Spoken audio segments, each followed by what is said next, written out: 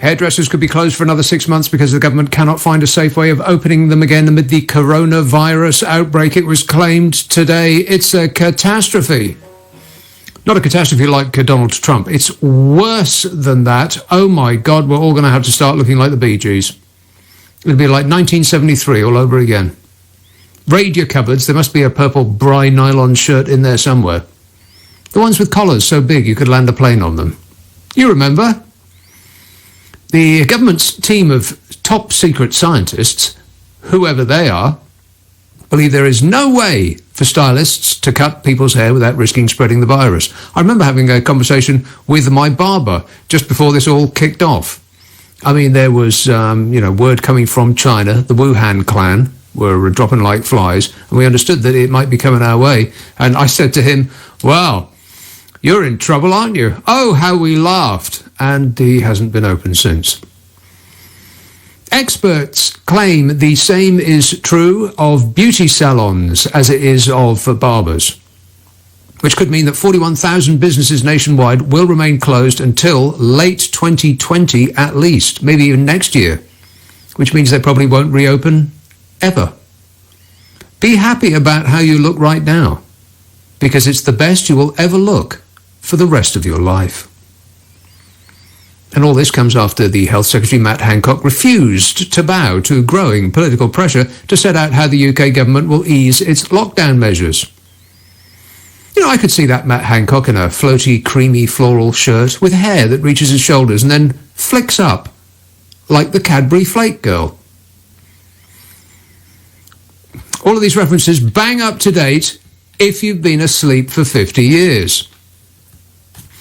Britons have been unable to get their haircut since Boris Johnson put the country on shutdown on March the 23rd. And it's all right for him. Having terrible hair is his thing. But what about the rest of us? We've had to resort to cutting our own hair or entrusting loved ones to do it for us, after which we find we don't love them quite as much as we thought we did.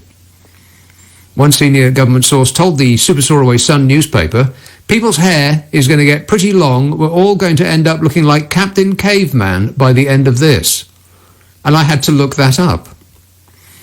Captain Caveman is a cartoon. Its real name is Captain Caveman and the Teen Angels. And according to Wikipedia, he is a caveman brought back to life in the modern age who fights crime and injustice with the aid of his band of mainly female friends. He is armed with a large club and is famous for his battle cry of Captain Caveman. He sounds great. Would he like to be the Secretary of State for Health? Many hair and nail beauty workers are freelance, of course, which means they are not eligible for the government's furlough scheme that pays 80% of a person's salary. There's another scheme for the self-employed due to launch in June, if you can last that long, but many will have to turn to universal credit in the meantime, and several more will face going bust, it says. Several thousand more. The National Hair and Beauty Federation... I'm sorry, I didn't expect me to laugh halfway through that.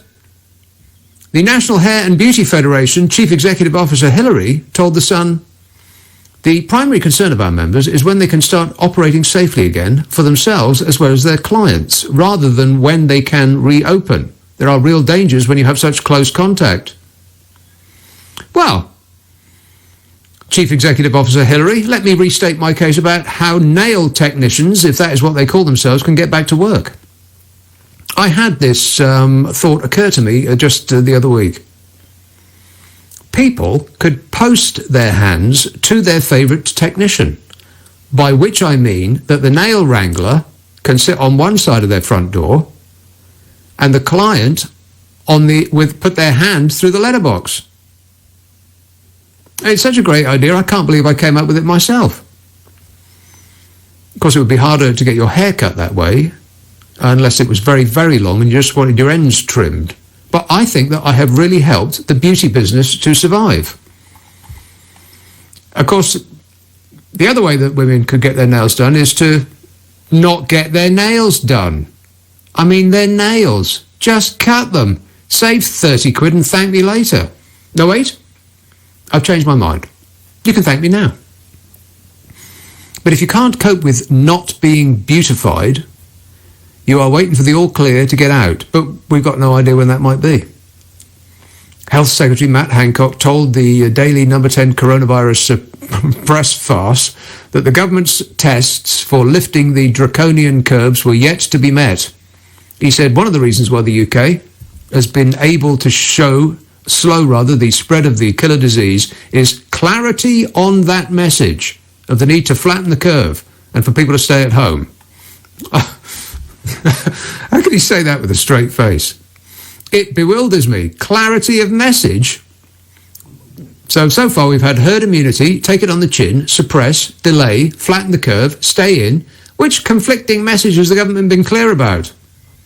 They flitted about differing positions like a butterfly in a meadow.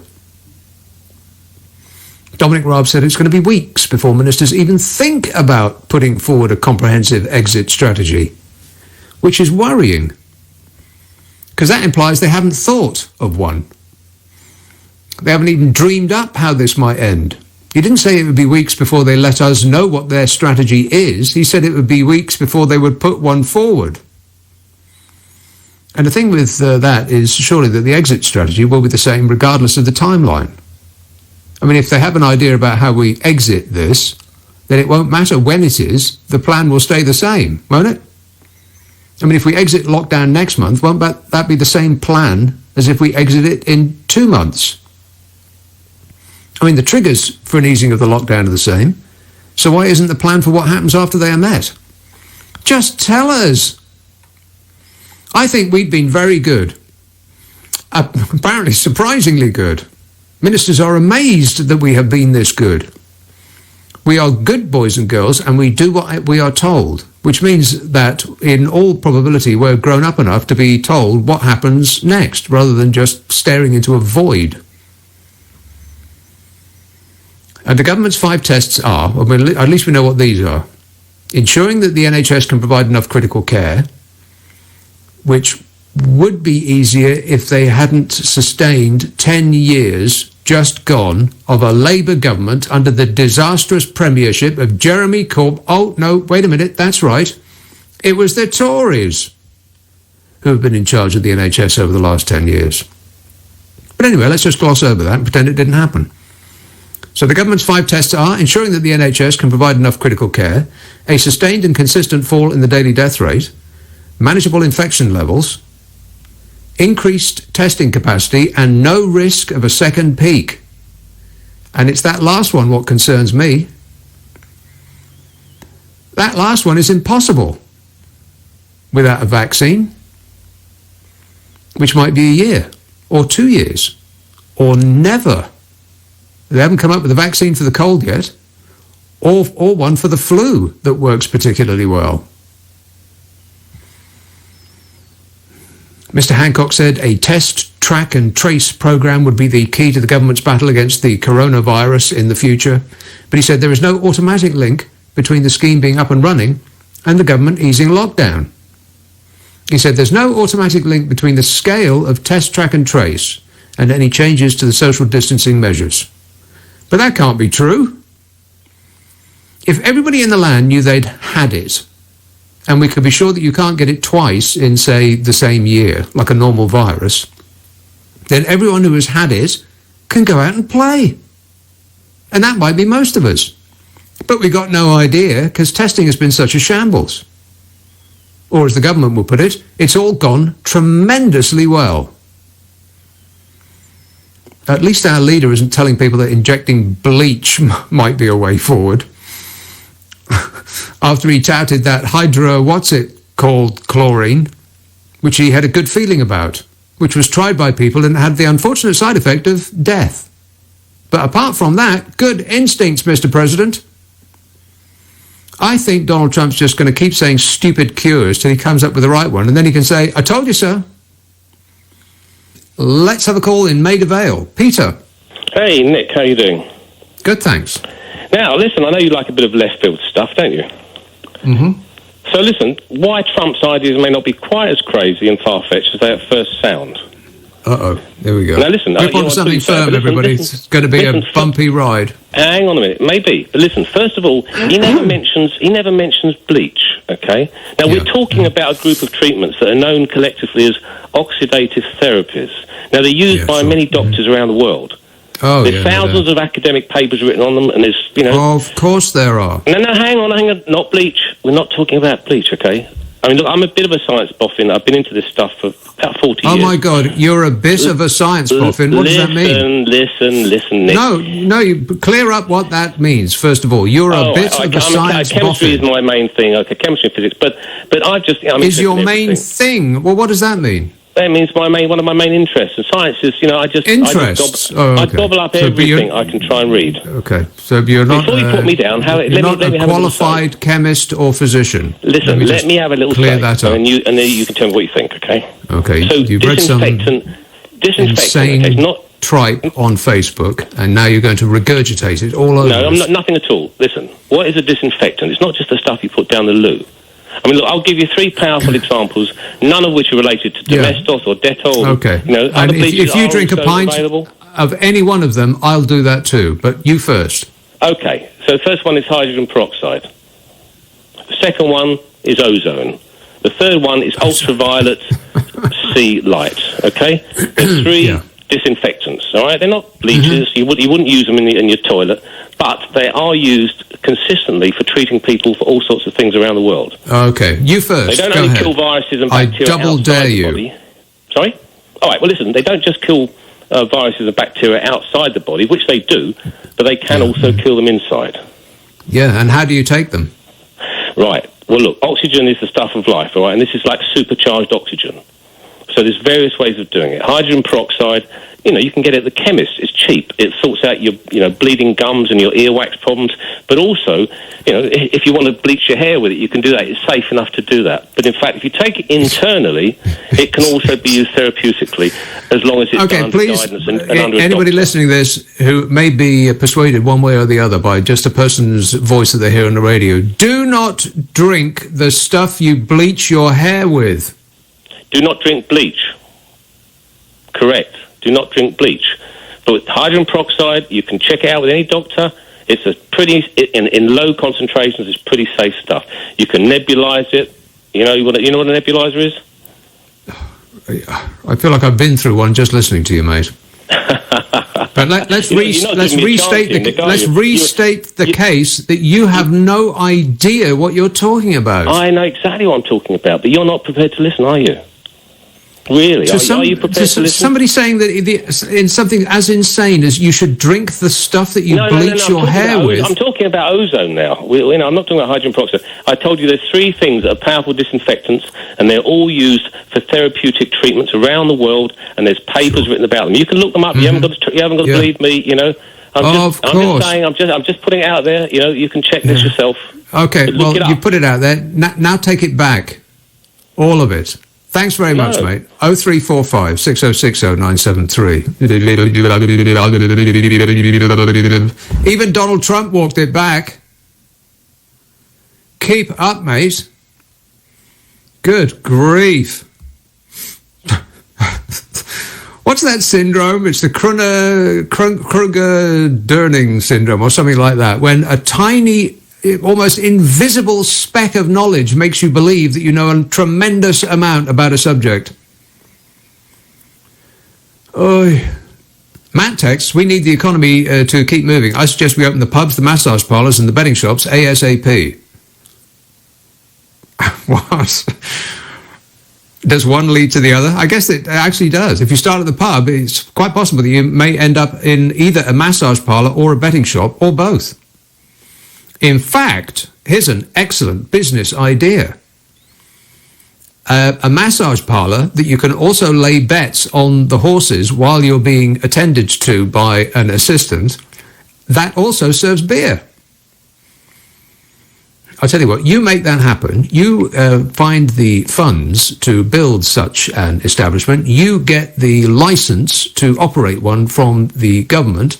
You run it personally for, let's say, a year or 2 years until it reaches profitability, and then we'll split it 50-50. What do you say? That's my final offer. Paul, Paul texts, I love the taste of Dettol in the morning. Tastes like victory. I am stunned. I wonder if that guy ordinarily listens to this show. I hope not. Maybe he listens to another show.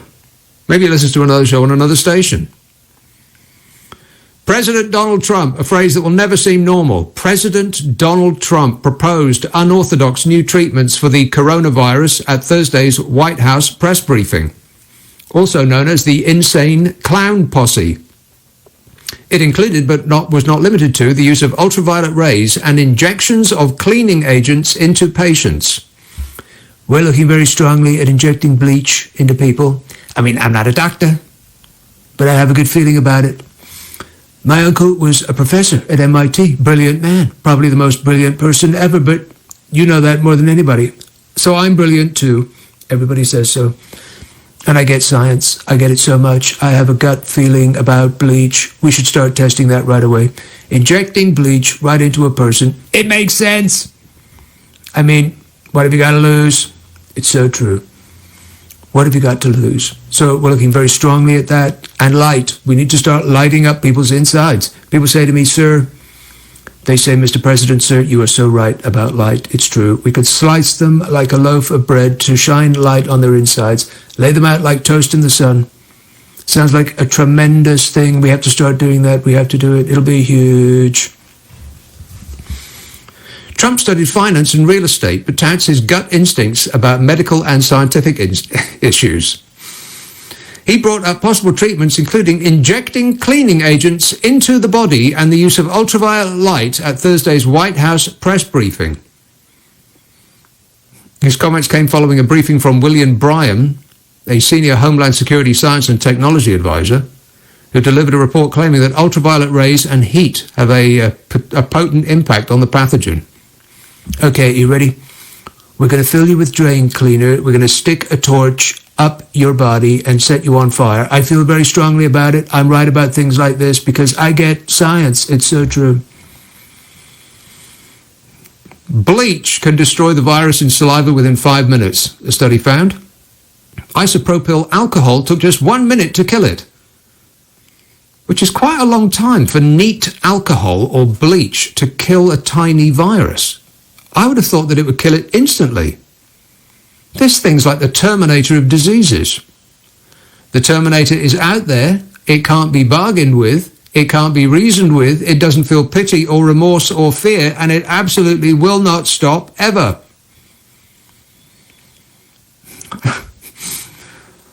I woke up and read that Trump had said that, and I mean, of all the stuff that he said over the years, if you had told me before I read it on a news site, fake news, I would have thought that you were lying. In fact, I would have bet money that you were lying. Despite offering hope that infections could wane with an increase in temperature towards the summer, the study has not yet been made public and is still awaiting external evaluation, which didn't stop the screaming Mimi from touting it as the next big thing, after he kept touting the last thing that he had a strong feeling about, which was hydrochloroquine, which had the unfortunate side effect of permanently stopping people's hearts. It did tremendously well until it killed them, but up to then it was doing really very well, so well. Like that last caller, armed with a tiny amount of knowledge and believing himself to be like a smart person. In his press briefing on Thursday night, Trump took the limited research and suggested the disease might be treated somehow by dosing the body with UV rays or injecting disinfectant into the body. Oh, grief. And that last guy tying himself up into pretzel knots trying to defend Donnie. God, the cult runs deep with these people, don't it? And when Trump said that, by the way, not one scientist in the room uttered a single word when he said that. I mean, they piled in afterwards on NBC and CBS and ABC, but Donnie's fans have been trained not to watch those channels because they are fake news. So they didn't hear any of the actual scientists saying, don't do it. They only heard their leader and savior say that he had a very strong feeling about it. And the dead bodies wearing Make America Great Again hats should start dropping in 3, 2, 1.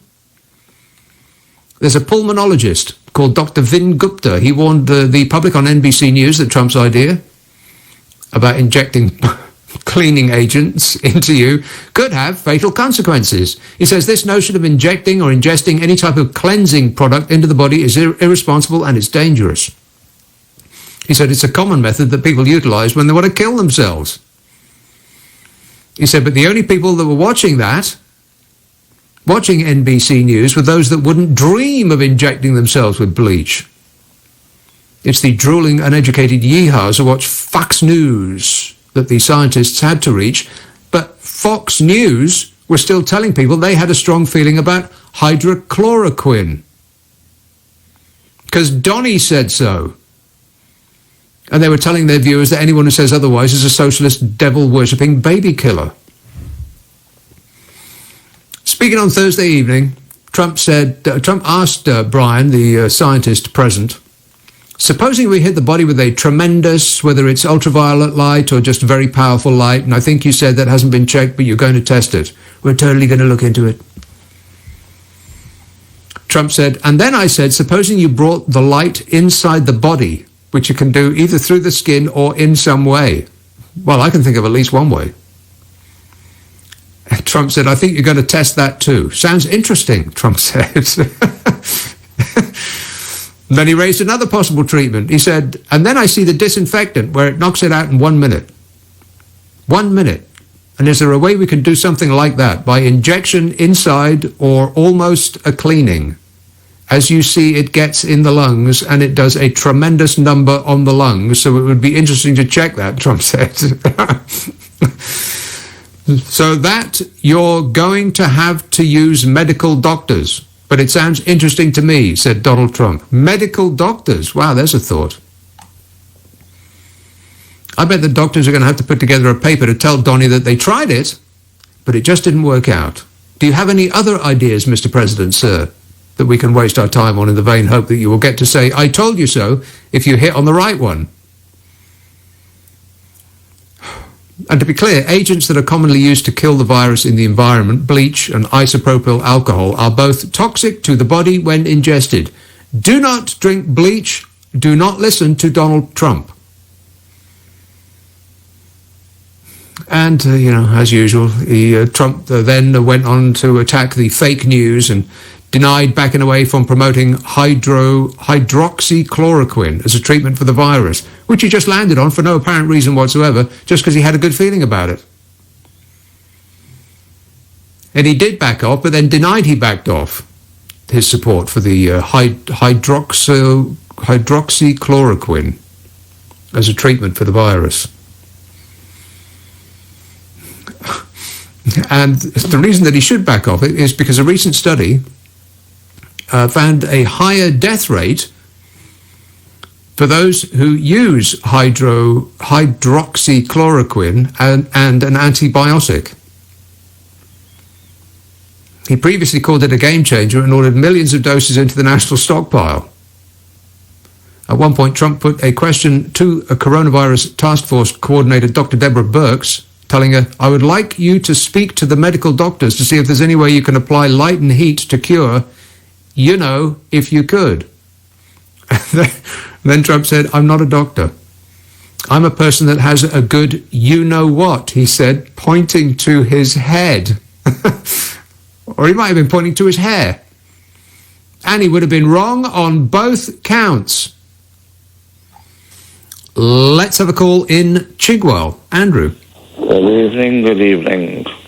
I think that the lockdown is actually being brought up and finished anyway.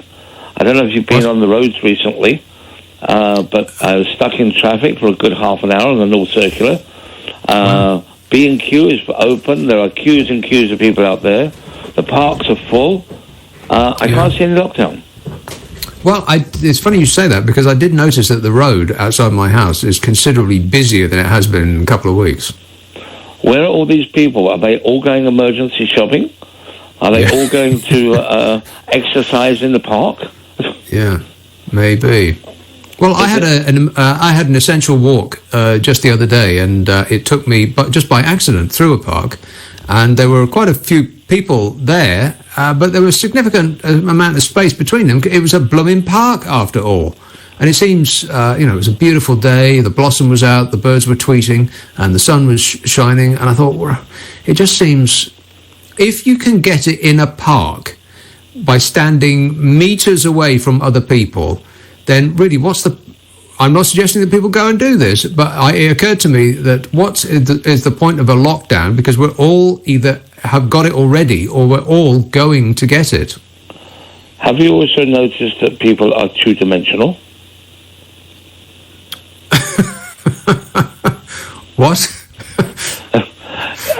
People are keeping 2.2 meters apart front and back. But if you actually have a look, people are not keeping 2 meters side by side.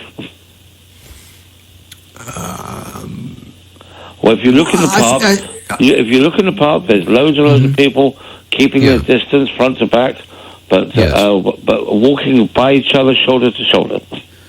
Right, but if you live with somebody, then it seems reasonable that you would go and, you could French kiss them while you walk through a park, and it wouldn't make any difference. No, I'm talking about people will say walking the dogs or with their families. They're keeping the distance in front, but when they pass other people, total strangers, side by side, walking the opposite direction, they are within a couple of feet. Right, well, not me. I certainly will do nothing of the sort. I do very well in that regard. I cross the streets to avoid other people, while thinking that, well, you can't possibly get it outside, can you? But I reckon that you probably can, which means that everybody's going to get it.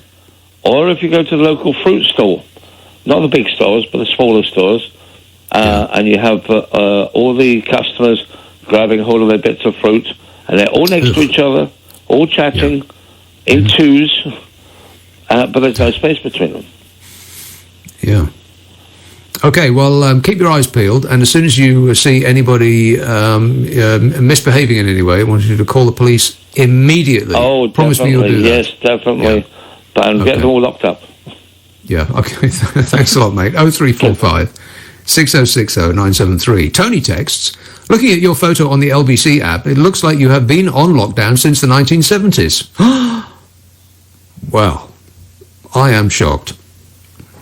I don't have to come on this radio station to get abused. I can be abused quite easily without being on this radio station. Shane texts, fast forward 20 years in the DeLorean. President's Almanac states Donald Trump hailed a hero after fifth term in office, saving the world from the virus with his leech farm. Well, at this point, I just would not be surprised. Nothing, well, I was going to say nothing surprises me anymore, but Donnie and injecting the bleach, that really did surprise me. I mean, on the scale of stupid, that has got to be unbeatable, doesn't it? I mean, what could he possibly say from this moment on that could beat that? Knowing full well that his fans will believe only him. And anybody telling them that it's a bad thing to do will think that that's, the Democrat do-nothing socialists. They're trying to impeach him again. This is impeachment 2.0. Those people believe him. They believe everything he says. And it just blows my mind. A man who is verifiably an absolute through and through liar. 18,000 lies he has uttered in public since he became the President of the United States of America. 18,000. It's up to like 30 a day. Basically, every time he opens his mouth, it's a lie. Which is, well, I was going to say it's fine, but it's not fine. It's, I suppose, par for the course if you are just a real estate con man who lies about how many floors his buildings have, because on higher floors you can charge higher rents. I mean, the stuff that he's got away with in his life by using his daddy's money to just beat down anybody that gets in his way. But not where he is now, not with that cult following that he's got. But, you know, I suppose it's... I can't say that I'm particularly bothered if his drooling yeehaw white power rally-going fans decide that injecting bleach would actually be the best course of action. The sad thing is that they might be forced to do that because they don't have health insurance and can't afford the hospital bills. Because remember that, when we go to hospital with the coronavirus or whatever else it might be that is ailing us, we don't get a bill at the end because we have a thing called socialism. Now, I know that sounds like the boogeyman to a lot of people, but socialism brings us everything that we need for an ordered society and a happy life. And institutions in America that actually do practice and are in receipt of the benefits of socialism are companies like the oil companies and the coal companies and the airplane companies and the banks and all of the rest of it that got handouts and continue to get handouts and special treatment and tax cuts and all of the rest of it. It's just that the people who might actually benefit from a little light socialism are persuaded by billionaires that it's bad for them. Billionaires who have always got their hand out waiting for a government tax cut, which is socialism. But they'd rather you didn't know that. That's actually the sad thing, is that if Americans who have just lost their jobs and with that their health insurance, they can't afford to go to hospital, even if they do have the coronavirus, because the bill that they'll get at the end could be tens of thousands of dollars. And so for a lot of people, they might think, well, hell, maybe the president's right. I will inject drain cleaner into me. I mean, what could possibly go wrong? 0345 6060 973. Let's have a call in East Yorkshire. Mike. Hi, Nick. How are you? Yeah, good, thanks. Good. Couple of observations and a quick question, if that's possible. First one is, you were saying about hairdressers. They've all been shut. Yeah. However, if you look at Matt Hancock a month ago, and you look at him now, as he appears on the TV, and all the other government presenters that come on each day to give us normal rubbish, they are immaculate. Nothing has changed. They have learned how to stop growing their hair because they're exactly the same as they were a month ago. They can't possibly have hairdressers all being getting a haircut because that's illegal. So they can't have been doing that. So they've learned how to stop growing their hair, Nick. Well spotted, that man. That hadn't occurred to me. Highly suspicious. But anyway, second thing, you're talking about Trump in America. I don't know whether you saw a guy, I think, called John McNeil, one of Trump's supporters, who'd been on Facebook in America rounding up his mates with their guns to go down to the local mayor's office to liberate themselves so they could be allowed to go back to work and the local bars opened again. A week later, he died of coronavirus. Well, it's not funny, but it's not funny. No, but it isn't funny because they have a young family. But it is sad that Trump is actually causing deaths like that. I think those protests they have the appearance of being grassroots, by which I mean that the little people are getting together with a common aim, and it's gradually building momentum and so on. But it's not. It's astroturfing, which means that it has the appearance of being a grassroots movement while actually being orchestrated and paid for by insidious outside sources, which some investigative journalists trace back to, guess where? Quite agree with you. That's not an answer to my question. And the last to guess where? Well, let's stick with my question first, and then we can do your question. How does that sound? That's okay. Traced back, the money gets traced back to Russia. Oh, I tweeted this story out on my Twitter feed. If you want to go and look it up, it's really quite alarming. It's basically the same old characters. It's the same faces over and over again. Same faces behind Trump. Same faces behind Brexit. They're all the same people, all of which are categorized in the billionaires section. Billionaires and Russia. What a mix. Absolutely. Oil company magnates. Can I have my last question?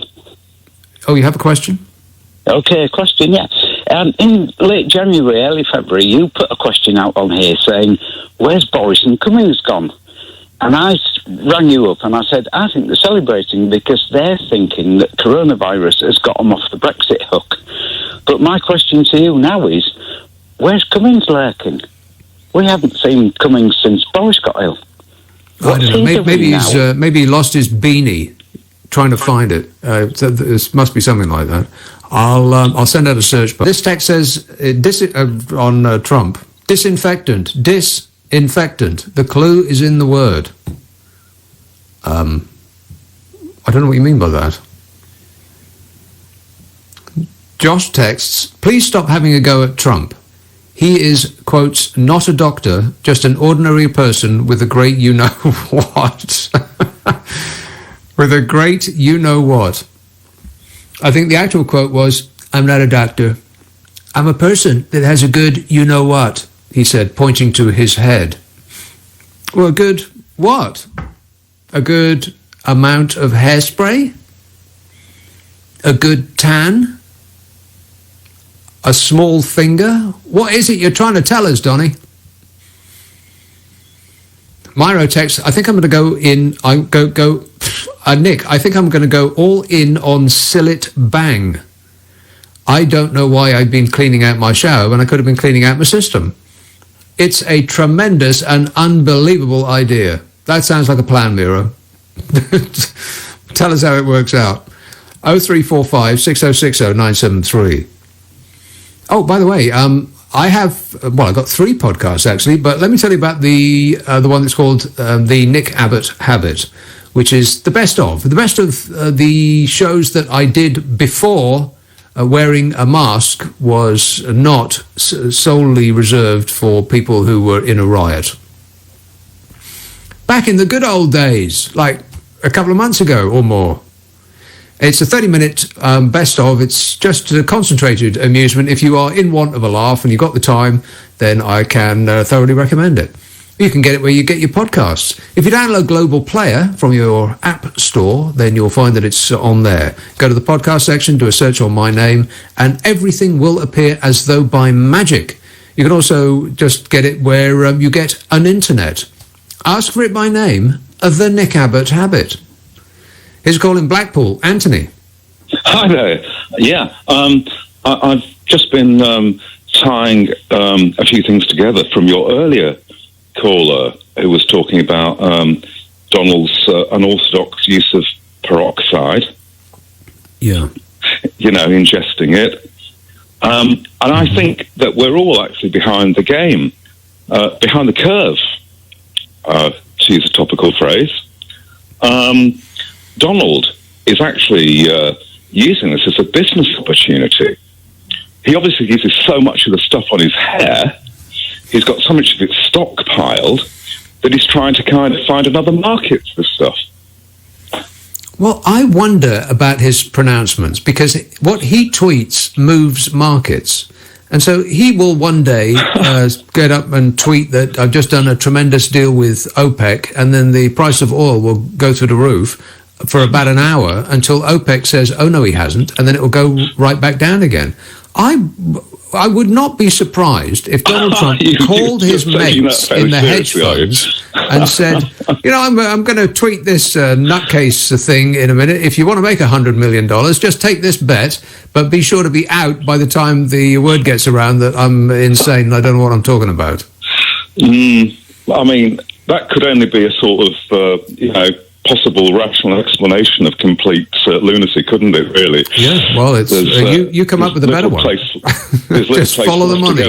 Oh, and by the way, you know, you're calling him a con man, which He is a patently verifiable con man. He made up the amount of floors in his buildings and was out by about 10 because the higher Sure. the floor, the bigger the rent. What's not a con man about that?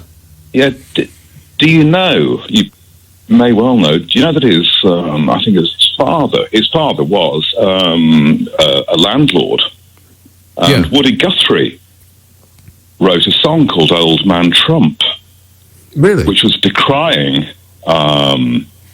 Trump's father, Yeah. who wouldn't let flats to black people. Yeah. Well, I'm not sure that's entirely accurate, but there were issues with black tenants I think it is because in his buildings. A guy, I'm phoning from Blackpool, and a guy from UCLan, Preston University, who is a professor in American studies, went over to America. Did you say he was from UTAN? UCLan, the University of Central Lancashire. Oh. Well, you said that as though everybody knows what that means. UCLan. It sounded like a guy with a guy wearing a sheet. Yeah, sure. I would always pull up people for just using acronyms. But yeah, he went over to America and came up with this information about this song that Woody Guthrie had written. Right, I don't think you need to go to America. You just need to look it up. It's fairly common knowledge. I do recall something about Woody Guthrie, but I'm unfamiliar with how it goes. Can you sing it for us? Unfortunately, I have to leave the stage there. Oh, okay then. All right. Thanks a lot, Anthony. 0345 6060 973. He was from UCLan. Very good people on both sides. So he had a swastika on his forehead, so what? Chris tweets, chemistry PhD student here. For the love of God, nobody should be consuming ozone or hydrogen peroxide. Ozone will actually cause lung damage when breathed in. Hydrogen peroxide can cause severe stomach irritation. UV light will cause cancer as it's ionizing. Yeah, but apart from that, Chris, how are they for the body? Richie texts, have you been working out more during this lockdown? No, Richie, I find it impossible. I mean, I've got no excuse. I've got a little garden and I can, run up and down and do all of that. But you just don't, do you? You think, well, maybe I'll mix myself a cocktail. Why not? It's practically lunchtime. No, I find, because if you get up and go to the gym, you don't walk to the gym, of course, because that's insane. You get in your car and you drive to the gym to then get on a treadmill and walk, like a sensible person. But if you're there, then you're going to, do your bit for an hour. But if you're at home, you think, after 5 minutes, you think, oh, that's enough. And then 5 days later, that's all you've done all week long. So, no, I haven't. I keep saying to myself I'm going to work out more. I mean, I've got nothing but time, but it doesn't actually happen. Where the time goes, I've got no idea. It just disappears. I do nothing all day long, and it's a packed schedule. I bet I'm not the only one either. There's a lot of people who are pretending they're working from home, but they're not actually working from home. Because the cat's sitting on their homework, or the dog ate it, or you've been planning to open some biscuits that you really must get to immediately, or any old blooming excuse. No, it's quite surprising how much or how little discipline I have. I don't know whether I should be surprised about that, but if I put myself in a position where when I have to work out, for instance, or I have to finish a project or an essay, or if the clock is ticking and time's running out, then I'll do it. But without that, I'm just not going to do anything. And then the end of the day comes around, and I think, right, well, what have I achieved today? Well, there's there's nothing. Day after day after day. It's tragic. I think people are going to be in for a big shock. When people stop working from home again and going back into work, I think it's going to be like, oh, God, this again. How can I possibly get up before noon? You'll think. Julian texts, I really don't know which is more frightening, the COVID-19 virus or Trump's virus. Yeah, it's the latter. I suspect that the latter will kill a lot more people than COVID-19 because he hasn't finished yet, of course. He wants re-election in November because Obama was a two-term president. So he can't be a one-term loser president. So he's going to do anything he can in order to secure that win, up to and including starting a war with Iran. I bet that we're in a war with either Iran or China by November. Anybody want to take that bet? I bet you 3 pints of bleach. 0345 6060 973. You can text 84850. Email nicka@lbc.co.uk. And if you're on Twitter, it's at LBC. This says Trump is just another Democrat plot to bleach him. Bob says the only one to survive drinking bleach was Father Jack when he drank toilet duck in the TV series Father Ted. Father Ted. Is that the TV series where people just swore in an Irish accent? Or is that the one where the bloke dresses up as a woman? Or is it both? I don't know. I didn't watch either of them. Omesh says, hope all is well. Hear about Donald Duck suggesting that we inject ourselves with disinfectant. How about he injects himself with common sense? Or how about he pays for a brain transplant? Or would that be a nasty question? So nasty. Nasty question. What is he like? And the embarrassing part of that is that we have decided that we will turn our back on the Rainbow Coalition of the European Union and go all in to be Donny's pet. We're the 51st state of the USA. What could possibly go wrong? Boy, the blowback from what Trump said must have been absolutely huge. When have you ever heard him row back on anything? Of course, he didn't admit that he was a stupid moron, and he said a stupid moronic thing. He tried to pivot and say, oh, well, I was just kidding. Yeah, sure you were, Donny. That's what you were doing. You were kidding. You're a funny guy. You make me laugh. You amuse me. God. This text says, Nick, why don't you cut Donny some slack? It's obvious what's going on. His brain is self-isolating. Or perhaps hibernating. Steve says, I used to inject myself with Dettol. I've been clean for years now. And Angela says, I am flummoxed. How can the hierarchy in the USA allow the president to spout such nonsense? What does it take for people to realize that he is of unsound mind? I mean, even a 4-year-old knows that you should not ingest bleach. That's a good question. How can the hierarchy in the USA, by which you probably mean the Republican Party, allow the president to spout such nonsense? And the reason is etched on the faces of the people of the Republican hierarchy behind him when he was signing that stimulus package. Because the vast majority of the billions that he just signed away is going to people who make more than $1 million per year. It's quite staggering. It's a giant, it's like Robin Hood in reverse. It's amazing what's going on in America. It really is. And the Republican Party are just sitting back and just loving the money, just come pouring into the super rich. The already haves and have-yots are getting ever richer under this president. That's why they're allowing him to do absolutely anything he wants, because the only thing they care about is power and money. I mean, I'll give you some brief details. This is from USA Today. Fake news.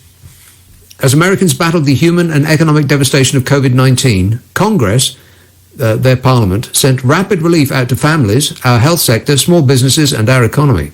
The most recent relief bill, the CARES Act, enjoyed wide bipartisan support and will help if implemented effectively. But tucked into its 880 pages were Republican-inserted tax provisions.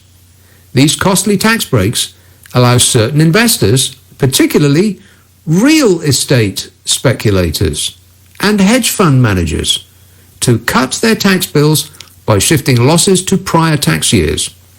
Working families who've had a bad year would surely love the same chance to use a previous loss to secure a tax refund, but they don't get this special treatment. The result of the provisions is stunning in its size.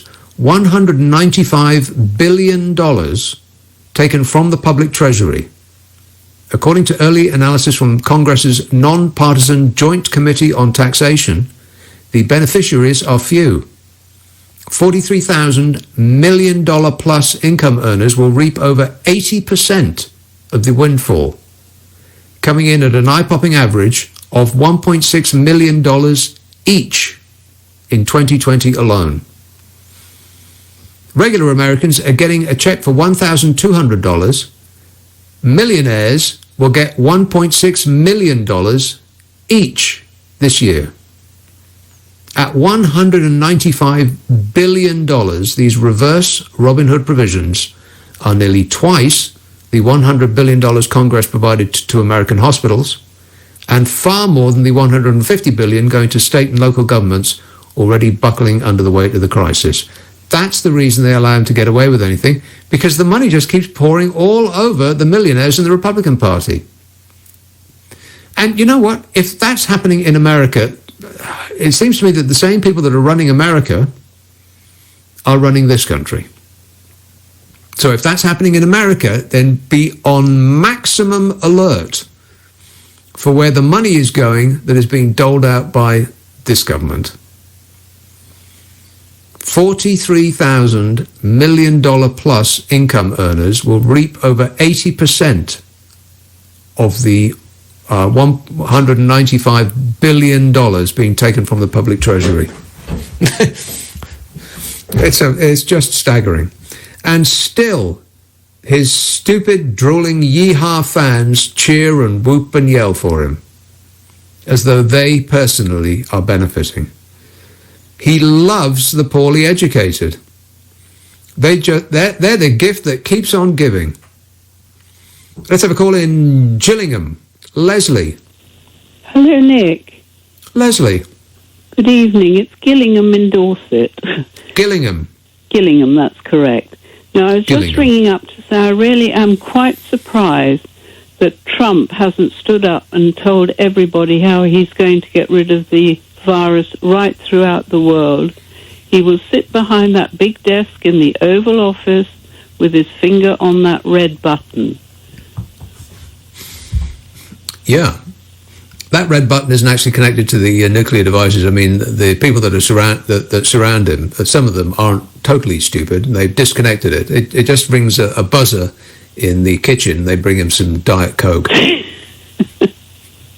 And the other thing is, I find quite amazing that he stands up there and says everything is fake news. Why can't the reporters ask him what's on his face? Because isn't that fake? What's on his face? Well, that's a good question. There was somebody actually came up with the answer that it was I can't remember now, but it was like bubblegum peach concealer or something like that. It was. But if he wears something of that order, surely the mask will go all orange, won't it? Yeah, his favourite pancake is something like bubblegum peach concealer. Oh my word! I mean, what a product! I mean, who is actually that colour that they would put it on their face and it would conceal anything rather than stand out? Well, Trump would obviously do that. Well, yeah. But he's done it. I wonder what colour he actually is. It'd be interesting to see, wouldn't it? Yeah, nobody knows. But the other one other thing, Nick, I wanted to ask you is who came up with this terminology, a lock-in, or lockdown, I should say. Lockdown, Lockdown. Surely it should now be changed to lock-in or lock up. Oh, do you feel like you've been locked in? Well, yes, I definitely do, because I'm I'm one of these people that's on the high risk thing. And Yeah. I've been told I'm not allowed to leave my home under any circumstances. So I feel as if Right. I'm either locked in or locked up, but locked down, I'm not quite so sure. Well, there's a lot of people in your. I'll assume that you are of. What's a polite way of putting it? Advanced high years. risk, You are let's a senior citizen. Is that right? Oh, yes, definitely I'm that. So that's what is being suggested, that when we all get let out to play, Right. the government is going to suggest that we do it in stages, and the last people to be allowed out are people such as yourself, Absolutely. which But why is should the we be the worst last thing for ones the... out? Well, because I think you are that's so most at unfair. risk. Yeah, but I mean, we're the but ones it's with also... the shortest. We're the ones with the shortest lifespan now, so we Yes. might be allowed out early. Yeah, that's right. But it's also really disastrous for the economy because, as hard as it might be for you to believe this, Leslie, people of your age are the only ones that have got any money. But well, we can't spend it, can we? Exactly. Because we're locked in or locked up or whatever. Locked Precisely. Yes.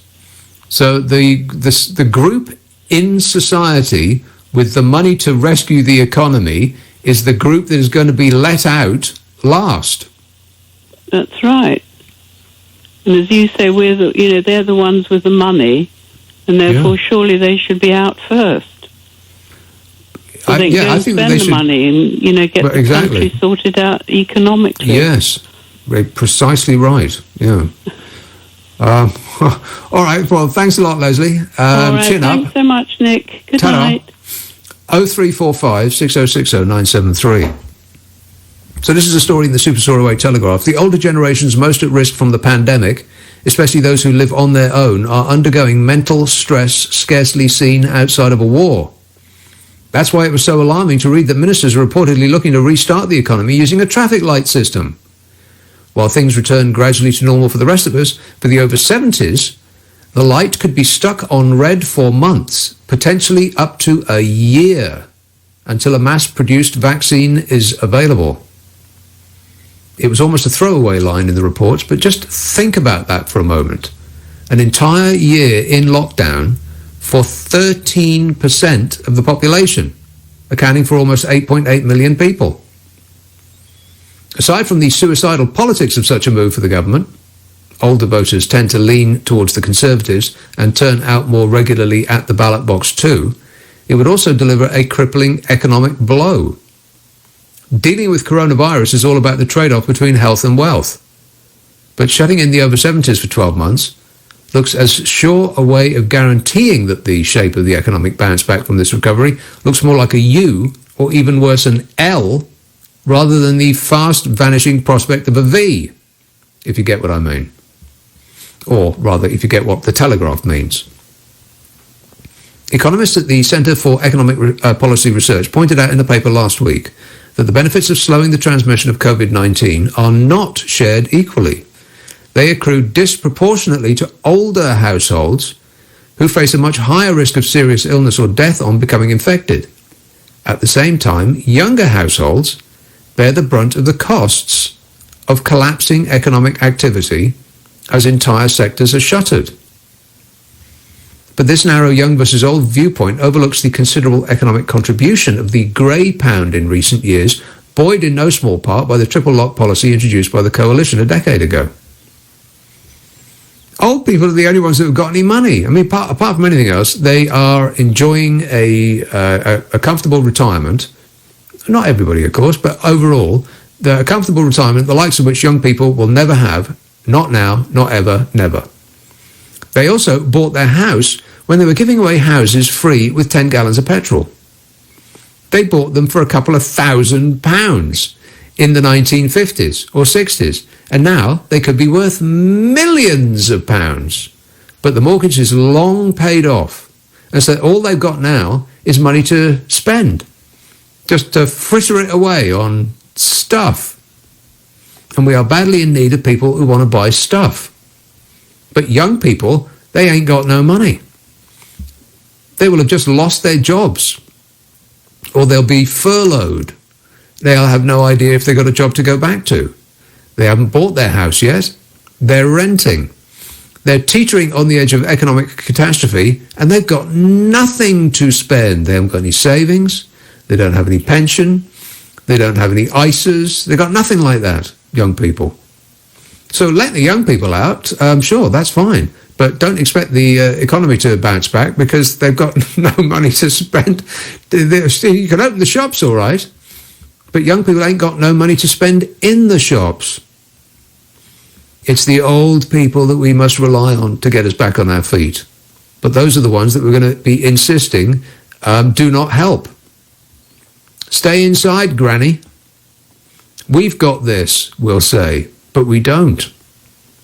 Super Gran should be rescuing this country, but we won't allow her to because we know best, which is almost certainly not true.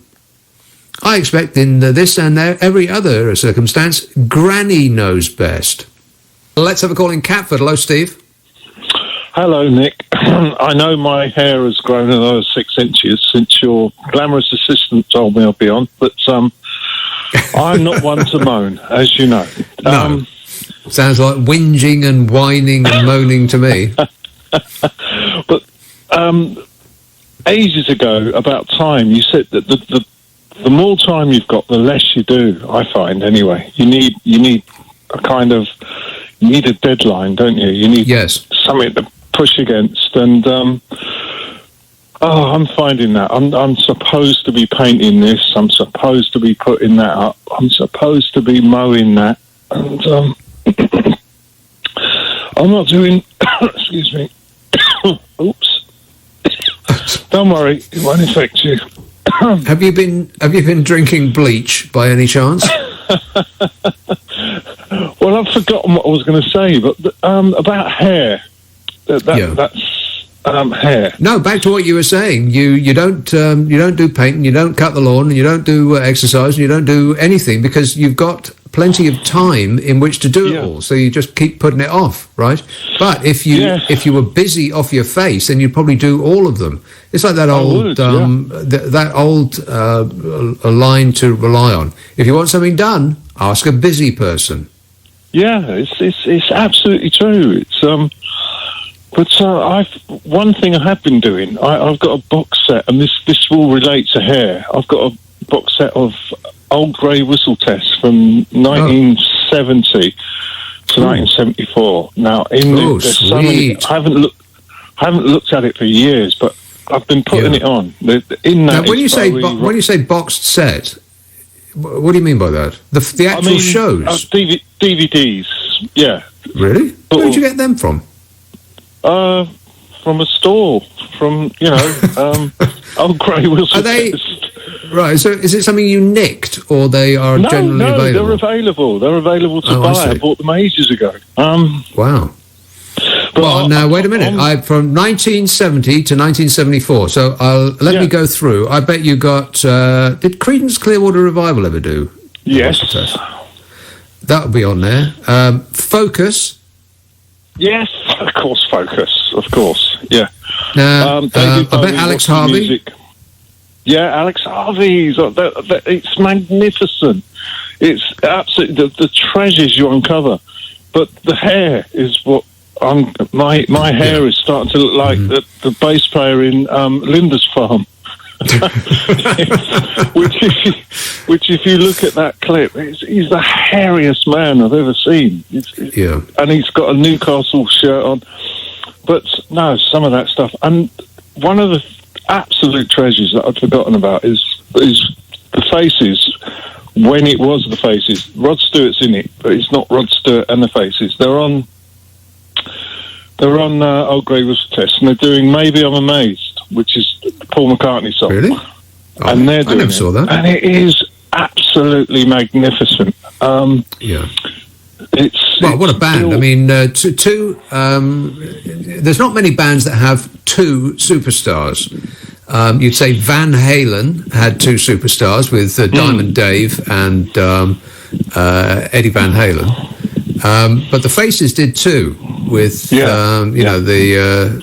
singer and the guitarist.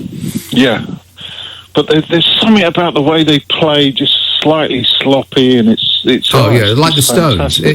I tell you what it sounds like. It sounds like a band falling downstairs. Yeah, it does.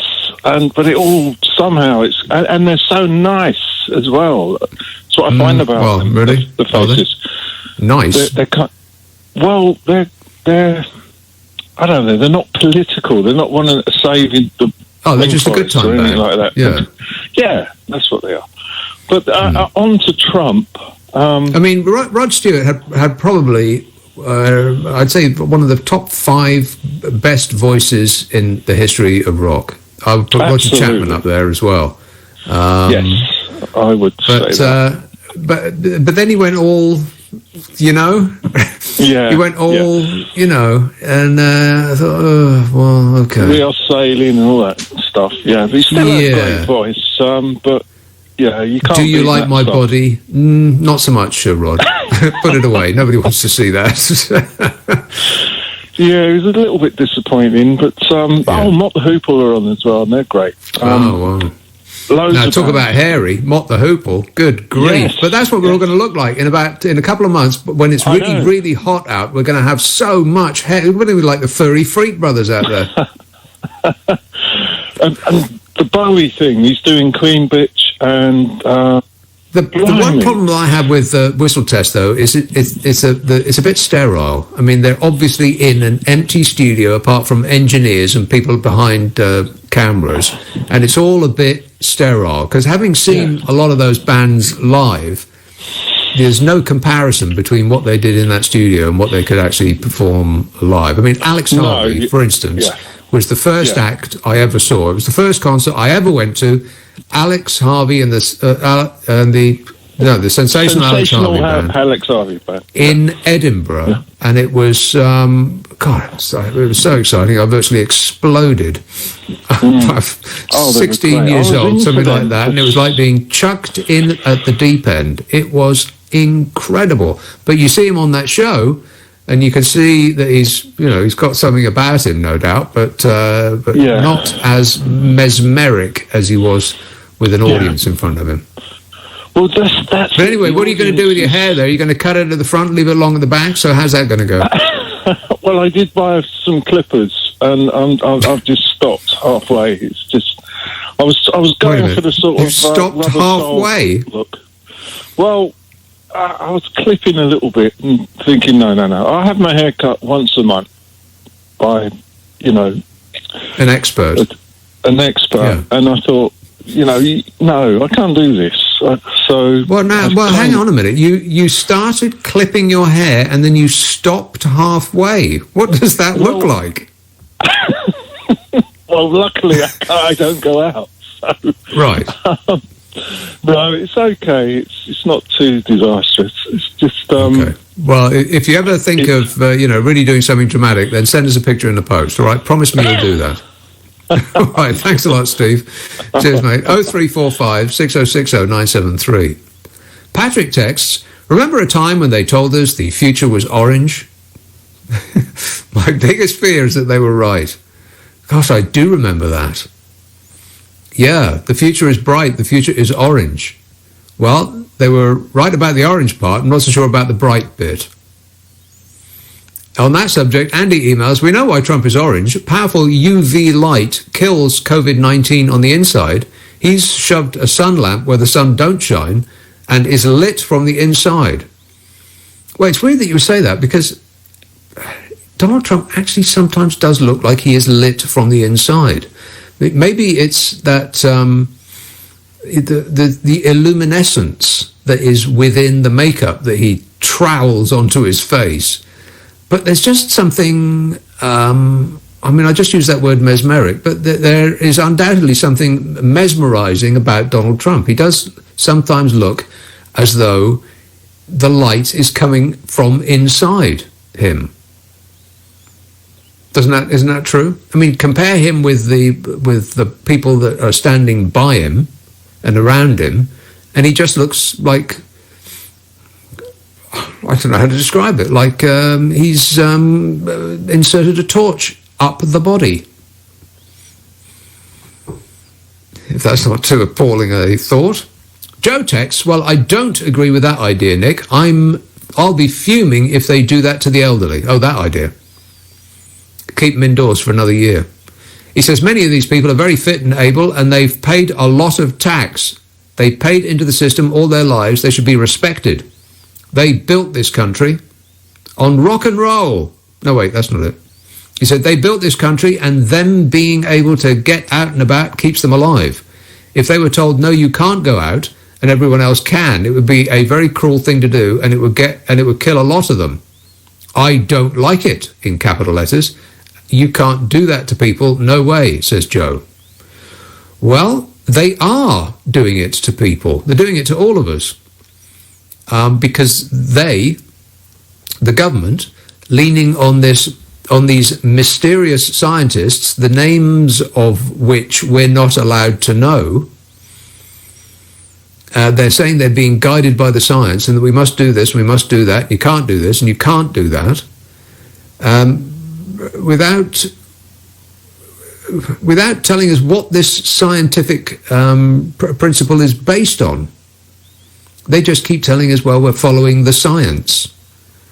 But without telling us which science, what science, which studies, who are these scientists, and we don't know anything about them. It does seem unreasonable for their own, to keep old people in for another year for their own benefit. I just don't think you can do that, can you? I mean, you can suggest, but you can't actually do that unless we become move further along the line to being a police state. And I'm sure that to certain individuals, if not necessarily in this government, in other governments around the world, have thought, well, now's our chance. If you really want to track and trace and control every single person in the country, then this is the best opportunity that will ever come your way. So Bill Gates is arranging funding for factories to design a vaccine. And I bet if you looked it up on the World Wide Web, there'd be 1,000 sites which will tell you absolutely with great certainty that those factories to develop vaccine are nothing of the sort, that Bill Gates is actually building concentration camps to kill anybody that's not a millionaire. Wake up, sheeple. 0345 6060 973. Let's have a call in Hampshire. Jane. Hello, Nick. Are you there? I am there. Are you here? Yeah, Nick. Right, okay. Yes, Jane. Well, stop laughing before you hear what I've got to say. Oh, no, this is going to get very serious. Yes. I'm very serious because I've been listening to your show and, you know, you I'd are like the to one apologise for this the show. only one, right, you are the only one on LBC that gets it, right? Yes. I've been kind of a little bit up and down emotionally with LBC reporters, and when I, decided to click on you this evening, as I always do, you were the one that kind of sorted it out for me, right? You know what's going on, right? Well, let me ask you this, Jane. Reporters that are on your website, I understand that. They do not know what's going on. What you're saying makes absolute sense, and I know that I'm getting emotional. And okay, Jane. Listen, forgive me for that. Jane, what is it that's going on? Okay, so what you've just said about the Trump thing and everything, you're correct. I totally agree with you, and I'm feeling completely correct in every respect. No, well, don't say correct in the respect that Don't say A. Say pardon. Rude. Yes, Jane. Thanks, Jane. Is that it? I don't know. Is it? But what is it that you wanted to say? I've been waiting for 40 minutes. I was going to be cut off because you won't speak with me. But you never complain. But, okay, so what is it that you are congratulating me on knowing? Well, actually, I'm trying to say something very nice to you, Nick. And what I'm saying to you is, don't be like the other broadcasters. Stand up for what you said. When you, you logged on at 10 o'clock this evening, when you logged on and you said whatever everything that you said, do you know what? It gave me so much comfort. And the reason it gave me so much comfort is because you're right. Completely you are right about everything all the time. Whoa. What's straight going away, on. Get rid of this person right now. Please tell me that you've done that. You can, all of it? Okay, thank God for that. We're very, very sorry about that last caller. Hopefully you were spared the worst of it. 034. I have got no control here whatsoever. It's an alarming position to be in for somebody who usually has complete control over the desk. I've got no control. All I got is a microphone. I usually have a million buttons in front of me in order to make the show, bowl along as it normally does. But I'm sitting at home here.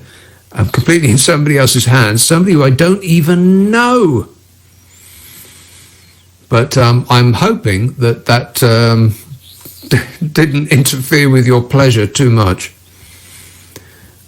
Dave texts, can I suggest the term house arrest for lockdown? Well, how about we house arrest that last person? Shane says, the red button in the Oval Office is for DGT, Donald's Got Talent, used to fire his advisors. Steve says, I saw Alex Harvey on the bill with, well, it says SCADE, S-K-A-D-E, but that is probably not right. I'm guessing Slade at Wembley. Blimey, what year was that? Wembley. Mind you, I saw the second gig I ever saw was Alex Harvey on the bill in Celtic Park, the football ground. It was in order, let's see if I can get this right.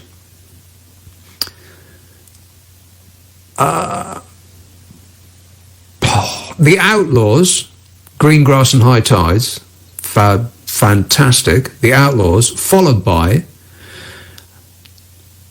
Chapman Whitney Streetwalkers, who were well, you can't use that word because I'm about to use it again, but they were absolutely tremendous. Chapman Whitney Streetwalkers. They just released the Red Card album, which is one of my favourite albums ever. Little Feat, wow. Then the sensational Alex Harvey Band, topped by a little band called The Who. That could still be, with the possible exception of Ian Dury, the best gig I ever saw. It was the second gig that I ever went to. I peaked early. Let's have a call in Braintree. Sarah. Hello, Nick. Sarah. Hi, how are you doing? I'm great, mate. That's good to hear. I felt compelled to call you. This is the first time I've ever rung into any radio station. Oh, well, welcome along. I've tuned into LBC since this madness has all begun, just to sort of like keep up to date on what's going on. And I take on board a lot of varying different views and one thing and another. But actually, listening to you this evening, earlier on this evening, do you know what? I also have a packed schedule of absolutely nothing. This is hard work. You know what I mean? You do know what I mean. It's very, very difficult. I'll tell you what's difficult. It's trying to justify what you've achieved at the end of the day, knowing that the answer is nothing. And the thing is, I don't know if you're the same as me. I'll be in the shower or I'll be laying in bed having my morning coffee, and I'll be thinking of all of this. I'm going to get this done. I'm going to get that done. I'm going to... I'm also homeschooling at the moment as well, which is absolutely fantastic. No, it's fantastic. Is it? I don't know what these teachers are complaining about. I gave myself a staff training day today, I've got Ofsted in on Monday, so the children are going to be on like top form. So I've got it in the bag. It's absolutely fine. How many children have you got? I have 4 in total. I have 3 living at home. Yeah, I have 3 living at home. But the older one that's living at home is 20, so he sort of does his own thing. And the younger 2, they're girls. Girls, complete different story. They just get on and they teach themselves, basically. I have no issues with them at all. So that side of things is an absolute breeze. Right, so let me ask you this, Sarah. What time is wine o'clock? Wine o'clock, it usually begins around about 7 o'clock on a Friday evening, when they go off with their dad. I make the distinction so that I do actually still get a weekend, because otherwise all of my days would meld into one. I need to kind of get some kind of perspective that this is week, this now, is when weekend. when you say normally at 7 o'clock on Friday, do you mean at 5 o'clock Monday to Thursday? No, never. Really? Never. Okay. Never. Anyway, getting to the point in which it was that I was ringing you, as I say, I sort of like see kind of a kindred vibe going on with what it is that you're talking about. And I know a lot of it is tongue-in-cheek, which we need so much more of at this moment in time. We need a little bit of that. I keep saying this, what the world needs now is laugh, sweet laugh. It's the only thing that there's just everybody. Too little love. Absolutely. So I've actually done myself a crib sheet because I'm so nervous that otherwise I would have completely forgotten. So please do bear with me. Always make a list. I have made a list. So the point that I was actually ringing in on was back in the beginning of February, and we always eat dinner at the dinner table. That's our one time during the day when it is that we get to discuss sort of like what's gone on, there's no tablets, there's no phones. I said, when this was all just sort of like bubbling under the surface, I said to my children, I bet you by the end of March, either a member of the royal family or the Prime Minister, not the President, the Prime Minister, are going to catch COVID-19. They're going to catch it, they're going to end up going into a hospital, and then they're going to make a miraculous recovery, and everybody is going to be like, oh my God, we must listen to what they are telling us, right? Yeah. So, obviously, as time has gone on, we've had our blessed Prime Minister, bless his heart. I don't doubt that he has been falling. You were right, apart from the miraculous recovery part, because we still haven't seen him, have we? Well, I mean, do we even know if he's up? This is the point that I am coming to. Because the other part of my prediction is the fact that actually, he's been laid down, he's come out of hospital, he's been in intensive care, he's been that poorly that he's had to go into intensive care. He's taking it on the chin. He's taking it on the chin, and then we will get the this is me moment where it is that he does make his reappearance, and then everyone is just going to be fawning, which is like, look at me, don't look over there kind of thing. With everything else that's going on, it's going to detract away, and then that justifies the fact that anybody could get this thing. Absolutely anybody. So I think it's worse than that. I think it's not just anybody can get it. I think everybody is going to get it. I mean, if it can be passed around a room full of people who not remotely interested in anything I've got to say, if it can be passed around a room full of people that are just talking, if you can sit in a restaurant and just talk to the people at your table and infect the people at the table 3-4 feet away, then everybody's going to get it. Absolutely, but we've been told this from the very beginning. If you remember going back, all that, it seems like forever ago, when it was that they were saying that we need we need to contain this. We need to allow the NHS, which obviously it does make sense completely. We need to be able to allow the NHS to have the capacity to cope with the amount of poorly people that are coming into the system. Therefore, put us all in lockdown. We've got a certain amount of people that are being treated. We've got a certain amount of people, obviously, unfortunately, that are dying from it. But our NHS hasn't been overwhelmed as yet. So my now predictions for the future, this was another dinner table talk that we've had this week, is that we are gradually going to be allowed. I think schools are going to be one of the first things that go back, in that we need to then allow another amount of people to become infected. The peak is then we're going to start going back up again, and then we're going to get, right, we need lockdown again. And everyone is going to go, okay then, okay miss, yes. That's going to be it.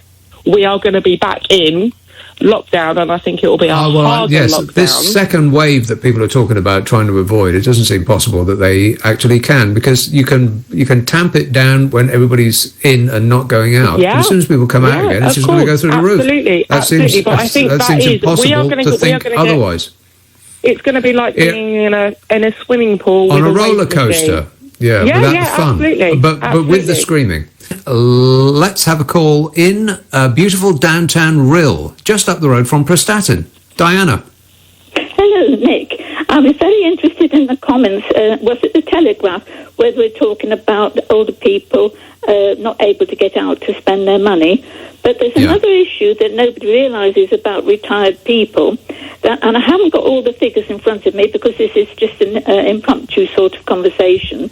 But the fact is, I think it's the Royal Voluntary Services have said that older people contribute $7 billion to the economy by voluntary service. So you're locking everybody up. So who's doing all the voluntary service, I ask you? That's a good point. I'll use the phrase, they talk about us but not to us, and they assume that we've all lost our marbles, and they're all sitting. Unfortunately, there are some people who have serious dementia and older genetic illnesses, but a lot of us have got all our marbles and more so.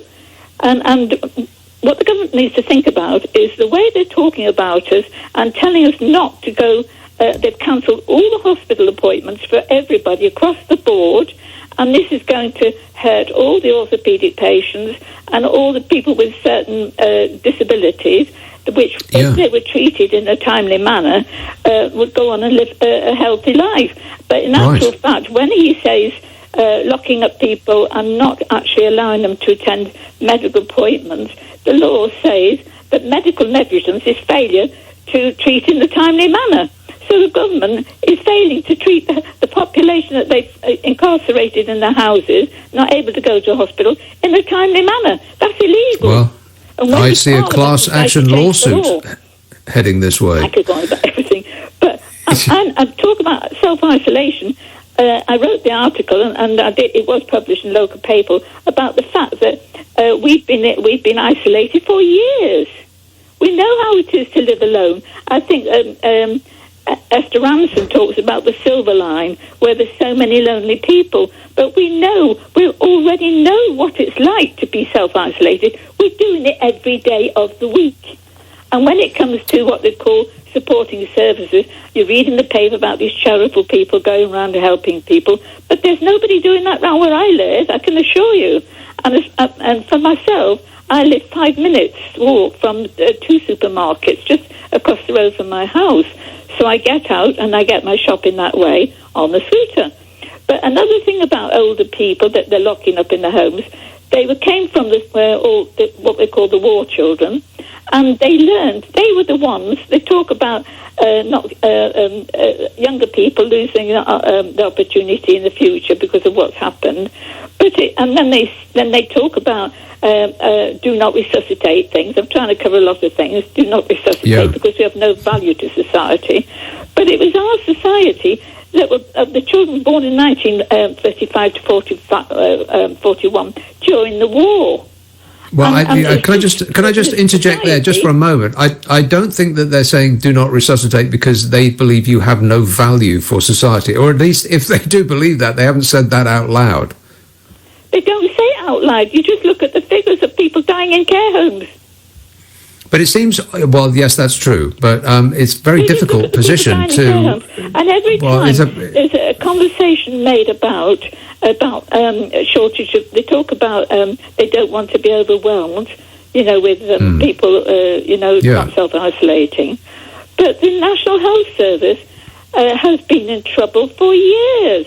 For years, we've had consultants. At least for the last 10 years under a Conservative administration. But when asked the question, hang on a minute, Diana. Hang on. When asked the question just recently, which party we would like to entrust the health service to run for another 5 years, we decided to give it to the party that had been running it for the last 10 years, despite the knowledge of what it was that they had achieved in that time. So you can't say that we weren't asked, because we were, and as a country we decided to give the NHS to the Conservative Party to run as they had been running it for the past 10 years. Yes, but I live in Wales and we're in devolved government, right? And you've got a waiting list of up to 12 months for, routine appointments. That's been going on for years. That's under the devolved government in Wales. Well, it's under the English system as well, and I'm sure in Scotland it's just the similar situation. Here, Diana, I'm going to have to go, but thanks for that. 0345 6060 973. Yes, this idea that there's a sort of a traffic light system to releasing us, it makes a bit of sense, I suppose, if you allow those who have had it under the assumption that you can't get it again, at least for a year, or there'll be some period of immunity, which would be in common with most viruses. It would be a very unusual virus, so I'm told by an expert, that does not give you some immunity for at least a short while. So the people who've had it already, they could safely-ish go out and play. Unfortunately, we don't know who's had it, because of the shambles about testing, and the 100,000 that has been promised that the government has promised to test every day by the end of this month isn't really going to make a dent in that, because I believe that the test that they're giving is one that will tell you whether you've got it now, not whether you've had it. So it's almost completely useless. But the idea that we're going to have to keep people over 65 on a semi-permanent basis for their own protection just seems unfathomable. How are they going to make that work? It's also true, as I pointed out some while ago, that it's only the over 65s in the economy that have got any money. Kids haven't got any money. The young haven't got any money. People aged 20 to 30 certainly don't have any money. They're on... what are they called? The no fixed contract. What's that called again? Something like that. You know what I mean.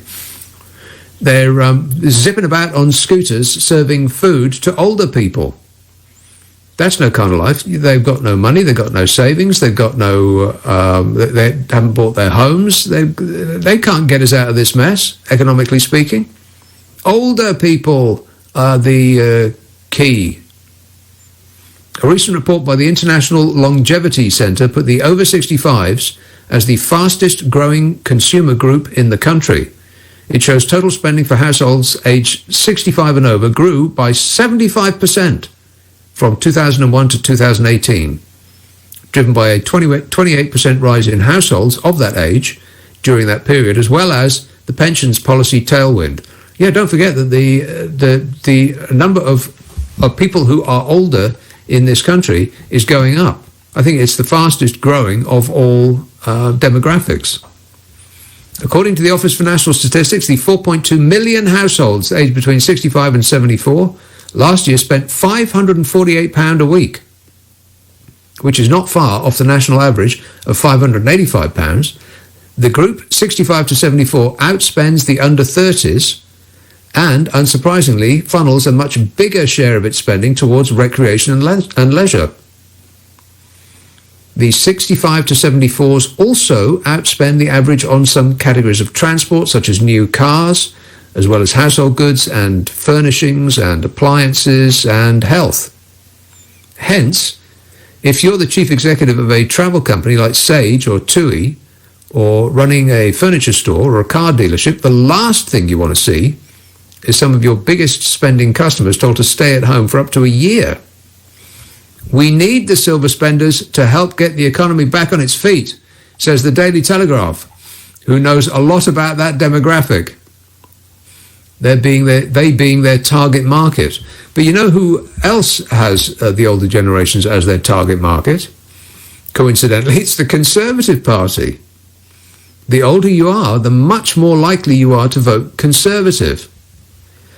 So the people that are now complaining at the Conservatives' handling of this issue must actually look at themselves, because it's more likely that they are the ones that voted for the party in the first place. And there's no point in complaining about the state of the NHS if you voted Conservative, because you know what they have done to the NHS over the last 10 years. It wasn't the Labour Party. If you are unsatisfied, if you're satisfied, then that's fine. But I've been doing this show for a good long while, and I've done hundreds of shows about the NHS, and I could count the number of people who are genuinely completely satisfied in every respect on the fingers of one hand. If you weren't happy, why did you vote Conservative? Unless it was just to, get rid of the foreign people. There is that. They were going to get Brexit done. How's that going, by the way? I've been talking to a lot of doctors, and we've got a plan. We're going to drain people's blood and replace it with fairy liquid. We're going to look very strongly into doing this. It's a tremendous thing. I have a great feeling about this. I'm not a doctor. I was being sarcastic. Oh, my God. I think I said before, something of the order of 28%. Only 28% of the American people get their knowledge of the coronavirus directly from the President of the United States of America. Only 28%, which means that 28% of the people living in America think that Donald Trump knows the most about the coronavirus. And that's where they're getting their news from. 28%. I'm going to do mental arithmetic on the air. Oh, no. 28% of, that's 90 million people who are at this moment pouring themselves a pint of Drano. Craig texts, are you okay, Nick? What do you want to know that for? Harge texts, I've now added Domestos to the medicine cabinet and now feel a huge sense of comfort. Thank you, Trump. Hey, that's Mr. Sir Trump to you, Harge. And Dr. LBC 973 FM tweets, first gig I ever went to was my dad taking me to see Gary Newman after he released his album Hybrid. I went along wearing a Motorhead t-shirt. You were lucky to get out alive. Mind you, it would have been worse if you'd gone to a Motorhead concert wearing a Gary Newman t-shirt. 0345 6060 973. Let's have a call in Gravesend. Trevor. Oh, yeah. Hi, Nick. I can see you're very busy tonight. And now I won't keep you too long. Yeah, because I've got to be up for 4 o'clock for Steve Allen. So all I would like to say was... Are you really going to go to sleep for 4 hours? Wait a minute. Are you really going to go to sleep for 4 hours and wake up for Steve? Listen, I'm a light sleeper. I'm 73 next month. I'm a light sleeper. And I'm taking this fairly sort of philosophically, this whole thing. Yeah. But sure. I'm really puzzled. 67 million people in this country. We're talking about testing everybody.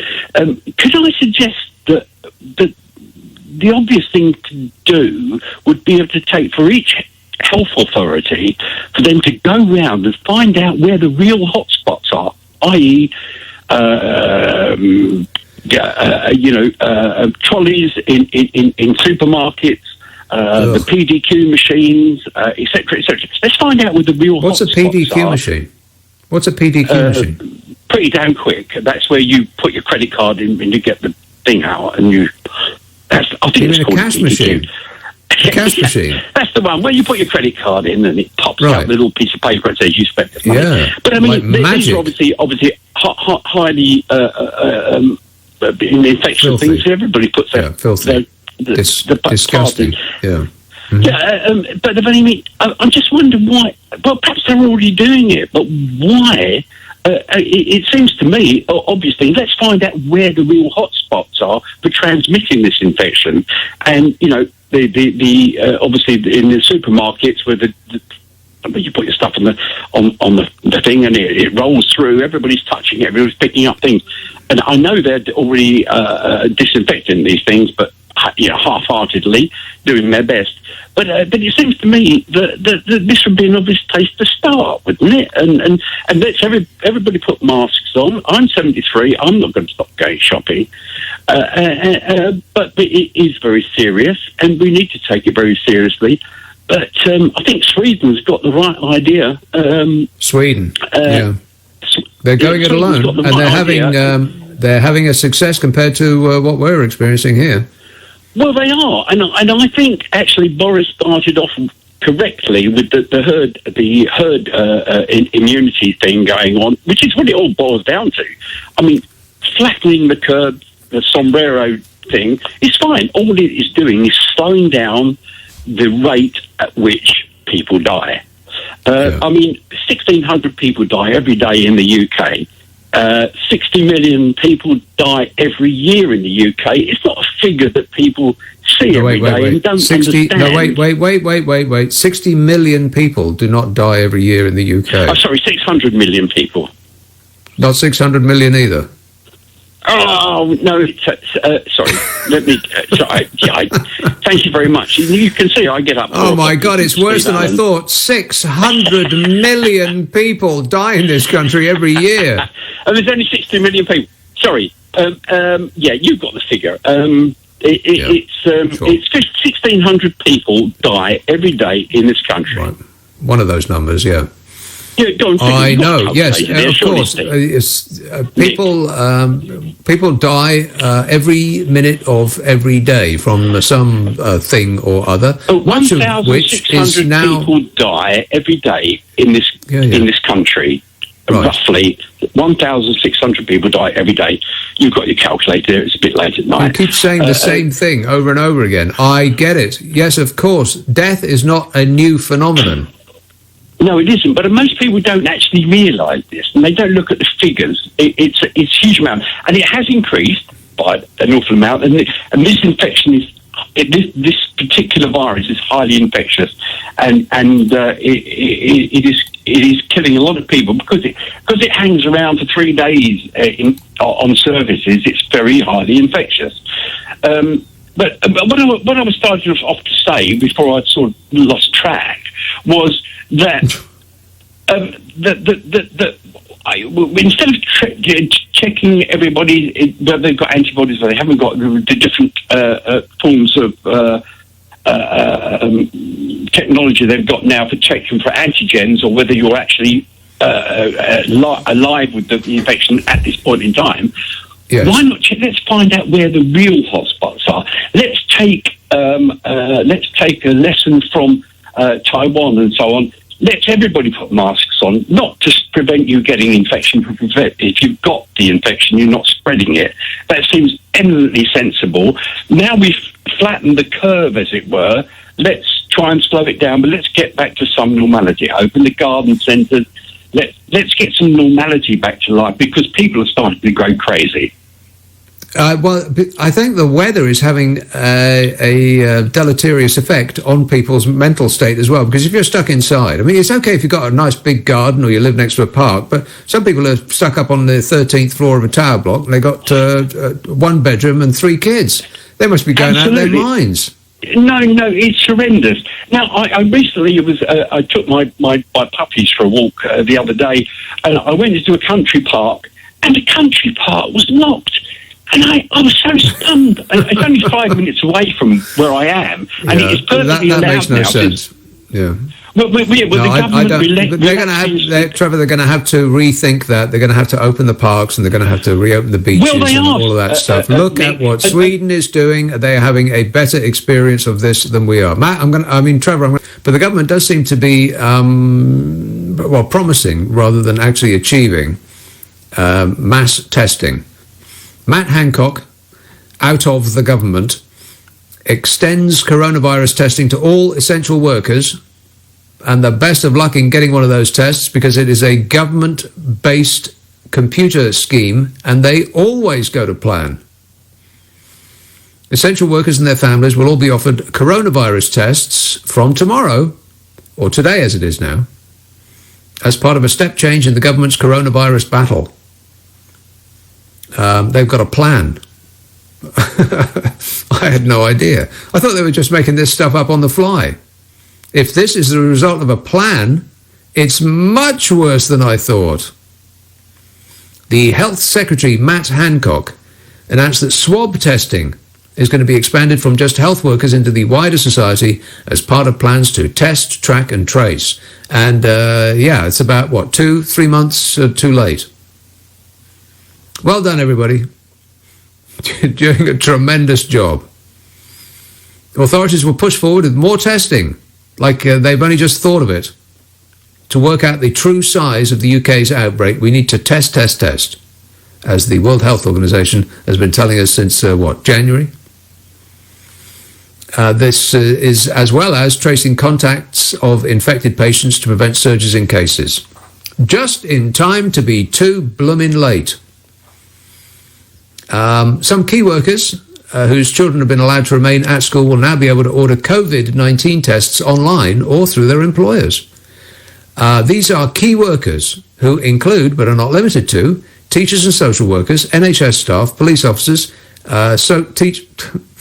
undertakers, those who work in supermarkets and food production, lorry drivers, public transport staff, bankers, postal workers, bin collectors, utility workers, and radio talk show hosts, for example. Which sounds like everyone to me. And members of their families will also be eligible for the tests. So that's 7.1 million essential workers, according to the Institute for Fiscal Studies. And 42% of them have at least one child under the age of 16. So let's say that's 10 million, at least, essential persons to be tested at a wildly optimistic rate of 100,000 a day.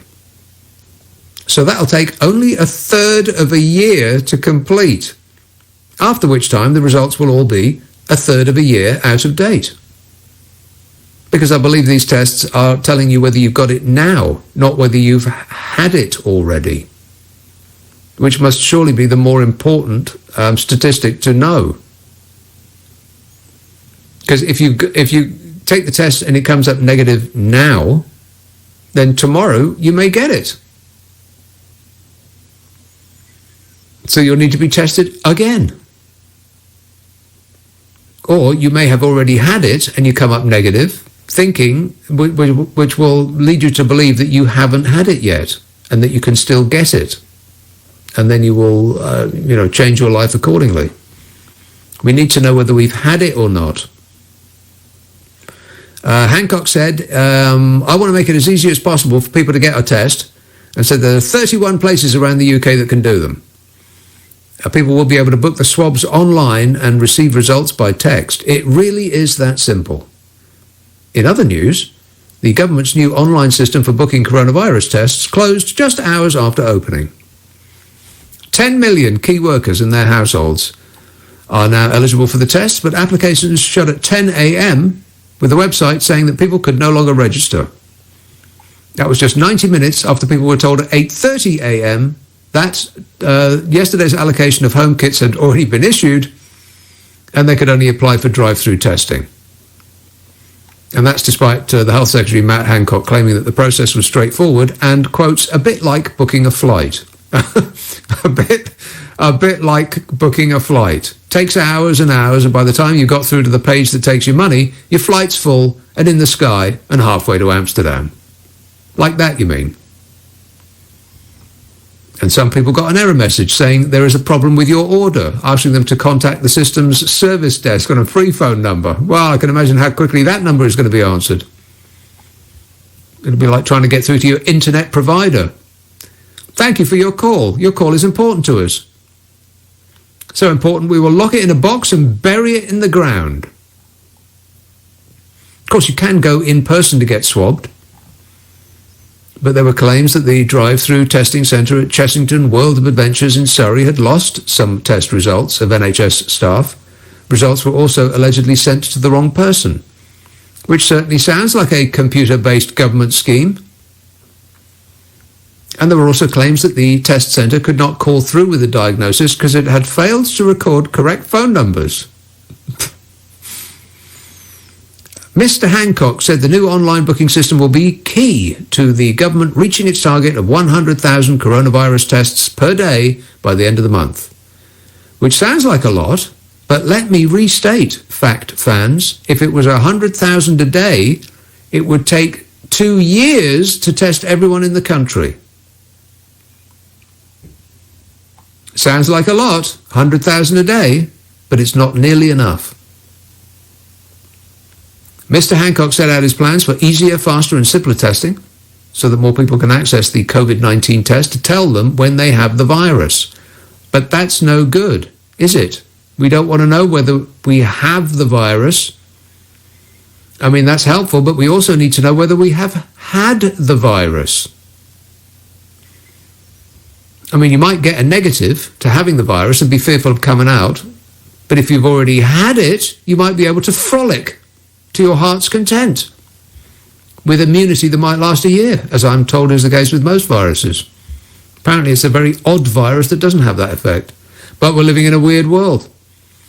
And there is one thing about the swab test that I haven't heard anybody say yet. So Matt Hancock said that our ultimate goal is that everyone who could benefit from a test gets a test. But that means everybody, doesn't it? Who wouldn't benefit from not having a test? Wait, that's a double negative. Did I get that wrong? Oh, my mind's a scrap. Maybe I should stop drinking the bleach. Look what you've done to me, Donny. Our ultimate goal is that everyone who could benefit from a test gets a test, says Matt Hancock. But who wouldn't benefit from having a test? So that means everyone has to have a test. But if it's 100,000 a day, it'll take 2 years to test everybody once. That's not good enough. We need a test that everyone can take multiple times. Just have a little thing in your home and you can test yourself every day. And it give you, results, if not instantaneously, then within, let's say, an hour. Within as much time as it takes for you to get ready and go out to work. That's what we need. But it's not what we're getting. And there's a problem, like I said, with the home testing kit that I haven't read anywhere or heard anyone say. So you may be hearing this first on this show. I am stunned. This show is breaking news. The problem with a home swab test kit is that people aren't going to be able to take their own swabs.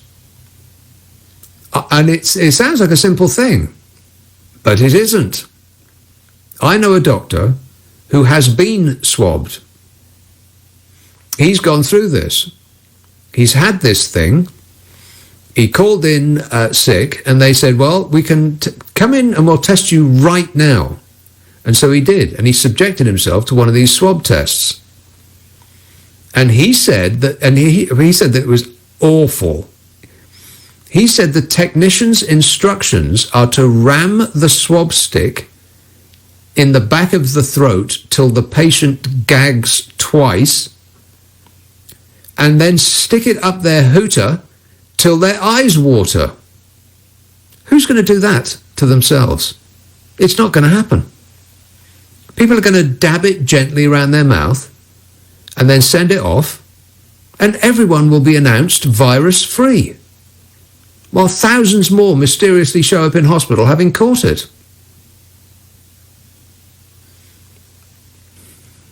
I think I've waited long enough. I have as much knowledge of health matters as the health secretary. Stand aside, Matt Hancock. I'm taking over.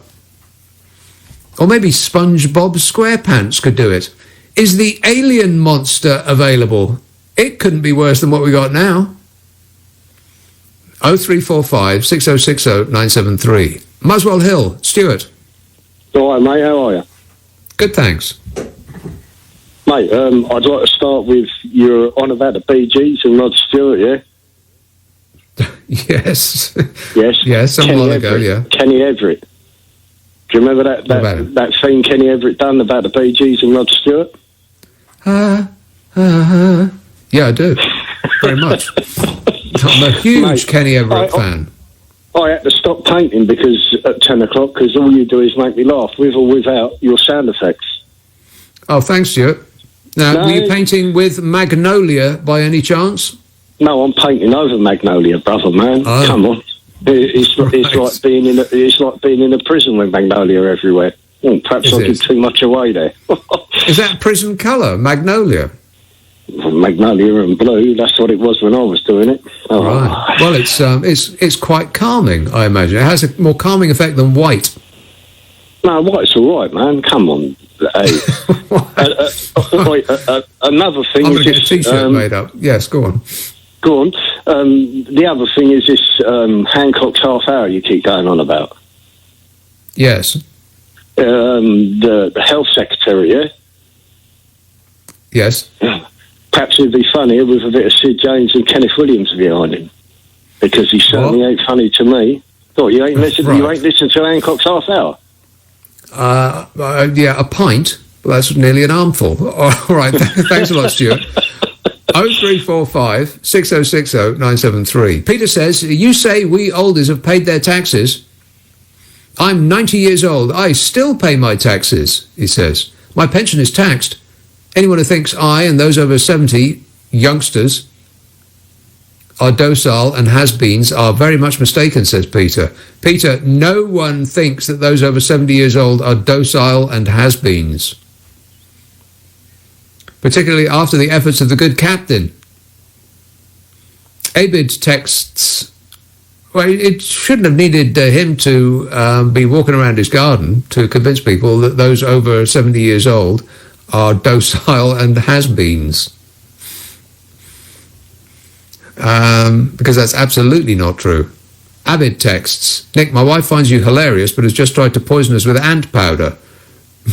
What? Okay, he says, I've got a runny nose due to all the hydrogen peroxide we've sprayed on the shopping, but I don't have COVID or orange hair. Help.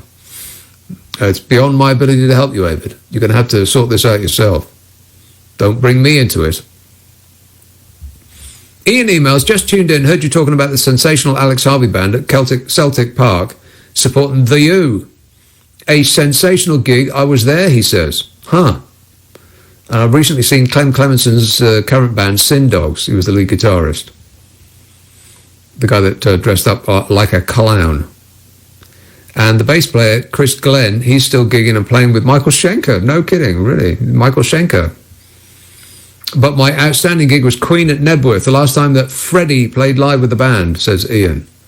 I know that you're not supposed to say things like that, but like this, rather. I always found Freddie Mercury difficult to look at.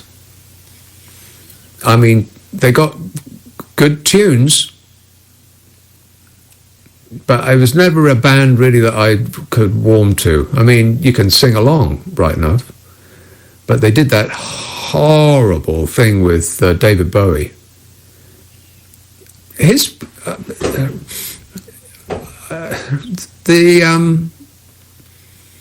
The efforts that David Bowie did with other people were often the worst things that he did. I mean, there was that bizarre thing that he did with bum, bum, bum, bum, bum, bum, bum. What's the guy's name? Bob Hope. No, Bob Hope. Bing Crosby. Not Bob Hope. That might have been funny. Bing Crosby. Apparently they never even met. You know, that Christmas thing. And the song that he did with Mick Jagger, that was horrible. As was the thing that he did with Queen. Dreadful. Other than that, completely perfect in every respect. But no, I always found Freddie Mercury a bit difficult to look at, you know, with the teeth and the spitting and the... What in God's name are you wearing, man? Put it away. Nobody wants to see that. Steve emails, I voted Conservative and I'm glad I did. They have got many things wrong over COVID-19, but where would we be if Jeremy Corbyn was in charge? In chaos, but with free broadband, says Steve. Well, it would probably look kind of the same, because we would still be dealing with the same NHS that has had the loving care and attention that the Conservatives have lathered it with over the past 10 years. You wouldn't have been able to effect a change in a few short months. So we would still have, too few nurses, too few beds, too few doctors, too few ventilators, too little PPE, and all of that stuff. Or maybe he would have actually put in his lot with the European Union and not made a political decision to say, no thanks, we will use British exceptionalism to beat this virus into the ground. Peter tweets, if 600 million people are dying in the UK each year, what's the point in even trying to fight the virus? Just let it infect us all. I'm off to drink some toilet duck. Some toilet duck. Well, it's, I think that toilet squirt is probably the most nutritious way to start the day. It'll clean you right out. The lemon one is particularly delicious. I have it with gin. What's wrong with that? Paul texts, Nick, I don't have any disinfectant in. Do you think you can ask Dr. Trump if a bit of oven pride on my pillow would work so I can inhale its curative vapors as I sleep? That's a good idea, Paul. I think you should probably go with that. But I'm not a doctor. Graham texts, the first band I saw was Orange Juice at a 24-hour student all-nighter. I can't remember who else played. I was 17 and it was 1982. Can't stand noisy gigs now, except maybe Jean-Michel Jarre. Okay. Thanks for the update, Graham. Jean-Michel Jarre. I saw a Jean-Michel Jarre gig in the Docklands before it became what it is now. And it probably wasn't very long before either, but at the time there was nothing there. He just sort of took over a canal basin and put up some seats. And we went there by coach, and there was just nothing but mud. There was no roads. There was nothing there. It was we just ended up in the middle of this muddy field. And I think there now are 50-storey, £100 million tower blocks. It's all you need to do to make £100 million is have about 20 grand and a time machine. Just go back and buy that field. Graham says, oh no, I said that one already. This anonymous text says, can you tell me if you received this? Phone not working. Right, I'm testing your line now. Yeah, an engineer will be with you shortly. By which I mean never. Brian texts, you can only book a test online if you have symptoms.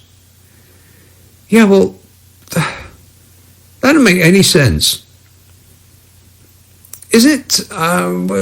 Because there's two places in the world that have sort of been testing more than anywhere else. And I think there's one hamlet in Germany, but bigger than that is a little place called Iceland.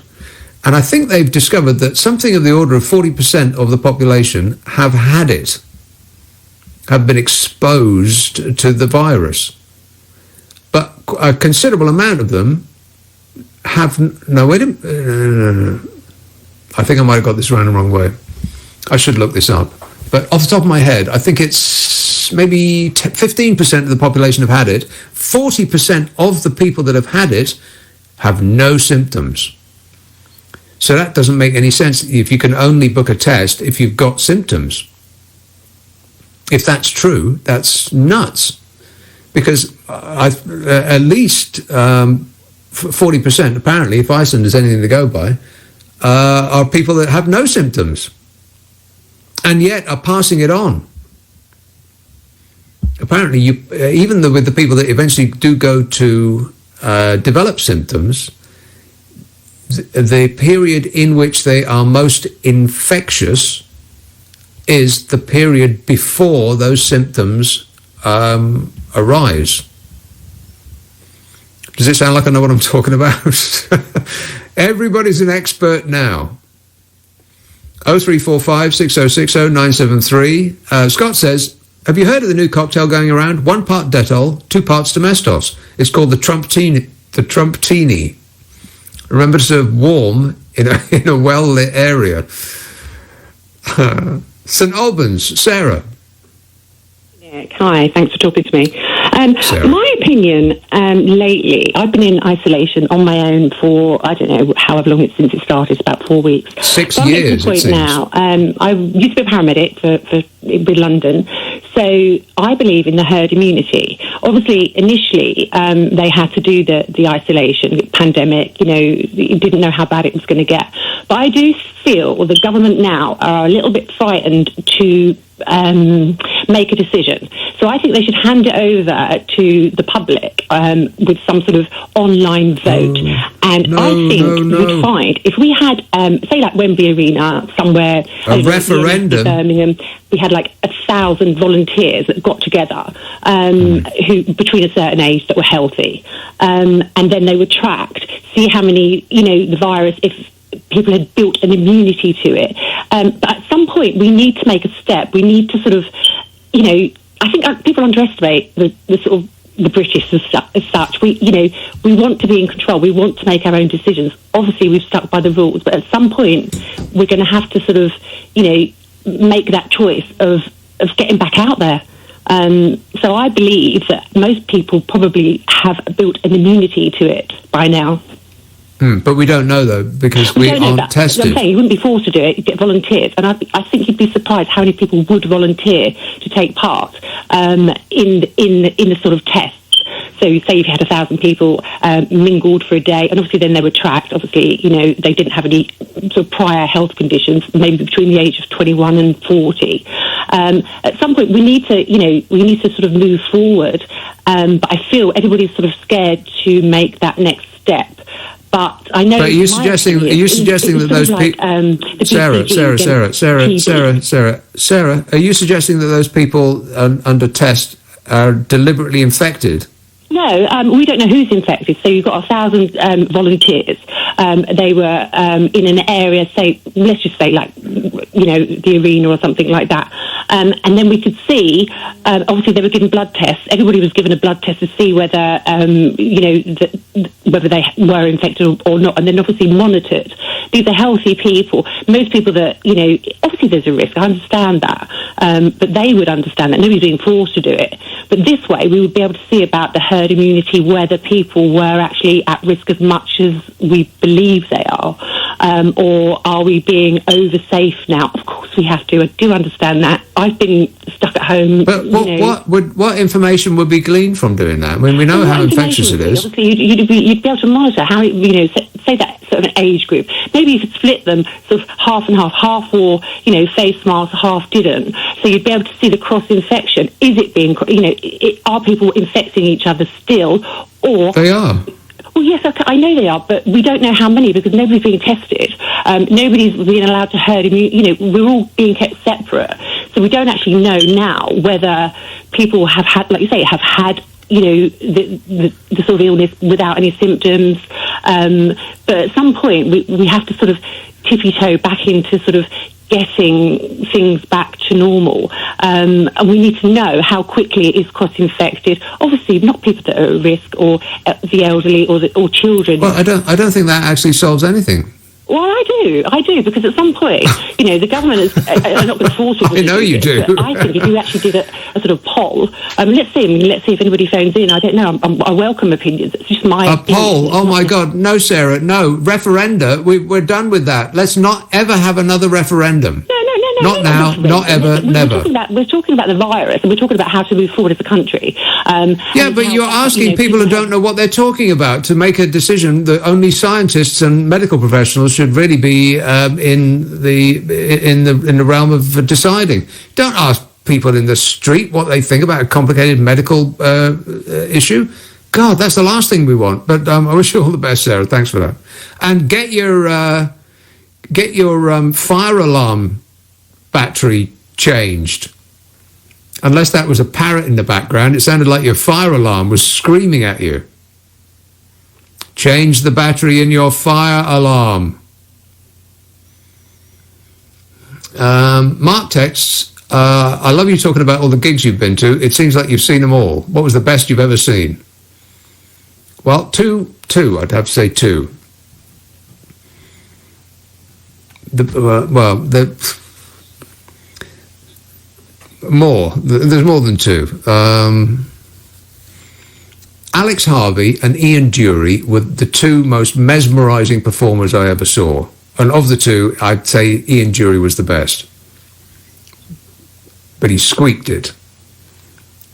But as for gigs themselves, well, the Who at Celtic Park was incredible, and Kid Creole and the Coconuts at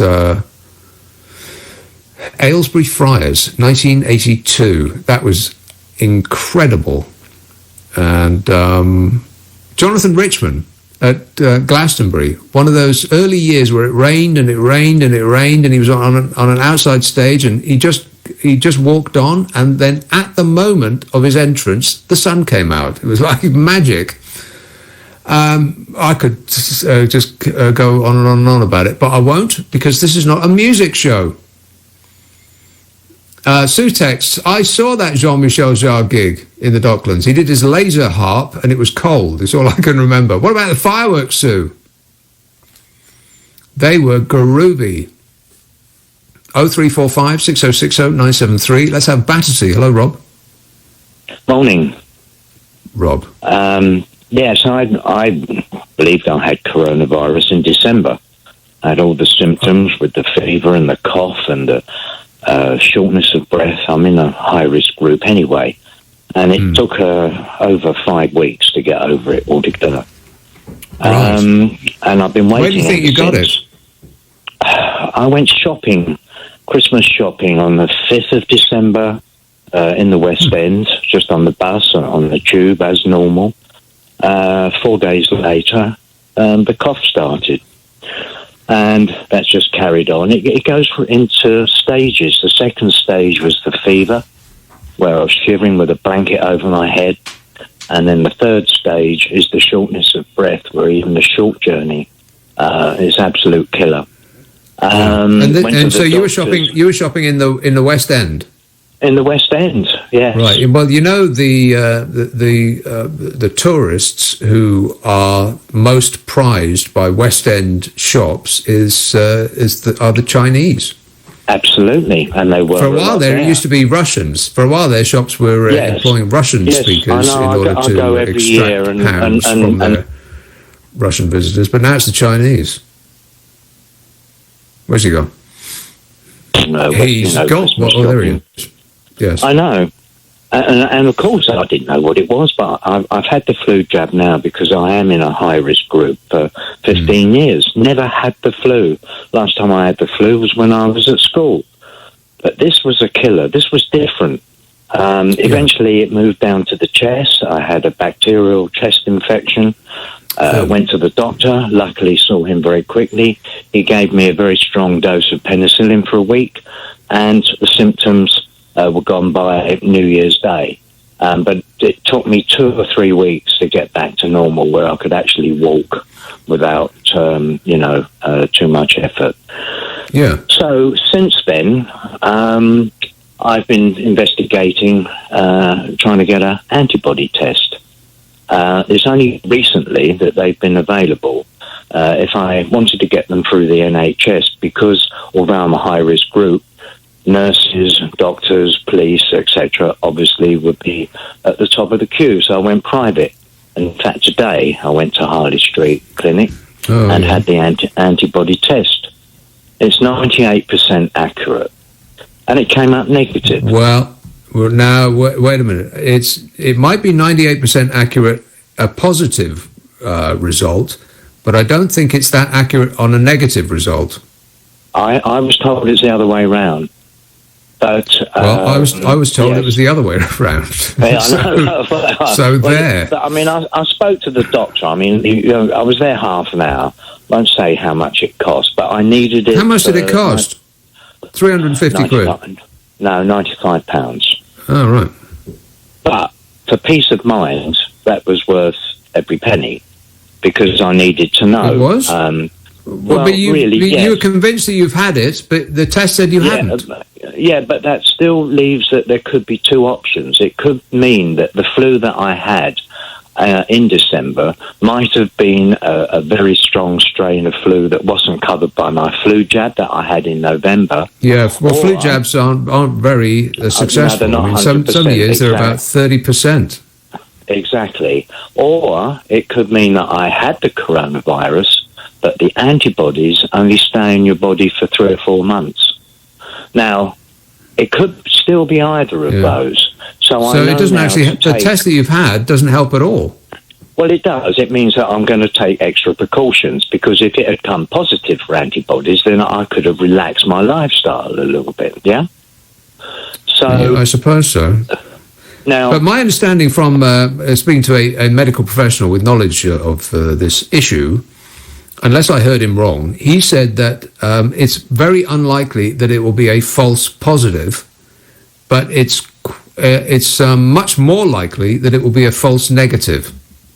Now, the doctor today told me it was 98%, because there have been other antibody tests that have been available through the internet, but I disregarded those because there's no officialdom, connected to it. But because this is a proper clinic, I get an email confirming the result. Now the thing is, but keep in mind though, Rob. Keep in mind that he is a salesman. He is selling something to you. He might be a doctor, but he's also a salesman. Yes, keep that in mind. I do understand that. But despite that, I needed my peace of mind. Now, but you don't have it though, do you? Well, I do in a way, yes, because in South Korea, where they've done more testing than virtually any other country, pro rata, they've had a lot of cases of reinfection, which tends to suggest that even if you do have the that's not quite true. I think they've had a lot of cases where the virus has shown up on a test. I don't think there's any cases that I'm aware of that people have got 150. Wait a minute, people. Rob. I don't think there's any cases where people have had the disease twice. I think that the virus has shown up in a test twice, but I don't think they've had the disease again. But we're going to. So I'm just looking up that story that we were talking about being the possibility of being reinfected. And we still don't really know. It's one of the many things that we don't know about this thing. About a week ago, CNN, fake news, was reporting that in South Korea, health officials are trying to solve a mystery. Why 163 people who recovered from coronavirus have retested positive. The same situation has been recorded in China, where some coronavirus patients tested positive after seeming to recover. Now, that doesn't mean that they went through the disease twice. It's just that some remnants of the virus were found after they had recovered from that virus. The story says, for now, the most likely explanation of why people are retesting positive seems to be that the test is picking up remnants of the virus. So there's the jury is out at the moment as to whether you can get it twice. Isn't it exciting? 0345 6060 973. Let's have Swanley. Gavin. Hi, Nick. Thank you so much for taking my call. First of all, I hope you're keeping safe and keeping well yourself. Yes, thanks. I just wanted to say I love your attitude, on life, and your entertaining views. Okay. First of all, if I can mention a couple of things. First of all, with regards to the testing, I've actually heard that people who suffer from hay fever actually have similar symptoms to. Is that your other phone? COVID. And do you want to get that? Sorry? Somebody on the other line there, I think. No. I've actually heard that people suffering from hay fever suffer from similar symptoms to COVID, whereas they get a dry cough and tiredness and runny eyes and everything. I'm just wondering if they might be some of the people who might hold up testing. Who might hold up testing? What do you mean? As in, sort of like, delay, sort of like people with genuine COVID. Well, I'm sure everybody's on the edge of their seat, just thinking that the slightest little thing that happens to them, they'll think, "Oh, that's it. Oh no, that's it."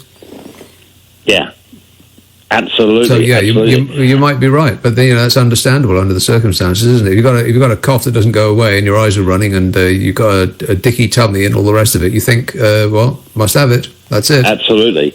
And another thing, I think it's absolutely daft with people coming out and saying we want a specific end date to this pandemic. I mean, can you imagine? Well, you actually imagine the government coming out tomorrow and saying, right, the lockdown is going to end on Monday? Can you imagine the gridlock that will happen on the roads and everything? Companies going back to work, staff going back to work, people just. Okay, but here's a tip for the government. On the holiday. Can you imagine I can imagine just exactly that. All right. Here's a tip for the government. Don't ever say anything specific. Not now, not ever, never. Don't say that there's going to be 100,000 tests at the end of the month, because you're going to have to bust a gut. You're going to have to actually kill people in order to make that happen, just so that the press won't be able to say, well, you got that wrong then, didn't you? I know. Of course they can't say when it's going to be over. It's like asking an army major when the war's going to be over. He doesn't know. It's over when it's over. If we were in Sweden, that war would not have started, because they have been going about their business almost as normal. And, weirdly, they're doing better with this than we are, which should give everybody pause for thought. It's a little bit too late in the day for me to get into Sweden's experience, so maybe I'll talk about that tomorrow. Swedish people, always so perfect. Dave texts, if Trump doesn't get a Nobel Prize for peace, he's surely in line for a Nobel in medicine. Everybody thinks so. Paul tweets, I saw the police at Tootingbeck Common in a circus tent. The warm-up was Tommy Cooper. What? Apparently Sting's favourite comedian. I did not know that.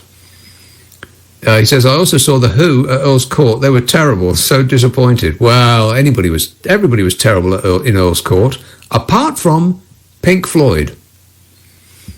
I mean, you needed some sort of sound system to be able to fill Earl's Court. It's this giant, charmless barn.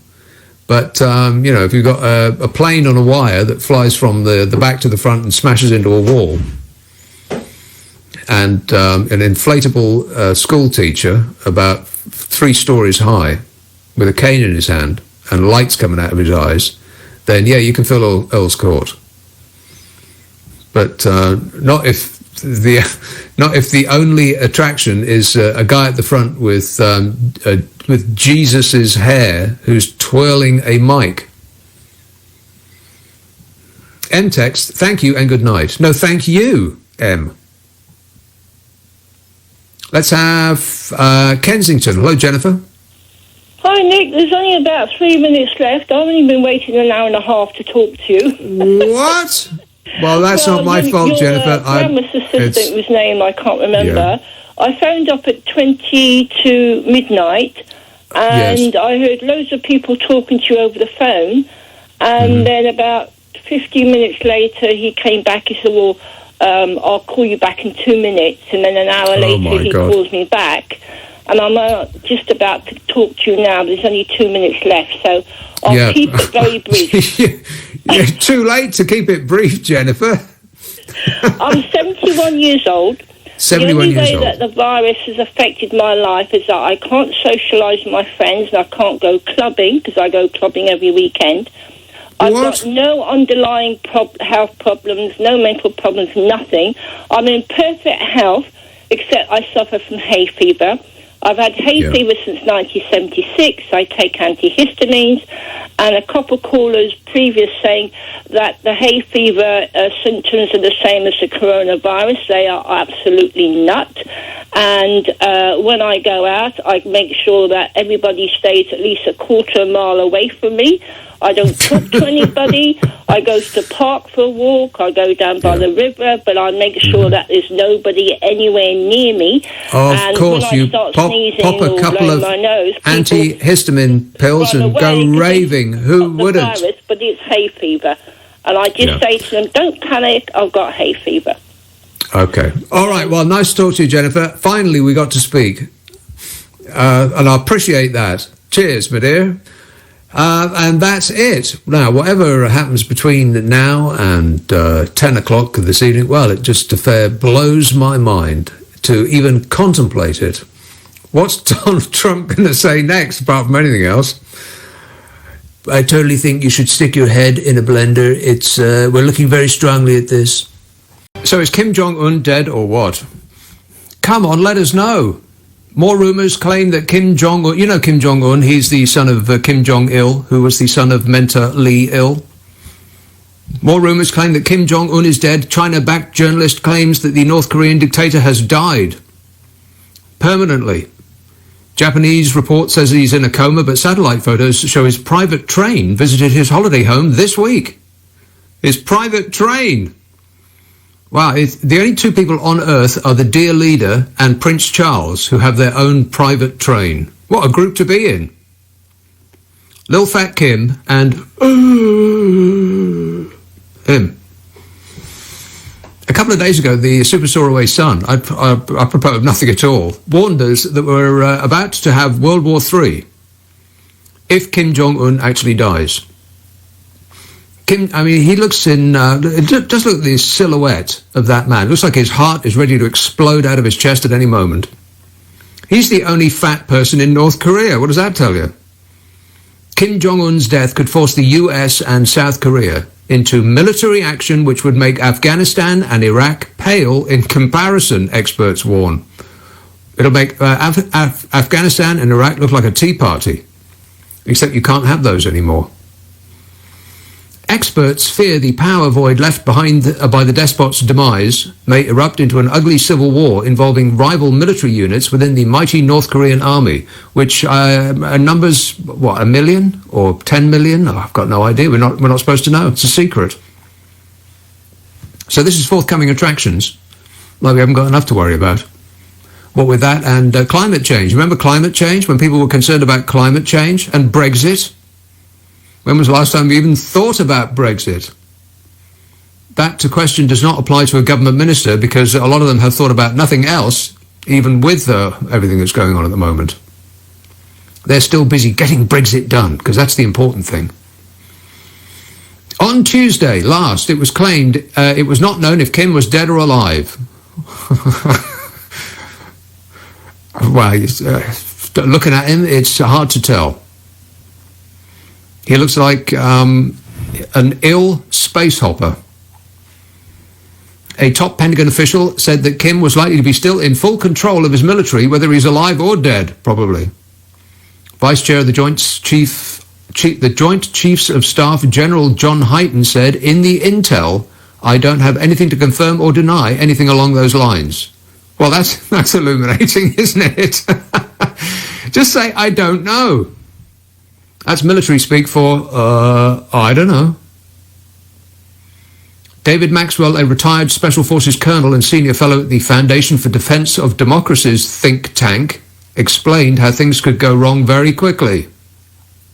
He told the Military Times, which is my favourite military magazine, he said units of the North Korean People's Army are going to compete for resources and survival. This will lead to internal conflict among units and could escalate into widespread civil war. and he fears that the bloodshed in the nuclear state could lead to South Korea being forced into action, dragging the US into the fight. But I thought that Donnie was Lil Fat Kim's best buddy. Like Donnie hasn't had a bad enough week. Poor Donnie. His best buddy in the whole wide world. Sickly. Looking a bit pale, or whatever that colour is. Meanwhile, Dennis Rodman is this guy. Dennis Rodman. He looks like he's just dropped in from space, Dennis Rodman. He's the being from another planet. And for some unfathomable reason, he is the major go-between between the Western world and North Korea, Dennis Rodman. Dennis Rodman revealed that he was praying his old pal Kim makes a quick recovery because, you know, that'll work. I hope it's just a rumour that Marshal Kim Jong-un is sick, Dennis Rodman said. Hopefully I will find out more soon. There is still so much work we have to do between both the USA and the DPRK, he added. Well, that sounds ominous. What do you mean by that? Work? He has a long-standing and bizarre relationship with the North Korean leader. Well, you can say that again. That's the Sun saying that. In 2013, he hosted a series of basketball exhibitions in the rogue state and was the first American citizen to personally meet Kim. Do you want to look this up on the internet? There's a picture of Kim Jong-un and Donald Trump sitting on chairs opposite each other, both smiling their faces off, neither having the slightest idea what the other is saying. Oh, there's a new suggestion about what might cure the coronavirus from Donald Trump. So we're going to have ovens. They call them microwave ovens. They use waves. Waves. Nobody knew this. And we'll put people in the ovens and we'll cook them. And like a miracle, it'll be like a miracle. The virus will just disappear. It'll be fantastic. No more coronavirus. And so we're looking very strongly at this. And maybe we should shoot the virus. Shoot it with a gun. And also it might be something to try. We could shoot someone who has it. I mean, shoot them a lot. And we could kill the virus, like, completely. So that's something. And I get this. Nobody gets this more than me. Everybody says so. It's science. What can I say? I'm like a totally science person. Believe me. Did you see him storm off in a huff? He doesn't want to do that show anymore. His 2-hour demented rantathon that he used to hold every day while everyone around him was busy trying to arrange their faces in a way that made it look as though they weren't appalled by every syllable that was falling from his mouth. You know, because if they were caught on camera, you know, holding their head or raising their eyes to the roof, then they would be fired the next day. Donnie would see to that personally. So we don't know whether Kim Jong-un is dead or not. We've got no idea whether World War III is about to start. It's been put on hold for the moment. Isn't it exciting? We're living through a period on which historians will be writing from now until the end of time. And this is a first for me. Probably a first for you too. I mean, unless you're old enough to have lived through World War II, there ain't nothing that's happened since then that even comes close to this. So, I suppose in the future people will think, it must have been an interesting time to be alive. Interesting? You can say that again. 0345 6060 973. You can text 84850. Email nick@lbc.co.uk. And if you're on Twitter, it's @LBC. And in late breaking news, which was embargoed until just 11 minutes ago. But why? I've got no idea. None of this makes sense to me, like at all. Embargoing news. You can't speak about it at 9:59, but you can speak about it at 10:01. Because, you know, it makes as much sense as anything else that's going on at the moment. Boris Johnson, our dear leader, is going to return to his normal working schedule from Monday morning. So he'll immediately be going on holiday. He says he's raring to go. He's raring to start his part-time position as the Prime Minister of the country. We are saved. Hallelujah. I wonder what he's going to look like, because the last time he was spotted in public, he looked like a husk of a man. I wonder if he's finished that book. Just curious. So there's some word in about the sales of different products, and some are up and some are down. You would expect that many things are down, but one interesting item has been flying off the shelves. We can't get enough of it. In Whittam, in Essex, India. Hi there, Nick. How are you? Hi there, India. How are you? Not too bad, thank you. Not too bad. I was just listening to your comments about sort of Donald Trump and the impact that he's having in terms of the advice he's giving. Obviously, it's largely, I think, centred in the American population that he's having the biggest effect. But even sort of things around or rumours we've heard about how it's going to get better in the spring, that did initially come from Donald Trump. So it has sort of expanded, that impact here as well. But I think the key thing that needs to be looked at for the American perspective, and I think that so often that does end up having its way into our system. Boris Johnson only had a phone call with Donald Trump just the other day that we were clearly informed it wasn't related to government business. I think the way that Donald Trump's clearly profiting from, hydrochloroquine, the way... Wait a minute, wait, back up. He's profiting from it? So it's public knowledge that he has investments that are very closely associated with pharmaceutical companies that are I'm not sure about that. Key role. I don't know about that. I would encourage you to have a look. There's various pharmaceutical companies. Oh no, like I have had a look. I'm not sure that there's any evidence to suggest that Donald Trump still possesses shares in chemicals companies. I think it's about looking at the indirect way that he is associated with, how those funds come what does that through. What does that mean?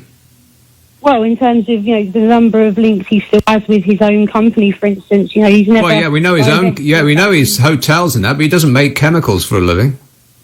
But naturally, the way that we've seen the interference into his campaign and various different donations from suspect sources, it's very difficult at this stage, despite having perhaps the investigation hasn't happened. The investigation did happen with regard to certain other ways that money has found its way to Donald Trump's hands, whether it's through his campaign, through his charities. It's widely publicised, and it's evident as well when his initial press conferences in relation to coronavirus were essentially a parade of corporate interests that have since. There's been no evidence that. I liked it when he introduced the guy who makes pillows.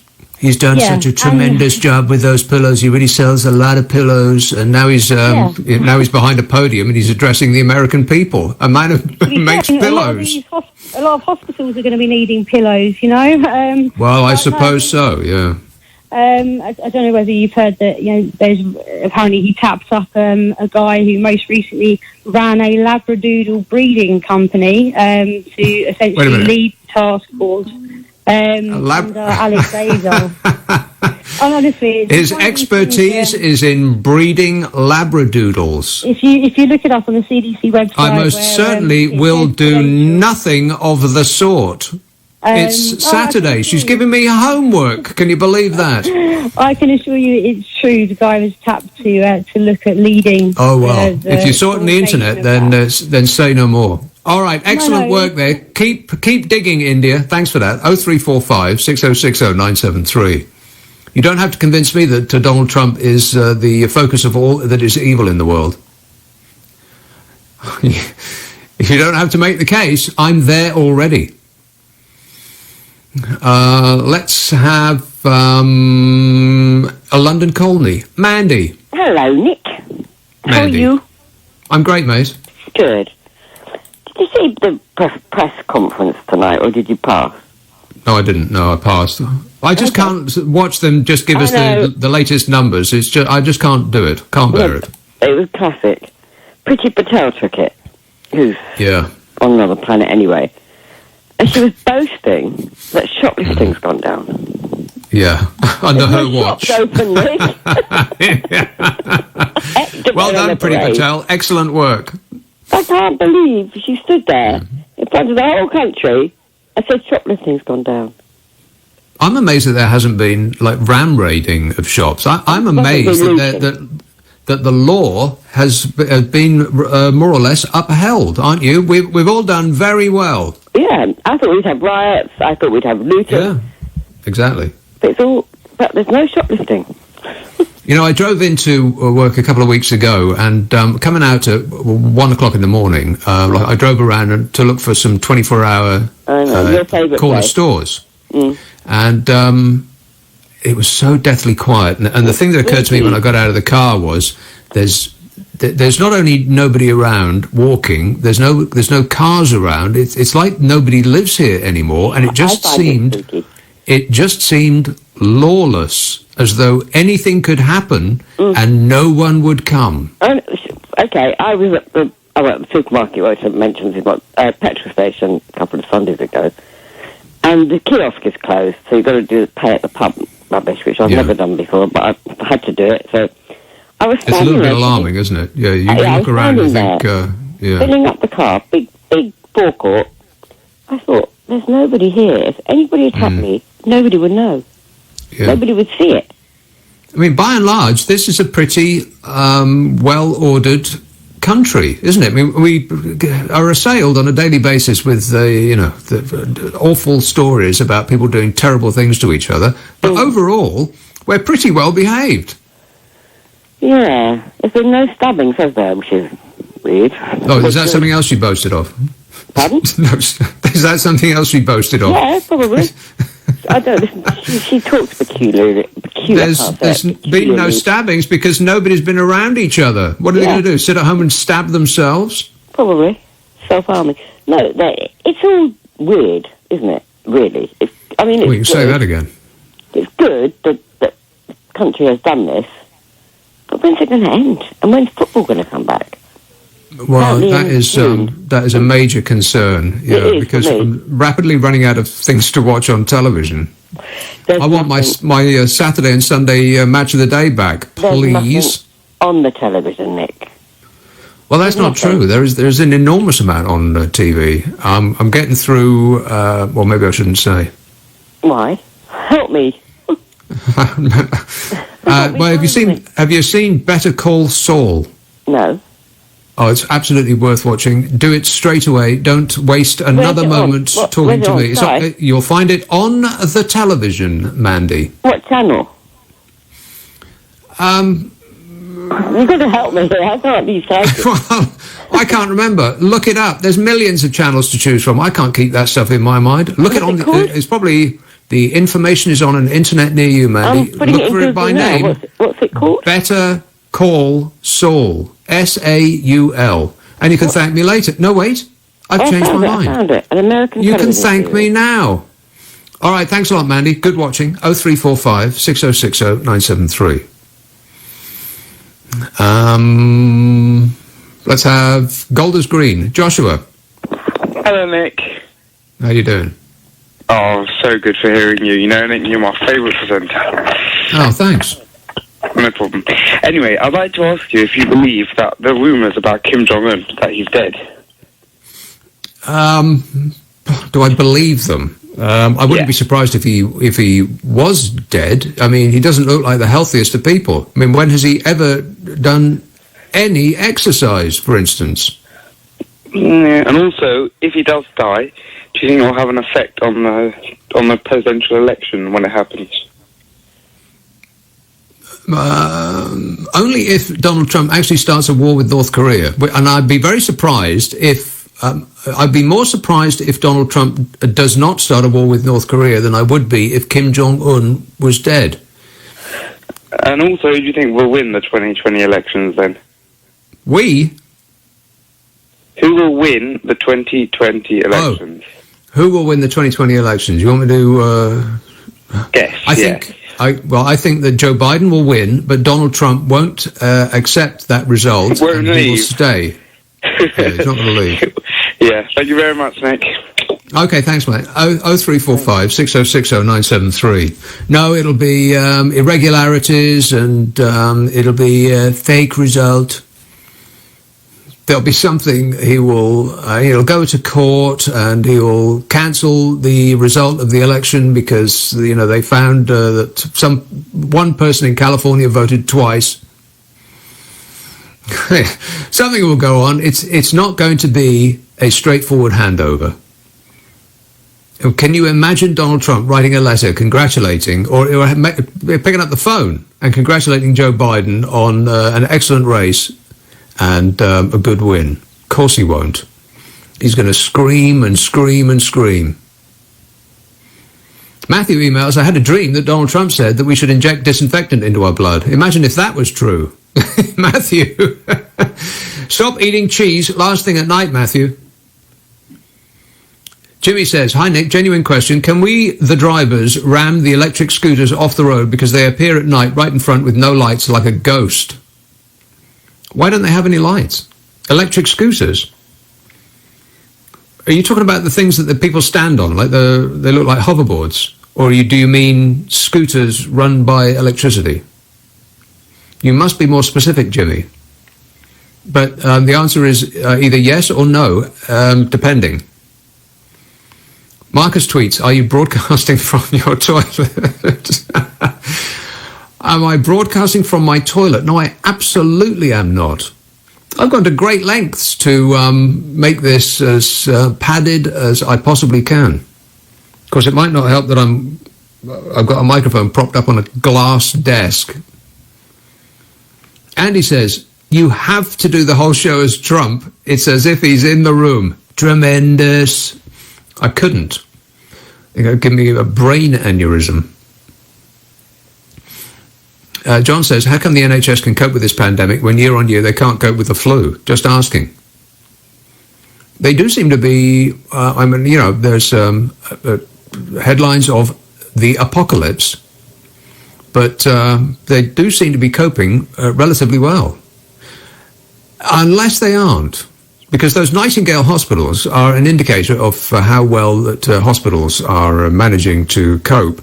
But the fact that those Nightingale hospitals are empty might be more to do with the fact that there's no nurses to staff them, which is something that the Conservatives could have addressed over the last 10 years if it weren't for the fact that the Labour Party have been running this country for the past 10 years under the disastrous premiership of Jeremy Corbyn. Oh, no, wait a minute. That's right. They haven't. Still, we were so delighted with the Tories' performance with the NHS over the last 10 years that we gave them another 5 years to continue their work. Steve tweets, I just bought a hot tub. They were flying out of the store, apparently. Yeah, I got... This was... The Mail has got a picture of somebody buying a hot tub. No exit strategy, do it yourself, home base reopens, DIYers flock to B&Q, and groups of idiots are dispersed from a park. But is this really the time to buy a lazy spa or queue for an ice cream? Hey, talking about ice creams, there was a blooming ice cream van outside my house today. That's never happened before. I thought, what could possibly go wrong? Get a lot of kids in the middle of the road, queuing, shoulder to shoulder, for some ice cream-like product. Yes, this guy, guy, girl, hard to tell. I apologise, sir or madam, but he or she, or they, in fact, is buying a lazy spa. Extra large. The stuff you see on the internet, eh? It's a wonder. 0345 6060 973. You can text 84850. Email nicka@lbc.co.uk. And if you're on Twitter, it's at LBC. I've just seen that the Mail Online has got right at the top of the page in helpful block capitals how many days we've been in lockdown. That's not helping, Mail Online.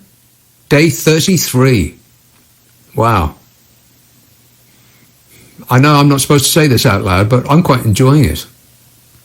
I know that's going to rub people up the wrong way, but I think that, I'll talk about this more in a minute. I think we've seen a better way. Certainly better than that chaotic, it's like that sort of hamster wheel life that we had just a few months ago. Lockdown day 33 and counting. And there's Priti Patel saying we must stay strong, which would be a more acceptable message if it didn't come from someone as wildly irritating as Priti Patel. Jan texts, are you still wearing your marigolds? I haven't heard you mention them lately. No, well, that's the beauty of working at home. I don't have to wear protection. I ain't got no PPE, or PP, as the government ministers who've said that over and over again are now pronouncing it. I ain't got no PP on. Not me, no way. Mitcham, Lawrence. Is it Nick, is it? Nick? Yeah, I think. Yes, Lawrence. Yeah. Is it Lawrence? Yeah, I'm a bit disappointed at the moment. Oh, no. Not disappointed, surely. Yeah, because it's not a joke. It's not a joke. What isn't? Well, this CV-19, this virus and all that, it's not a joke. Not a joke. You're making it a joke. I'm making it a joke. I'm a postman.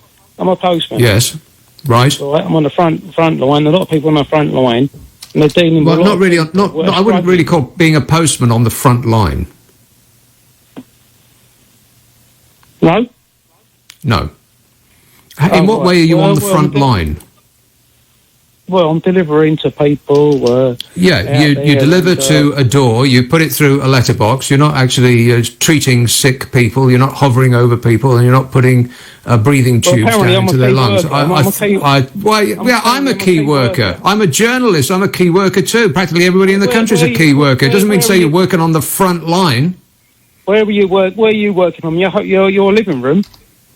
No, I'm working in my study, but it doesn't stop me from. But yeah, you're working in the road. You don't catch it in the road. There's nobody in the road.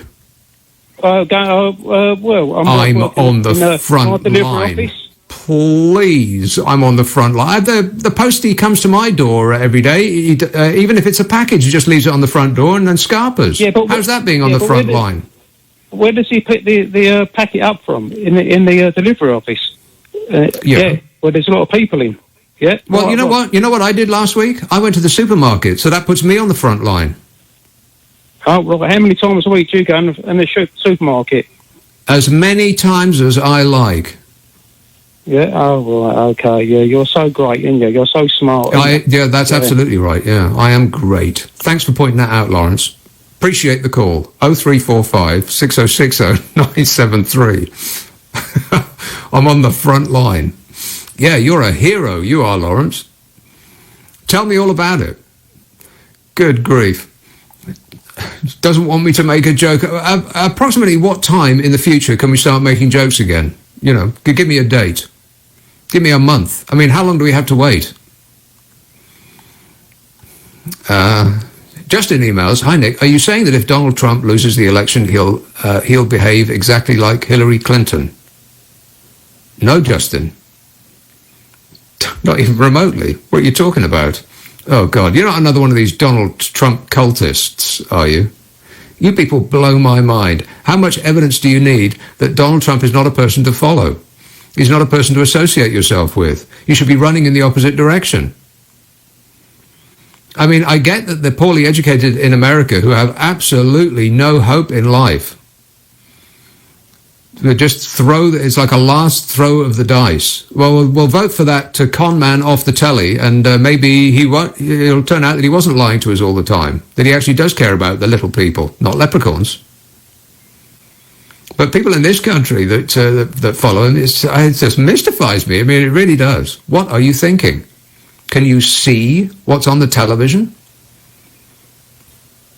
And they were bending themselves into pretzel shapes trying to defend him, as was Fox News. I just dialed up Fox News just to see what they were saying about Donald Trump's suggesting that people inject toilet cleaner into their bodies. Just to see what the station that exists to put a megaphone up to Donald Trump's mouth. It's like Pravda for the White House. And I thought, what will they be saying about that? And the answer is nothing. No, they had some old story that was about 30 or 40 years old about Joe Biden might have once done something he shouldn't have ought to. You know, like Donald Trump hasn't done that over and over and over again. Admitted it out loud, saying it out loud on the radio and on the television and in buses and everywhere he could possibly brag about how he could, wander around the Miss Teen America dressing room, and because, I own it and they're all there, it's fantastic. I'm just wandering around, there's all these beautiful girls. He actually said in, Mike Pence was there, that guy who looks like an albino Ken doll. He was standing behind him, channeling Jesus, and Donald Trump was talking about the model of the coronavirus and how it might work out in, as it goes through society. And he says, something of the order of, I know a lot about models. Not those kind of models, wink, wink. As he's talking about, 50,000 American dead, he's joshing about how much sex he's had with models. And you Donny cultists, there's absolutely nothing that he can say that will turn you off. It's just, I just don't get it. I get it if you're living in the middle of nowhere in America and you're living in a tin hut and you ain't got no health insurance and you ain't got no job and you're living on food stamps, and what difference does it make? You might as well vote for that orange clown off the telly. Just because nothing else has worked for you, so why not? They've thrown their all in with him, and they don't want to, admit that it was a really stupid mistake because that's too much egg on face. Plus, it's the abandonment of hope. So I get that, the poorly educated in America might be persuaded. But in this country, why? Angie texts, someone rang into Ian this afternoon and said that doctors are doing yoga at the Nightingale Hospital because it isn't busy. Yeah, there's nobody in there apparently. It's not, and it's not that there's nobody in there because the NHS is doing such a or the government rather, is doing a fantastic job, having prepared fully for this eventuality. It's the opposite of that. There's nobody in there because hospitals can't refer patients to the Nightingale hospitals because there's no nurses for them to be treated by. Jay says, you could tell that Lawrence was a postman by the way he lost some of the letters when he tried to say COVID-19. I've got mail in my hall that I haven't picked up for like a week. It just comes through the door and I kick it into the corner and I think it'll stew there for a while. I know that experts have said that the virus can live on paper for like a day or so, but who takes the word of experts anymore? Apart from everybody all the time, now that we really need them. There was a time, God, it seems like so long ago, way back into time, when nobody was remotely interested in the opinion of experts. Remember that? Now, suddenly, everybody is hanging on their every word. We only want to hear from experts now that our lives depend on it. And experts say that it'll last on paper for, a day or 2 days or 3 days? I'll just leave it there for a week. I mean, they're only bills. Who cares? 0345 6060 973. Let's have East Yorkshire. Mike. Hi, Nick. Mike. Just like to say about your last caller, I thoroughly appreciate my post service, but my daughter is working on a COVID ward with patients on ventilators and other life support systems, and that is the front line. You were absolutely right. Does she have to deliver packets? No, she doesn't have to deliver packets, but she does have to cope with losing quite a lot of patients because the ward that she's in takes the worst of the worst, and so she is actually living with not the best survival rate, which is quite emotionally taxing for the people on that ward, and that is the front line, Nick, really. Yeah, well, I hope that guy's listening to this, but I think that he probably slammed the phone down in a fury and threw the radio out the window. But the reason I rang in was I didn't know whether you'd noticed that the Navarro Indians and all the Native American Indians are in fact suing Donald Trump because he didn't provide them with the same economic support that he's providing to the rest of the country. And I just wondered if he thought that somehow they were perhaps illegal immigrants or something. The Indian nations are suing Trump because he's not provided them with the same support that he's been providing. You just said that. Yeah, are you asking me whether I think they're illegal immigrants? Is that what no, do you think that he's made a bit of a mistake and he thinks, they're not quite he thinks, right. Well, it seems to fit a pattern of attacking Native Americans that Donald Trump has had for years now. He just keeps going on and on and on about it. I mean, Elizabeth Warren, he calls her Pocahontas, making her like a reference to her claims that she was of Native American heritage. Well, she is, but just, very, very slightly. But he just keeps on going about Pocahontas and making racist jokes about Native Americans. I think the thing with Native Americans that Donald Trump just can't stand is that they are able to run a casino in profit. He couldn't even do that. The excellent businessman Donald Trump couldn't even run a casino without it going bust. No, but that's a bit off the wall. A thing to be thinking in these times, Mike. It's like 3,000 miles away. Not really at the top of the news agenda, but excellent work. Thanks very much. 0345 6060 973. Text 84850. Email nick@lbc.co.uk, and if you're on Twitter, it's @lbc. But on that subject. This was a story from, about a week or so ago. The Trump administration has sparked outrage after it revoked the reservation status of a Native American tribe that has lived on the land for 12,000 years. He seems obsessed with attacking American Indians. What is wrong with that man? Well, that's a subject that could last us for the entire show. 12,000 years they've been there, and he wants to chuck them off, probably because they're standing on oil or coal or... I've got no idea. It'll be something evil. Don't worry about it. I mean, he's done everything up to, but not quite including, handing out blankets. 0345 6060 973. Here's Sevenoaks. Ted. Hello, Nick. No, I'm not in Sevenoaks. I'm in Tonbridge. Can I just say, I think you're extremely rude and extremely patronising to Lawrence the postman. I agree with you that postmen are not key workers. They're providing a vital service. Hang on, just let me finish for you. So am I. They're providing a vital service.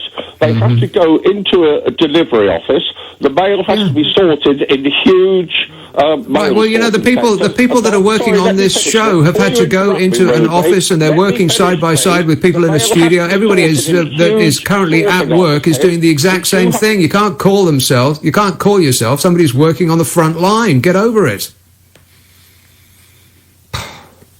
Just because the government has listed you as being a person who is doing an essential service doesn't mean to say that you are a hero. For God's sake. If you look at the amount of people that the government has listed as essential, it includes me. Well, what does that tell you? It means that the definition of essential is broad, to say the least. But thanks, Ted. Another satisfied customer. 0345 6060 973. Hey, look at me. I just snatched a fly out the air. Like Vince, what's his name? From, oh, God, it's all gone now. The cowboy film. The Good, the Bad, and the Ugly. Like, what's his name? Vaughan, somebody. Well, the guy from the man from U.N.C.L.E. snatched flies off the table, he did. And when there were three there and he only snatched one, that was an indication that his time was shortly to be up. Matt says, Donald Trump will win. He just needs Joe Exotic as his vice president. Who's Joe Exotic? I've got no idea who that is. But he sounds, or she Sounds fantastic. Whoever they are. Jilly says, you know what's going to happen. The entire population of China are going to emigrate to America, get citizenship, vote for Donald Trump, and then deny doing it. And Jimmy says, Nick, don't argue with the postman. He knows your address. I do realise that now I'll never get another letter for the rest of my life, but as they're all bills, I'm not that bothered. Let's have a call in Guildford. Hello, Dan. Hi, Nick. How you doing? Good, thanks. Yeah, good. I must say I'm a new listener, but after tonight, you may have lost a couple, but you certainly gained one. All right, it's always thanks. like this, and I'm tuning in every week. Great fun. Yeah, it's basically on the essential services sort of theme again. I've noticed recently that a lot of stores have been opening up click and collect for essential services. I'd say in air quotes. But yeah, essentially you can just log on and book something and go and pick it up. And to be fair, it's a very good like idea. what, though? Oh, yeah, it's a great idea. But like what? What kind of thing are you talking about? To be honest, well, there's a certain car parts manufacturer that do this, so you can get whatever you need, like oil, windscreen wipers, whatever. And I thought that those were businesses that didn't have to close. You're talking about places like Halfords. Yeah, essentially, and B&Q and Wickes as well, because essentially they're still offering sort of plumbing parts and whatever else, so they do legitimately offer, essential parts, but they'll offer, they should be restricted to some products probably, and I think that's the wording on the website. When you read it, it's going to be limited to certain products, but when you get into the website, you can order what you want, and certainly I queued up and I got some gravel boards for the fence, which is very useful for me, but probably not essential. Some essential gravel, yeah. And certainly I'm, not an essential worker. And the people in the queue were, sort of general customers, doing stuff in their gardens probably, or some of similar ilk, maybe paint. Yeah. But so it's a bit of a sort of catch there. If you read the sort of fine print, it's supposed to be opening up for essential products or essential services only, which I can understand. Like I say, plumbers, electricians, whatever else. If someone, pipes burst and they need it fixing. I have a little problem with this idea of you can only buy essential things, because if you produce gravel, for instance, then to the health of your company, to your company and your ability to put food on the table and pay tax, then that product is essential for you. Yeah, absolutely, and I think that's what they're sort of playing on. Where everything's sort of essential in some way. Gravel may be essential for filling a hole that's formed somewhere. You could probably argue everything with every single product that it's essential in some way. Yeah. Which I expect is sort of how they're sort of able to offer everything online. But to be honest, I think it's a really, really good way of doing it, because you don't go into the store, you go outside, you make your order, you've already paid online, you just pick the stuff up, put it in your car and drive off. And I did it. Well, it's a better way of getting your stuff than just ordering it on an internet giant shopping site, because the man that runs that doesn't need any of our money. He's already got all of it. He doesn't need any more of it. Yeah, you don't need to pay a small country for that sort of thing. Yeah. All right. Well, I hope that you enjoy your gravel, Dan. No, it's all good. Thank you. All right. Okay. Excellent work. Thanks a lot, mate. 0345 6060 973. Text 84850. Email nicka@lbc.co.uk. And if you're on Twitter, it's @LBC. Angie text somebody. Oh no, I read that. Yoga in the Nightingale Hospital. Yoga, it's I don't really get yoga. I tried it once. It was the most painful thing I've ever done in my life, and I've had eye surgery. I had laser eye treatment before it was painless. Shall I go into precisely what they used to do to correct your vision with laser eye surgery? No? Okay then. I'm wincing just thinking about it. This says, have you heard Ivanka Trump is launching a singing career, and her first song is going to be a cover of Madonna's hit. It's called Papa Don't Bleach. Oh my God. Listener with material. Iris texts, nice one dealing with Lawrence, the frontline postie. I've only had bills to my door which are not touched at all, and not because they could be contaminated. Yeah, there's another excellent reason not to open your post. It is just bills, plus it's ridden with the disease. So there's that. Yeah, never mind about postal workers who work outside and get to wear shorts, no matter what the weather is like. The people that I feel sorry for are those that are stuck at the checkout tills in supermarkets with this parade of infected people shuffling by them. Those are the people that I feel sorry for, not your postman or woman, sexist, who gets to walk around in the sun all day long. This says, if I call, will I get through? Well, roll the dice. Why not?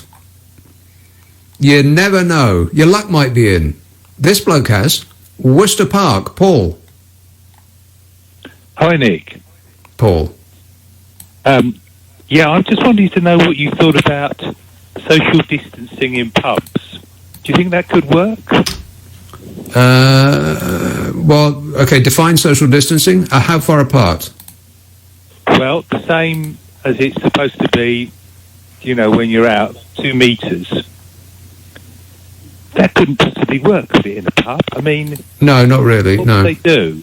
Would they have table service? I mean, what about up at the bar?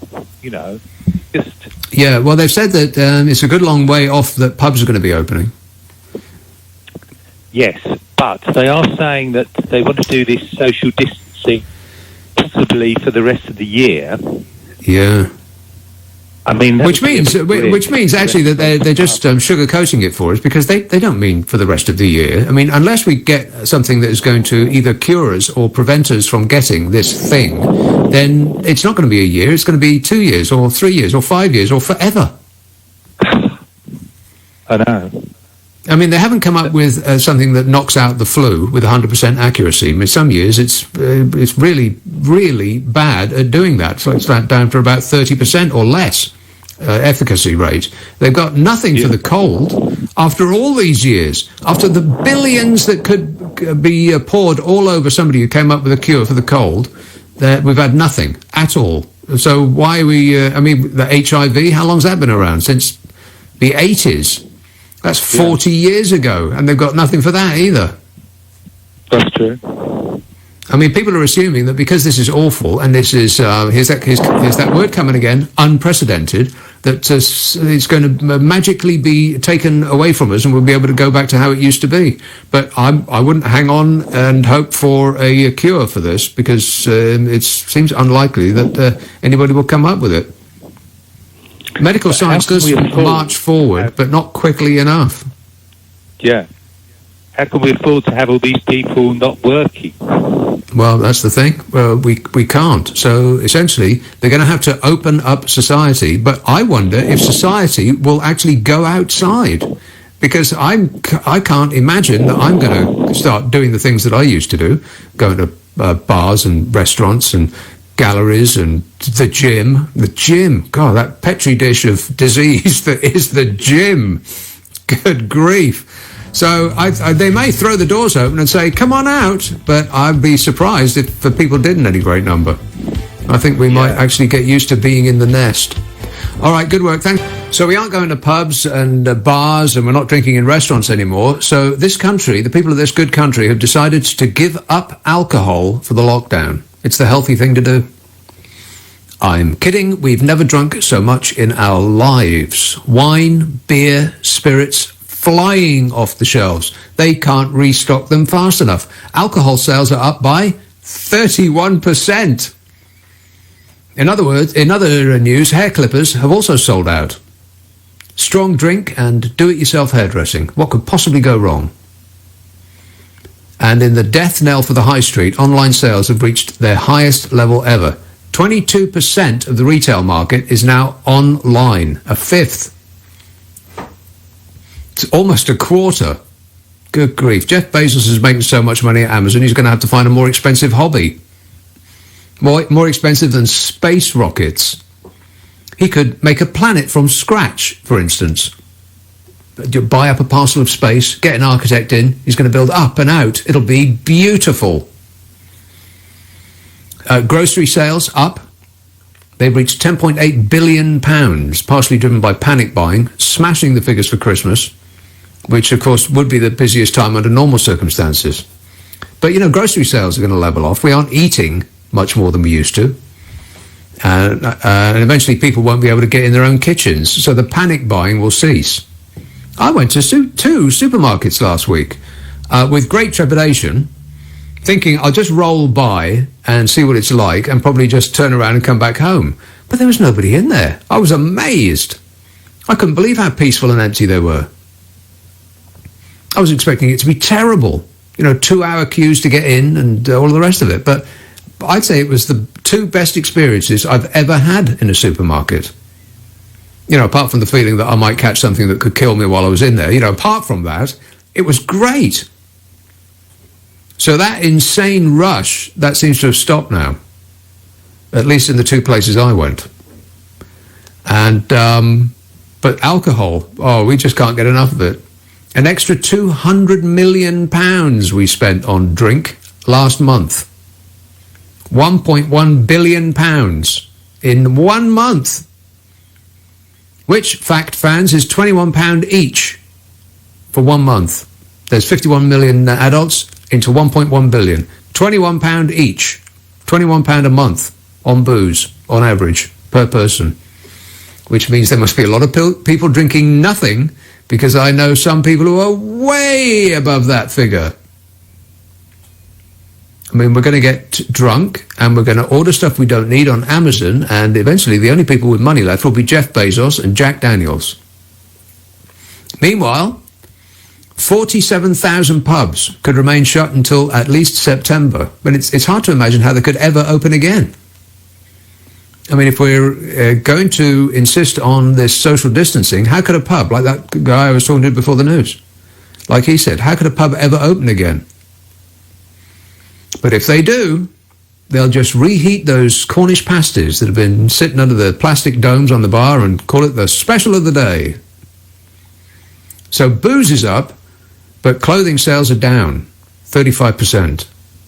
I mean, what's the point in buying something nice when you've got nowhere to go? I think maybe people will recognise that fashion is about the daftest business in the world. You buy something, and then built into it is that 6 months later, people in the know will look at you and tut. It's an insane business. People will hopefully recognise now they haven't been out there madly buying stuff, that fashion is about the daftest business on earth. And maybe they'll think they shouldn't be buying so much of it, especially the cheap stuff that people buy to give themselves a lift and then only look at again when they come to throw it away. That fast fashion business is insane. And it's probably the most polluting business on earth, after oil. I don't know that that's true, but that doesn't stop it from being a fact. Maybe people will come to the realisation that this pause has given us the opportunity to look at ourselves and realise we've been doing a lot wrong. There was a story about a new iPhone in the papers the other day. You know the thing, leaked plans reveal it's got this amount of cameras and that amount of bezel. And the story just looked like it came from another time and space. Who cares about any of that stuff now? That obsession with the latest and the newest and the smallest and the biggest, it's what's ruining our finances, ruining the planet, and ruining our future. And there's been a noticeable increase in cars on the road. There was that story in the news. Just outside my house, it's been deathly quiet for a couple of weeks, and just the last couple of days, it's picked up again. And I know I shouldn't say this, I mean, we need to get back to work and all, but I couldn't help feeling a little bit depressed about that. That we'll quickly forget all this and go right back to leading the destructive, superficial lives that we used to a few months ago. when we used to text instead of talk, and drive instead of walk, and spend money we haven't got on stuff we don't need. And that this lesson that we're having now on how things could be for the better is going to get forgotten the moment a foldable phone comes in at under £100 a month with a 3-year contract, and we're queuing round the block a week before the release. It's like the planet is giving us this, hopefully, once-in-a-lifetime opportunity to look at ourselves. I just hope that some of this new way of living, this unique glimpse of a better way of life, sticks, and that we recognise that the air is cleaner, and the burst of glorious nature that happened the moment we stopped rushing around isn't a coincidence. It's us what's doing it. Many people are saying that the lockdown might have changed consumer behaviour. But I bet they don't mean for the better. They probably mean that we will just stop in and spend every penny we have on Amazon.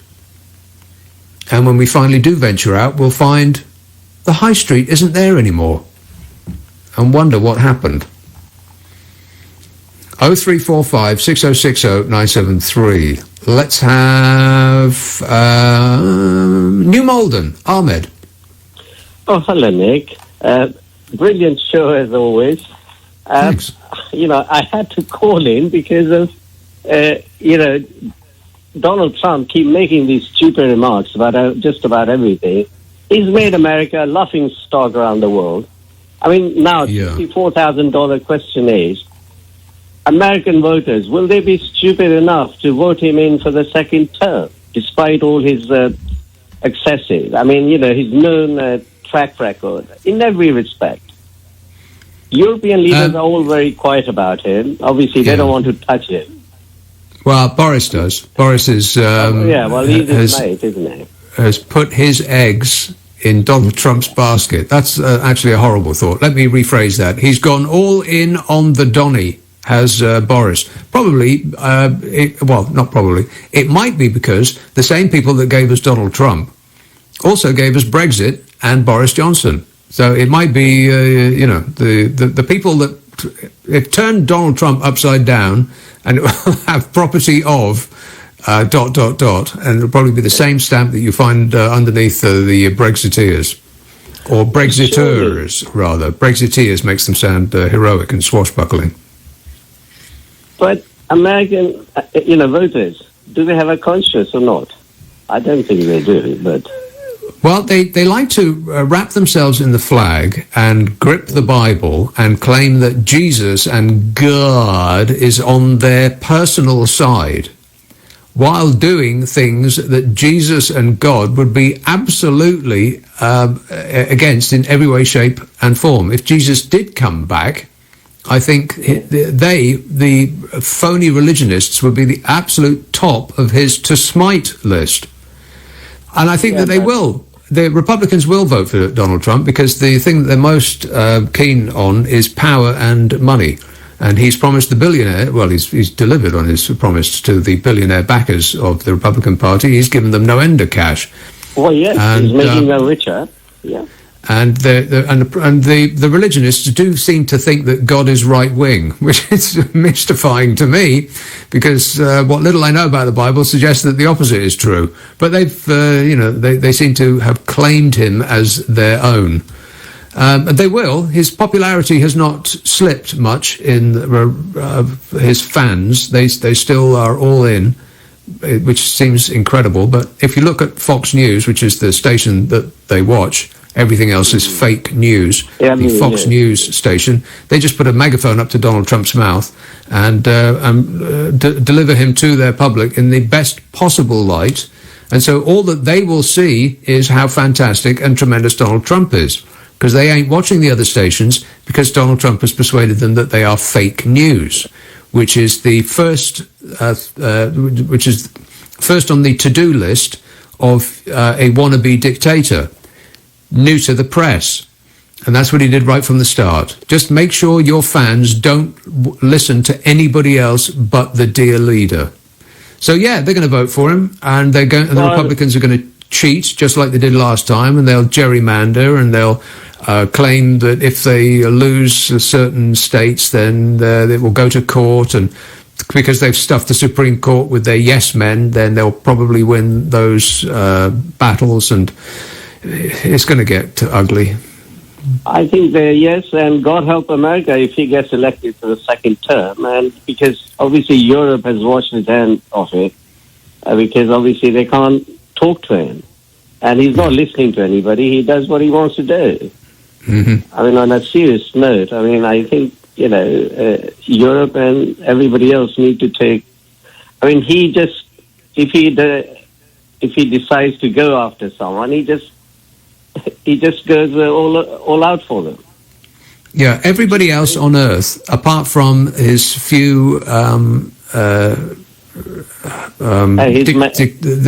strongmen dictators that he likes to surround himself with, Putin and Kim Jong-un and Bolsonaro, yes, people like that. Everybody else, apart from them, is running in the opposite direction, apart from us. We are giving him a great big kiss because we've turned our back on the Rainbow Coalition of Europe, and now we're desperate. And so we've decided to hook our carts to that ass. Well, I think our future lies with Europe and Far East, not America as such. Yes, in a war situation, yes, we would need them to help us out. But, our future does not lie with America. Well, not under its current leadership. You can't rely on America under its current leadership. So let's fingers crossed and hope for a change in November. Yeah, but Europe, as you know, have already socially distanced themselves from Trump for the last 2.5 years at least since he was elected, because he's turned everything upside down. Yeah, well, it's not Europe that socially distanced themselves. It's Donald Trump that's pushed them away. And we should have been smart enough to get pushed away too. But, we were on our own path. Okay, thanks a lot. Stephanie emails, I am absolutely sure that your cranky callers spend all week working out how to be difficult. Stephanie, what blows my mind is, how do they get my number? Mike Tex, has the government suddenly produced a list of key workers because they want to dilute the enormous public appreciation for the hospital staff? When the next pay claim for nurses comes around, God help the PM who says no. Well, the PM has carte blanche to say no, because we, the people, have gifted him another 5 years to do the exact same thing that the Tory party have been doing to the NHS for the last 10 years. So it's on us. You can clap till your heart's content, but we voted for the party that has been organising the NHS on these lines for 10 years. We were so delighted with their performance that we gave them another 5 years to continue their work. Rob says, your last caller there, I don't think he means the last caller, because the message came in a while ago. So he was trying to eat his phone. I don't really know what you mean by that, but okay, if you say so. And disappointed Roberto says, good evening. Well, that's a nice start. But it rapidly goes downhill. He says, I think you was harsh on Lawrence, the postman. He obviously got his words and terms mixed up. Of course, it good to critical, but I think you showed little respect for a key worker.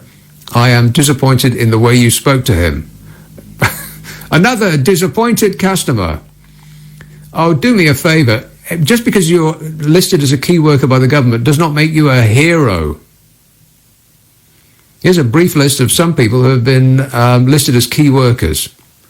Those required to run the justice system, religious staff, those managing the deceased, journalists, that includes me, by the way, administrative occupations essential to the effective delivery of the COVID-19 response, those involved in the production, processing, distribution, sale and delivery of food, police, support staff, Ministry of Defence civilian staff, armed forces personnel, fire and rescue staff, those responsible for border security, prisons and probation, those who work in air, water, road and rail and freight, And oil, gas, electricity, water, sewage, civil, nuclear, chemical, telecommunications sectors, postal services, right at the end there. I mean, that's a list that covers millions of people. Not each and every one a hero. Not necessarily. Just because you've been labelled essential, it doesn't mean to say you get a badge and a round of applause in your honour. 0345 6060 973. Some people are putting themselves in greater risk than others. And I would say supermarket checkout people are right up at the top. Post persons, not so much. You're working, apart from picking up the post at your depot, you're working on your own, you're outside, and you're wearing shorts. Be happy. Let's have Rehal in Bourdieu's. Bourdeuz. That's almost certainly not true. Do they mean Bordeaux? Bordeaux? Is that what you want? That's right. Yeah, that's right. Do you mind if I call you Rehal from Bourdeuz? Oh, I like that very much. All right. So... Yes, I wanted to say that I didn't agree with Lawrence the Postman. I like the light-hearted tone of your show. I think it's exactly what we need in this grim corona spell. But may I ask why you think Brexiteers sound swashbuckling? Is it because it sounds like musketeers? Exactly. That's why they like to be called that. Oh, I didn't know that. But what about... Well, we don't... Well, hang on a minute. We don't say Remainiers, do we? We say Remainers. So why is it Brexiteers? It's Brexiteers. Well, what about a buccaneer? Isn't that a nasty pirate or something? No, that sounds swashbuckling too. I mean, if anybody buckled their swash, it was a buccaneer. Anyway, I wanted to ask you, in fact, about bats and pangolins. Do you know anything about them? Because with all these rumours swirling around about the virus and having originated with bats, and people are talking about people eating bat soup, which I actually quite fancy, and I was wondering... Oh. I know it sounds like something at a Halloween party, but I think it sounds very exotic. Do you know where people eat it, and is it hygienic, or is it not hygienic and famous for viruses? I've never heard of people eating bats before. Poached pipistrelle, not for me. What else have you got? How about pangolin? Apparently they eat pangolins in Africa. Apparently it's virility. If you want a virile male baby, the pregnant woman's supposed to eat pangolin. Right. Well, can I recommend against that? But whatever turns you on, I have absolutely no idea. But it doesn't seem like a good idea. But bats, no, I can't. No, bats get a bad reputation. We got bats flying around this house. They come out pretty much the same time every night, and apparently, I read this on the internet, so it must be true. They eat thousands of mosquitoes. Per night or per day or per week or, some measure of time. I've got no idea. But if they eat mosquitoes, then they're not all bad to me. Ah. Hey, were they in your belfry? I'm not joking. I've heard you've got a belfry. I ain't got no belfry, Rial.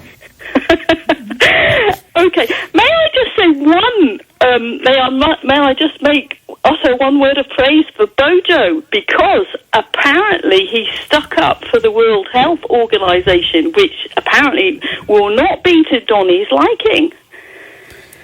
Well, I think that the reports of Donald Trump and Boris Johnson saying things that each other disagree with have been overhyped, because in the background, didn't we just sign a multi-$100 million contract with America for them to provide us with nuclear weapons? So while they might say that, we disagree with them on Huawei and we part company on this or that topic, not really. I mean, not when it comes down to it. Do you think it's just a sop then? Okay, to put us off the scent. Yeah. Exactly. Precisely right. Yeah. I've been thinking this for a while, but I haven't actually said it out loud. This is an excellent time to bury bad news. Everybody should have their eyes peeled and their ears open. pay attention, everybody, because there's a lot that's probably going along and being passed off without our knowledge. And we will eventually find out about it, but it'll be too late. Yeah, Right. you could be Thanks a lot, right. Rihal. It must be beautiful in Bourdieu's, wherever that is. 0345 6060 973. Text 84850. Email nick@lbc.co.uk. If you're on Twitter, it's at LBC. Let me remind you about the podcast that I do. It's called The Nick Abbott Habit. It's put together with my own sticky fingers. It's the best of this show from back when it was somewhat different, when there were different topics, not just this virus thing. And sound effects abounded, and gaiety was in the air. People were having a jolly old time, moaning about other things. It's a half an hour of concentrated amusement, and it comes out on Mondays. It's available where you get your podcasts. If you've got Global Player, it's on there. Just go to the podcast section, do a search on my name, and it's one of the three podcasts that I do that will come up. Ask for it by name on an internet near you, The Nick Abbott Habit. Let's have a call in Plumstead. Lynn. Hello there. Hi, Nick. Hello there. Hi there. Yeah. I've been waiting for quite a while to get on, so I've been listening to everything. No. No problem. But I phoned originally, I'm a socialist, and I'm a trade unionist, and I rang originally, and I still am ringing, in defence of Lawrence, the postie. I think the thing is, whilst you may not, and they may not, both men and women posties, be on the front line in exactly the same way as health workers and shop workers. Yeah. Not remotely in the same way. Not even close. That, Nick. I really enjoy your show and lots of stuff here. But listen, posties work in the office for quite a long time, working quite next to each other in not 50 meters stuff. Yeah, you know who else works in an office? Just not the posties. Yes, go on. Everybody. Everybody works in an office. However, except for the people that work in factories. Yes, and they all do. And these are the frontline workers, every single one of them. They're actually... No, they're not. No, they're not. No, they're not. Listen, they're not frontline workers. I've been waiting nearly an hour to get on. Go ahead. So let me have my little piece, okay? All I would say, every worker is a key worker in many respects because they're making the world tick. When you need something, then it becomes meaningless. Then I'm afraid, Lynn, it becomes meaningless. The phrase, if everybody is a key worker, then the phrase is meaningless. No, you're wrong, and I'm right.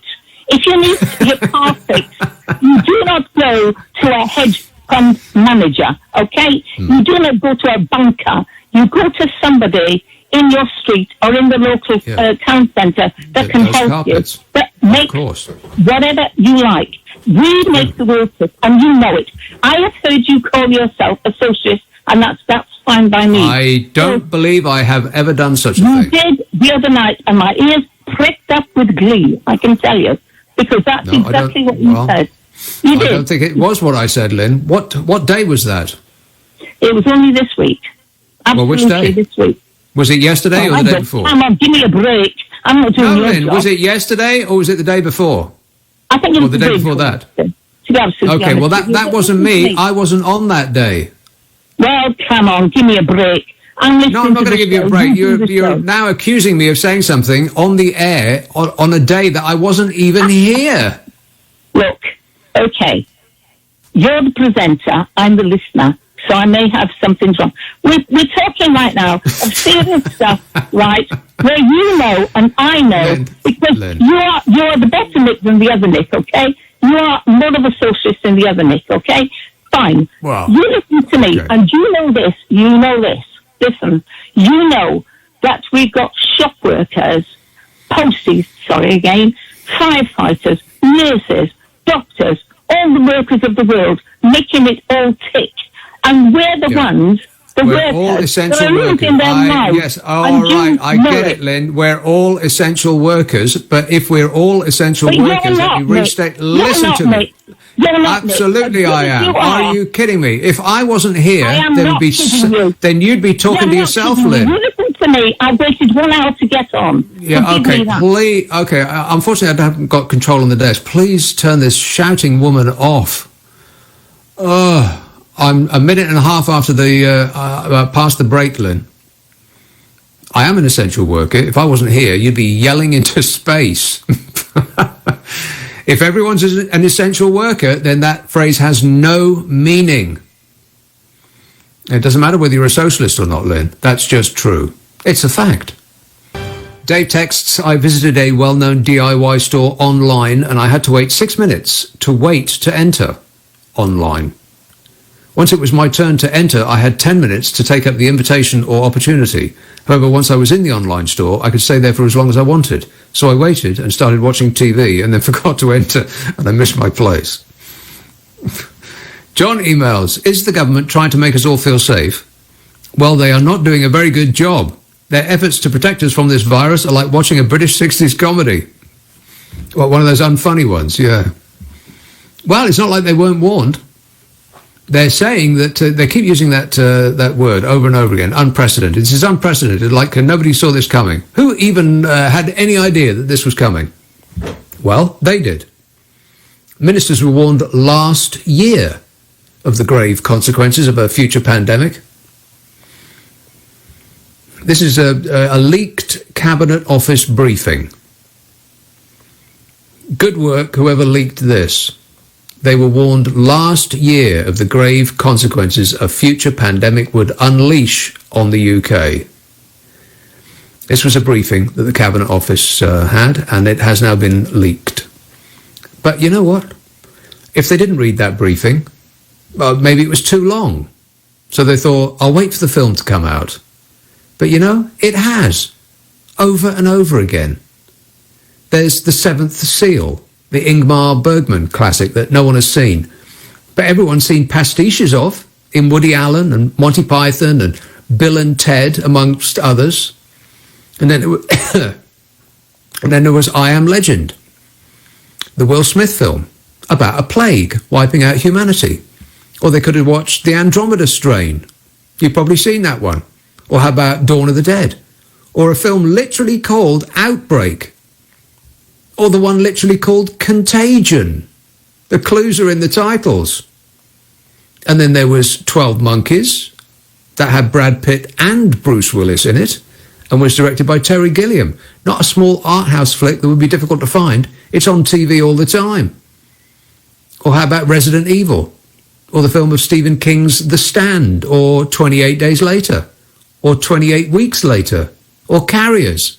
About the actual carriers of a virus, or Rise of the Planet of the Apes, or World War Z, or the TV series Containment, or the Japanese film Pandemic, or the South Korean film Flu. Is that enough to be going along with? You could binge watch virus apocalypse porn till the lockdown ends and still not get through them all. God, people have been yelling about the dangers of a virus for 100 years. You remember War of the Worlds? H.G. Wells, 1898 that came out. The radio play that had the Americans running into their yards to shoot clouds was put out in 1938. There's been 2 films and 3 TV series as far as I'm aware. And what killed the aliens? Spoiler alert, a virus. So not a film, but a briefing that told the government that this would happen. But no one was listening, because they were obsessed with getting Brexit done for the billionaires who made it possible. And this briefing predicted tens of thousands of deaths, crippling economic costs and creaking public services. It was the 2019 National Security Risk Assessment, which mapped out how an outbreak would likely unfold. And it had recommendations. Stockpile personal protective equipment, for instance. Draw up plans to repatriate stranded Brits abroad. Shore up the infrastructure needed to conduct mass contact tracing. Plan, plan, plan. And there's 2 scenarios. Either the government said, nah, That's okay, we've got this. And they tossed it in the bin and crossed their fingers and hoped it wouldn't happen on their watch. Or the briefing was sent to a dormant email account and they never saw it. Just like the excuse about not joining in with the EU to source medical equipment that we need but don't have. Or it's as possible, I suppose, that the dog ate their homework, or a gust of wind blew it away, or maybe they left it on a train. A 600-page report it was, and it said a relatively mild outbreak of a moderate virulence could lead to 65,000 deaths and cost the UK 2.35 trillion.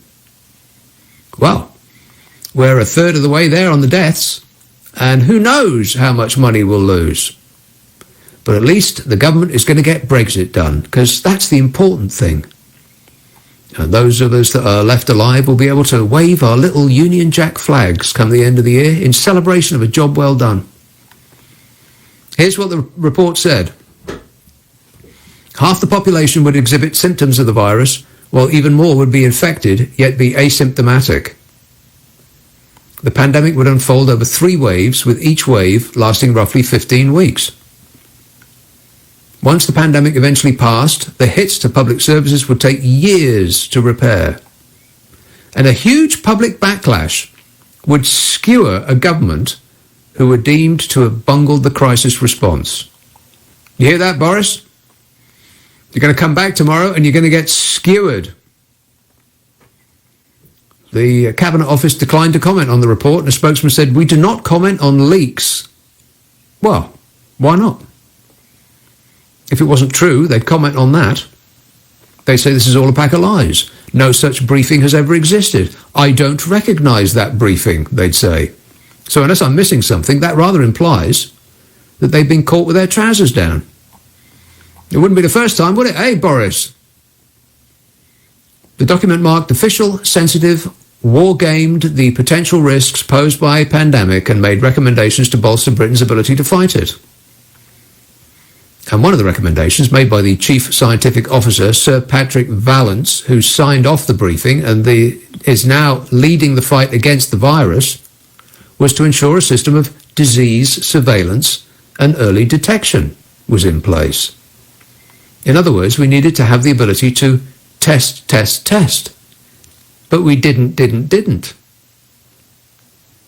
the government downplayed the need for mass testing, despite it proving a successful strategy in other countries to suppress the number of cases.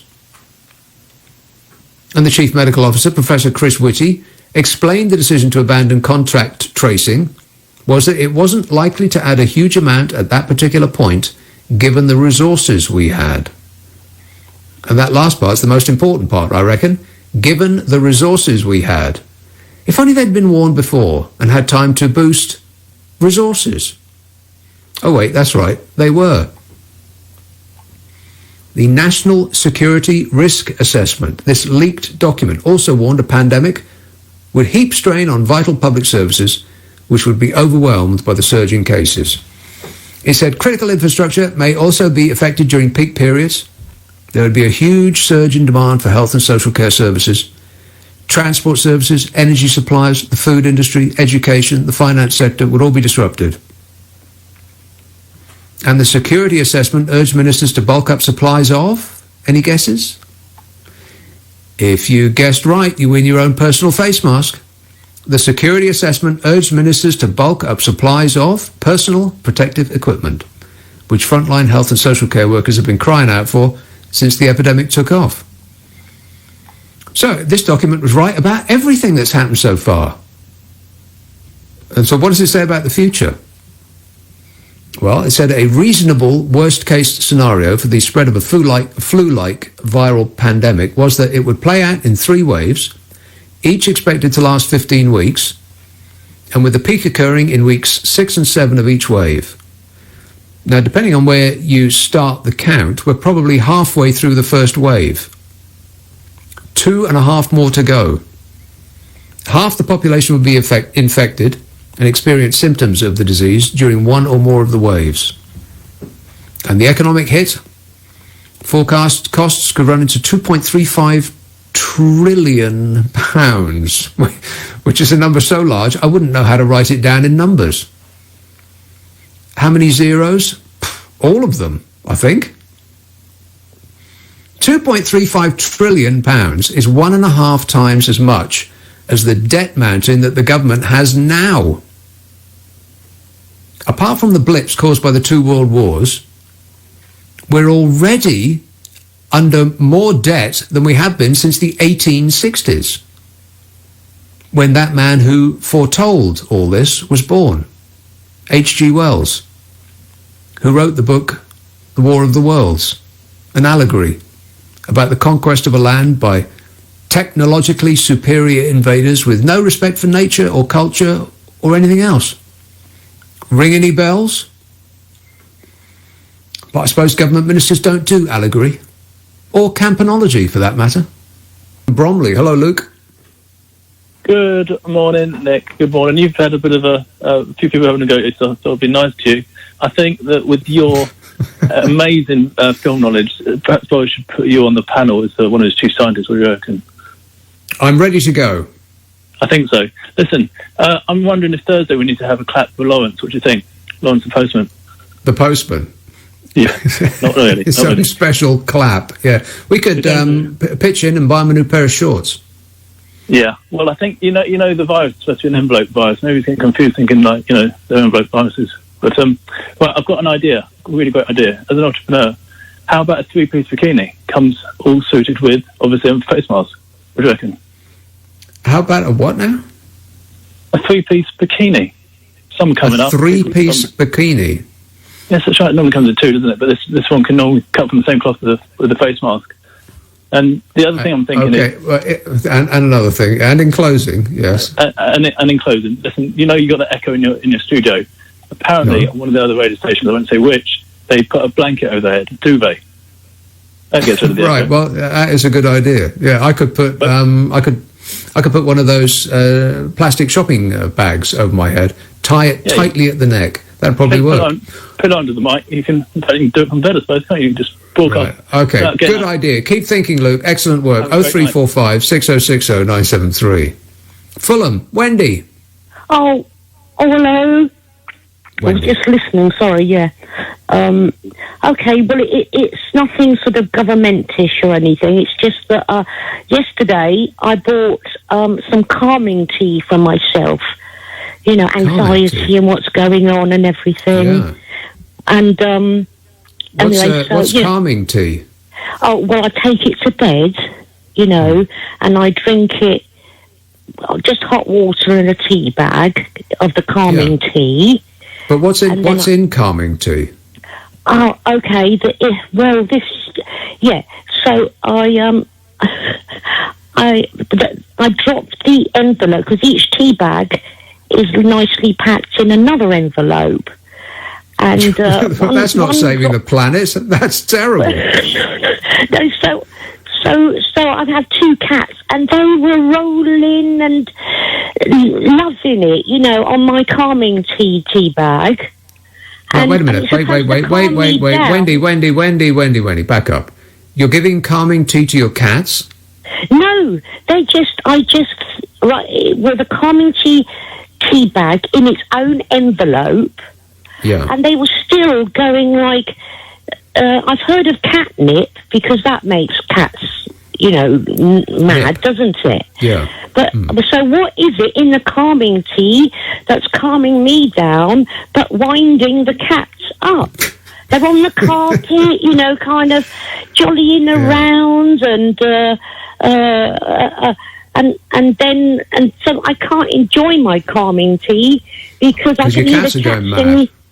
What? Right. Well, no, it's a good long while since I had a cat, but I do remember that they always had a half hour in the day where they just went berserk.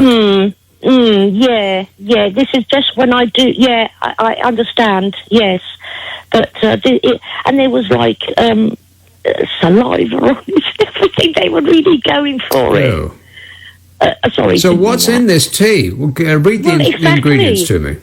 I put my spectacles on, and then I had my big spying glass what you call it? Magnifying glass. Yeah, and I still couldn't Magnifier.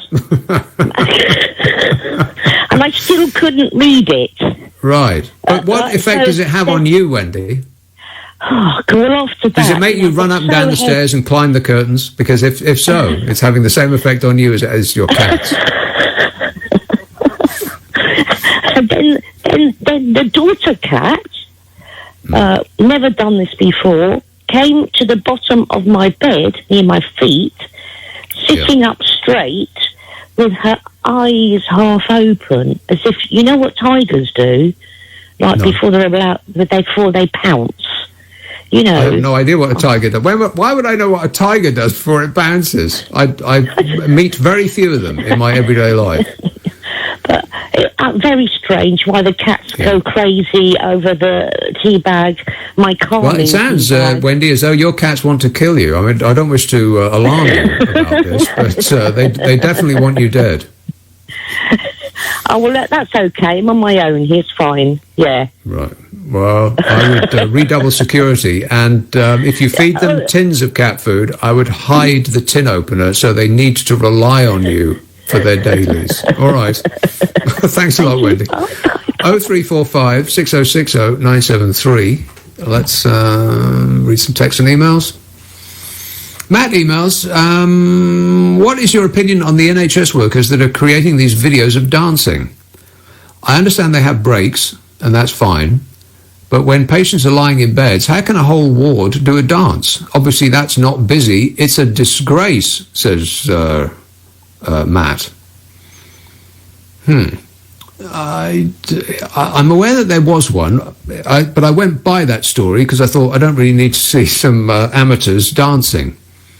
Regardless of what they actually do for a living, I don't need to busy myself with that. So it's hard to have an opinion on something I haven't really seen. But I would have to assume that if NHS workers are creating dance videos, that then they do actually have the spare time to do it, and they're not leaving people in great need to suffer because of their absence while they put together a routine. Rob says, that's probably not the answer you're looking for, Matt, but that's the one I'm going to give you. Rob says, my local postman passed my house last week in a pair of shorts, no gloves or mask, then spat on the floor and wiped his mouth with his hand. Luckily, I've had no post for a couple of weeks, says Rob. Well, here's a suggestion for posters whose work I do appreciate enormously. You're doing a tremendous job. Not heroes exactly. Let's not get carried away. But just a suggestion. Can you stop throwing rubber bands on the floor? For crying out loud, all of the rubber bands that have ever existed have been thrown on the floor by post office workers. Just take them home with you. I mean, there's no end of uses for a rubber band, but not one that you've seen lying on the pavement that has been covered with God knows all what. Dogs poop on the pavement. You don't want to take that home and put it over your food packets to keep them fresh. Just stop chucking them away. It's litter, for crying out loud. Greg says, who needs pubs when we have household products we can use instead? Well, that is absolutely true. You know, whatever you find under the sink, just put it in a glass with some ice. Leeds, Vicky. Hi, Nick. Vicky. Yeah, hi. Right, I've rang in just to say that this is probably not going to get a good reception, but I don't care. How embarrassing it is that people are doing the clapping. It's just cheesy behaviour, and my partner feels the same. I think they're doing the job. They signed up for that. They trained for it. Doesn't it go with the territory? As a soldier who goes to Iraq? Well, that's a bit different. A soldier is signing up in the knowledge that they may put themselves at risk of death at work. A nurse or a doctor doesn't really have that in mind when they're doing their training, that their but work you don't know what's might going to actually kill them. Regarding viruses. You know, but you could say, yes, but you could say the same of a bus driver. the bus driver doesn't know what kind of a diseased person is going to get on his bus, and he should have realised that he might die when he signed up. That's no argument at all. I do understand what you're saying, that it doesn't really reflect well on a nation that just voted in a party that has been treating the NHS in the way that has left it in serious need at this time of crisis. We decided that we were so delighted with with the Tories' performance over the last 10 years with the NHS that we'll give them another 5 years to carry on doing it. And now, suddenly, we're all in the great support of everybody in the NHS. So when last Thursday it was happening, I thought, how is this going to end exactly? Is somebody going to call time on this, or is it just going to fade embarrassingly out? Because this isn't going to last forever. Do you mean the clapping? Yeah. Yeah, exactly. It is embarrassing. I mean, there were No. I didn't say it was embarrassing. I said it might fade embarrassing out, because at some point people will stop doing it. Well, if they don't, then they're stupid. But what I'd also like to say is, closing all the businesses down, the need to get things up and running again now. I feel extremely bad for people with businesses who are suffering. And also, let's face it, this coronavirus as well has taken away from other important things, like people who are wanting cancer operations. Let's not forget them. Why should coronavirus be at the top of the list? I'm racking my brains with it, but I don't know why. The reason why is because it's dramatic, and it's a lot of deaths all at the same time. 50,000 people died early because of pollution. I think in London alone, or it might be England. Yeah, I know that. But I think London alone. But they don't get headline news over and over it again. They just quietly die. That's the reason. But you asked me a question, and this is the reason, Vicky, is because it's dramatic and it's sudden and it's a lot of deaths all at the same time. Yeah. That's and the what reason. about people who die of influenza, flu and things like that? There's a lot of people who die from that. We're not arguing, Vicky. I'm agreeing with you. It has to be a priority, and why? I'm agreeing with you. I know you are, and thank you for that. But why are people having to suffer who are waiting for operations regarding cancer? I don't get it. Well, I think that's a situation that has been recognised as something that is not sustainable, and I believe that the NHS and the authorities are addressing that very issue. We can't allow people who are ill to suffer. Nick, can I get a word in? Because I've been waiting on this line to speak to you for a long time. They should not even be considering anything. There shouldn't be anything to consider, because they shouldn't have been cancelled in the first place. It's as simple as but we that. were expecting this to be much, much worse than it actually has turned out to be, and so it's understandable that they wanted to put all resources into fighting this virus. But I understand what you're saying, Vicky. The other thing is that people who have illnesses and who have, discovered that they have something that needs to be taken care of straight away, they are themselves choosing not to go to hospital because they think it might be a nightmare when they get there. So I think the message has to go out that if you do have an issue that does require attention, you shouldn't delay. Do it today or tomorrow. So when do you think that cinemas and theatres and cinemas will reopen? We actually text, when do you think that cinemas and theatres and cinemas will reopen? Obviously very keen on the cinemas reopening. I don't know, John. But thanks for the all caps, like you're shouting at me. I would... I really don't know. What are you asking me for? How am I supposed to know? I have no idea. Has Sweden shut down theatres and cinemas and such? Because they haven't shut down much. Sweden is going their own way, and the experts predicted that they would have a disaster, and that hasn't actually turned out to be the case. Sweden is actually piling up coronavirus cases more slowly than we are, without the need for a lockdown, which is economically crippling us. Sweden added an average of 53 cases per million over the last 3 or 4 days. 53 cases per million, Sweden added. Britain's figure, 66. 53 in Sweden, no lockdown. 66 in Britain, lockdown. In fact, the lockdown's been in place for a month now. Britain's 3-day average has been consistently higher than Sweden's since the 28th of March, which is 5 days after Boris ordered the lockdown. Death rates have also been similar, despite the far more drastic restrictions we have on freedom in this country. But Sweden hasn't imposed a lockdown, and they've just emphasised taking individual responsibility. Voluntary social distancing. They think that that's a more durable strategy because people will accept it for longer. Again, I say that we've done very, very well. I'm amazed at how pliant we've been in this country. But Sweden aren't doing that.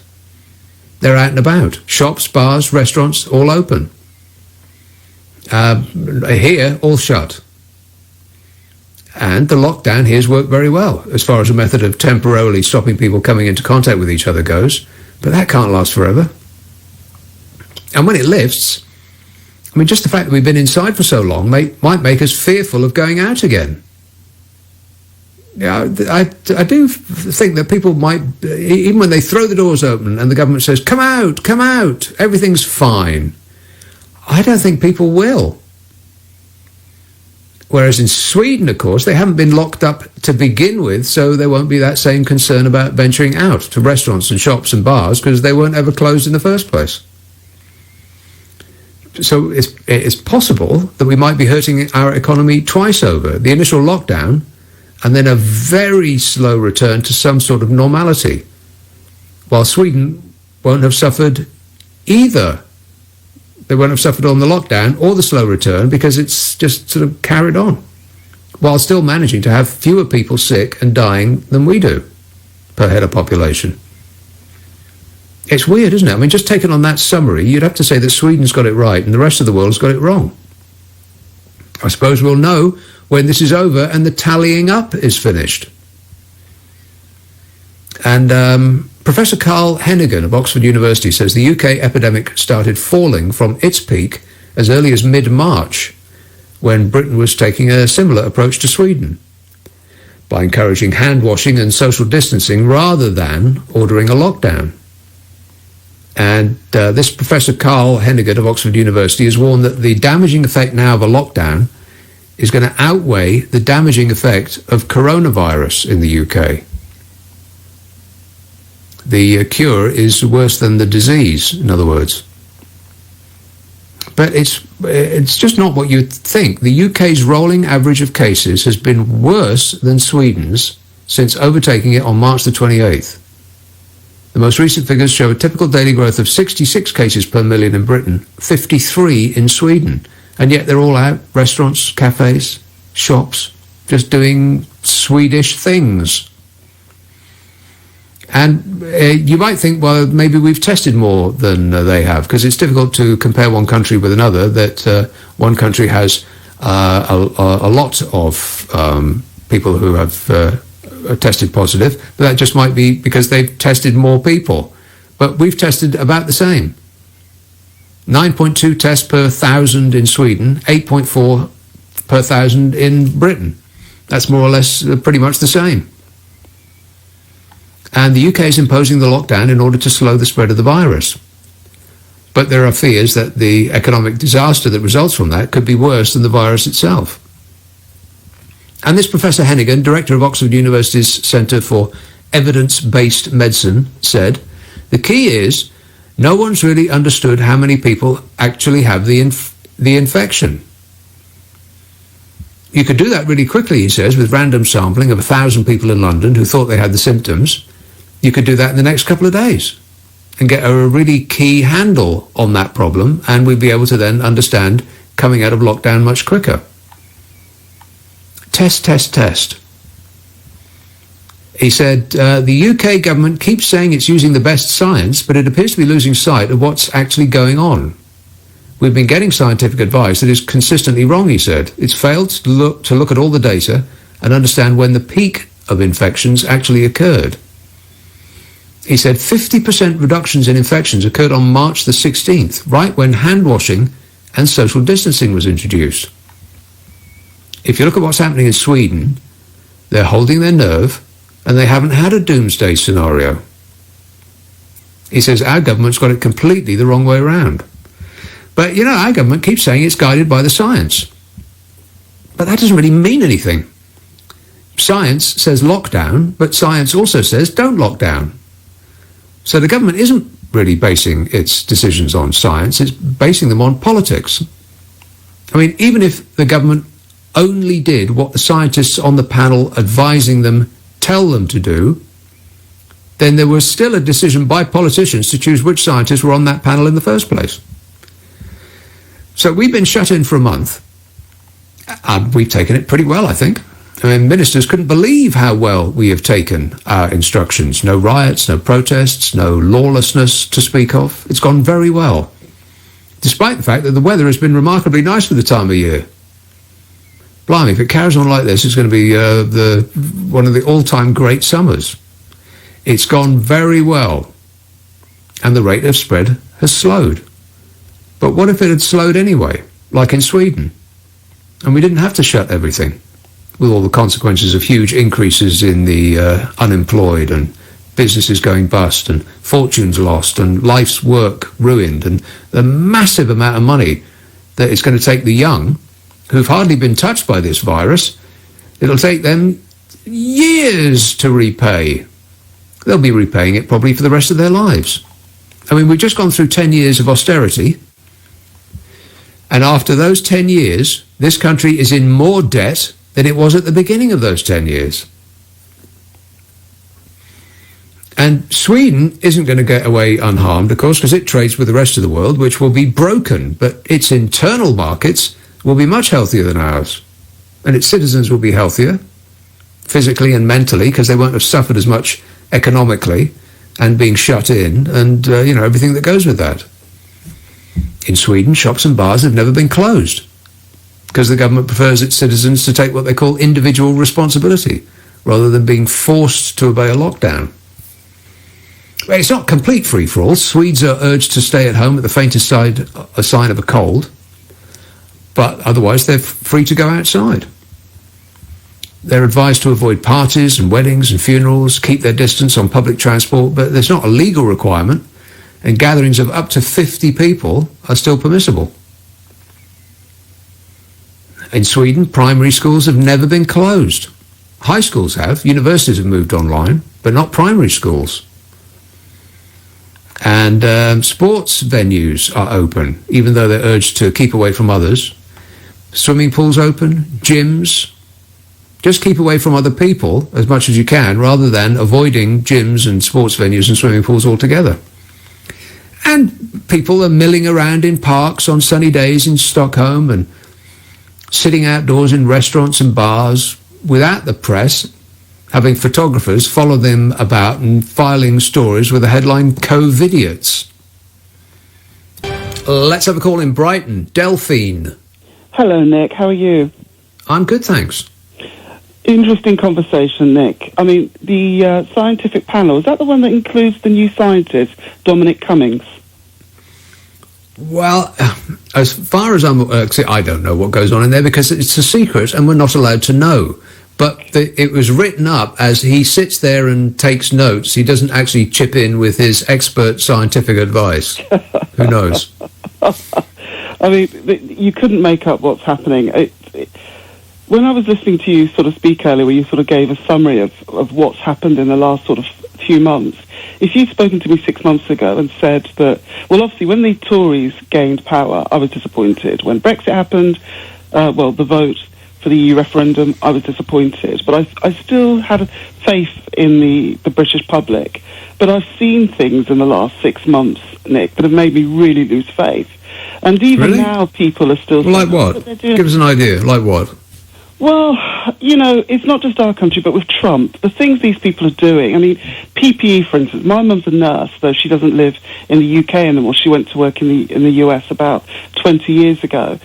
And the way they've treated the nurses is appalling. So I think several callers ago, this lady mentioned about the clapping. I don't actually go outside and clap, not because I'm a killjoy, but because I'm thinking, give them more money, and for God's sake, give them the right equipment.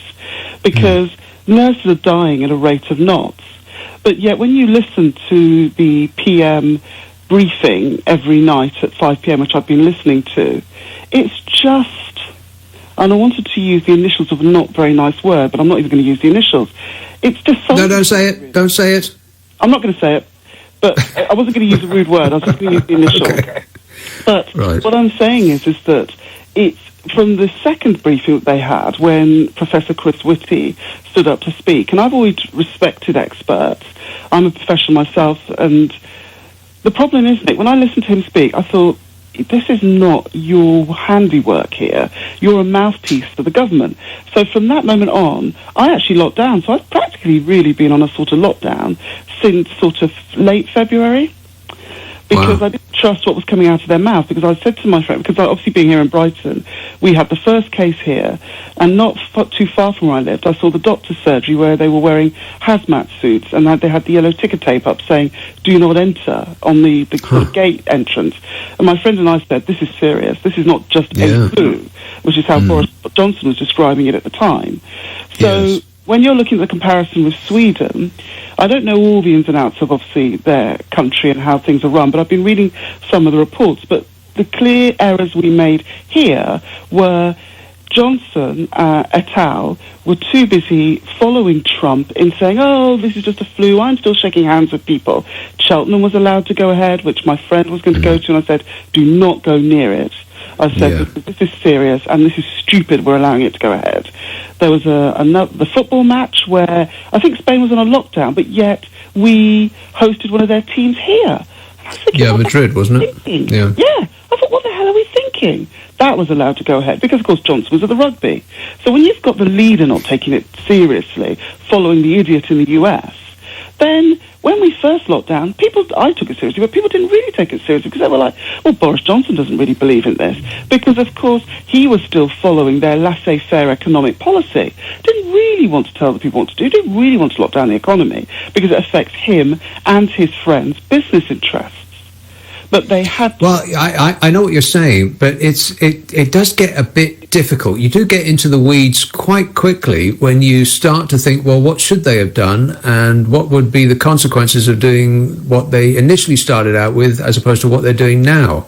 And it's one of these things that's really not clear what the best way to go is. Because I was talking about Sweden, and you just mentioned Sweden. Yeah.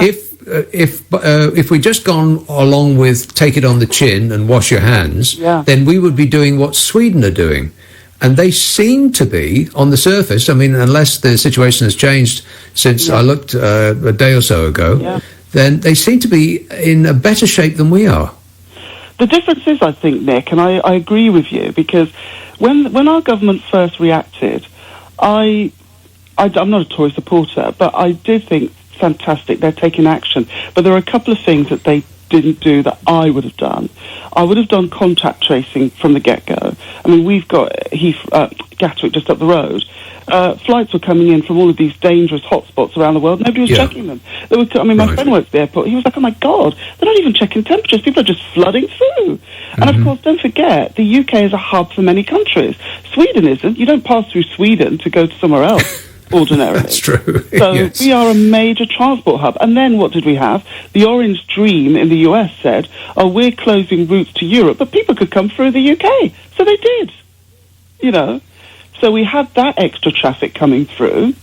But the thing is that they didn't take it seriously enough. And I agree with you. When they first said about the sort of lockdown, I sort of locked down personally because I thought, I'm somebody who would catch a cold if it was stood next to me. You know, I really do just catch it really easily. And I just thought, let me just stand back and see what's really going on here.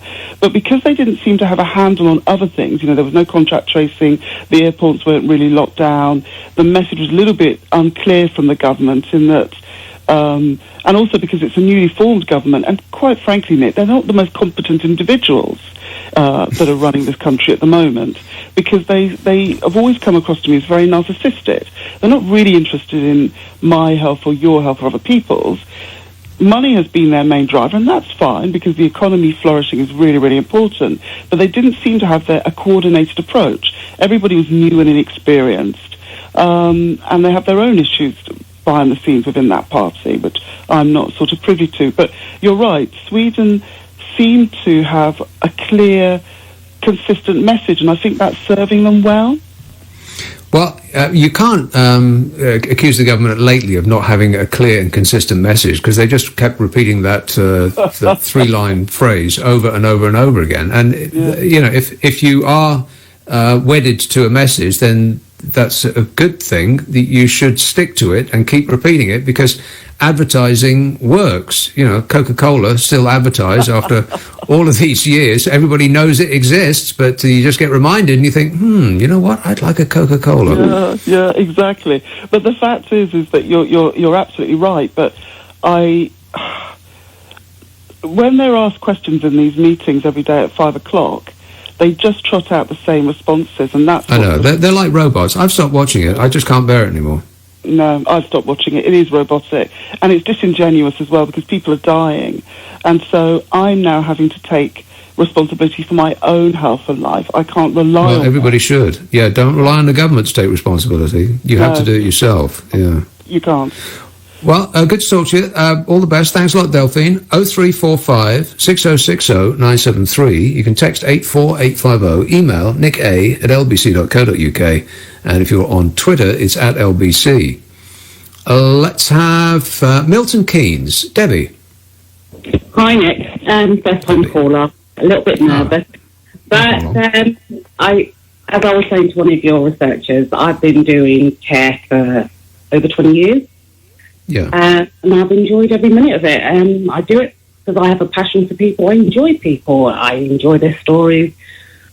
I just like meeting people and helping people. And I'm one of these ones that feel embarrassed when the clapping stops on a Thursday night. And that embarrassed. I heard one of the callers say the same thing. I feel embarrassed. I've been doing this job for 20 years. And I never wanted anything for it. It's something that I'm passionate about, and, you know, I love helping people. And every time when I step out the door of any of the clients' houses, when I finish their personal care or anything like that, I literally try and run to the car quickly, because I feel embarrassed. I don't know why. I can't even tell you exactly why. But strange times. Well, I suspect that there's a lot going on here. I mean, first of all, is people take nurses for granted first, and now we are understanding that nurses are being asked to do something that they actually didn't sign up for. Nobody goes into the medical profession thinking that they may die from their work. Soldiers do, but not nurses. So they're being asked to do something that is way beyond what is normally expected of them. So in that respect, we're showing appreciation. But there's also other things that go along with it. There's a bit of salving of guilt that we voted for a party that burst into a round of applause when the vote came in to refuse a pay rise for medical professionals. Now, you can't have both. You can't say that we are totally satisfied with the Conservatives running the NHS over the last 10 years and then give them another 5 years to keep doing it, while also saying that it's a disgrace and you should have changed your ways and pay them more. It's either or. I mean, either you continue to vote for them, and by which is accepting their policies, or you vote for somebody else and let them have a go at it. So I think there's a bit of guilt in there. I just wonder how it's, like I said before, I wonder how it's going to end, because either somebody's going to have to call, right, that's it, that's the last one, thank you very much, everybody, we appreciate it, or it's just going to just peter out. Yeah, and can I also say that this is the first time that I've had a smile on my face for a few weeks. I'm sitting here listening to this conversation throughout the night with you and the callers that you've had. and I've never. Well, that's nice of you. Well, thanks, Debbie. I'm really happy for that. Oh well, that's I'm happy that you're happy. Happiness is all around, or you just got to wheedle it out. All right, good to talk to you. Thanks a lot, Debbie. 0345 6060 973. You know, I mentioned this thought that occurred to me a couple of weeks ago. It's weird, this, isn't it? Because we've been shown the possibility of a better life. I mean, the amount of stories that you've probably read about nature bounding back, and we've got goats wandering up Welsh town high streets, and I have never heard birds tweeting so loudly in the garden. I mean, they are thrilled. The blossom is heavy in the trees, the air is clear, the roads are silent.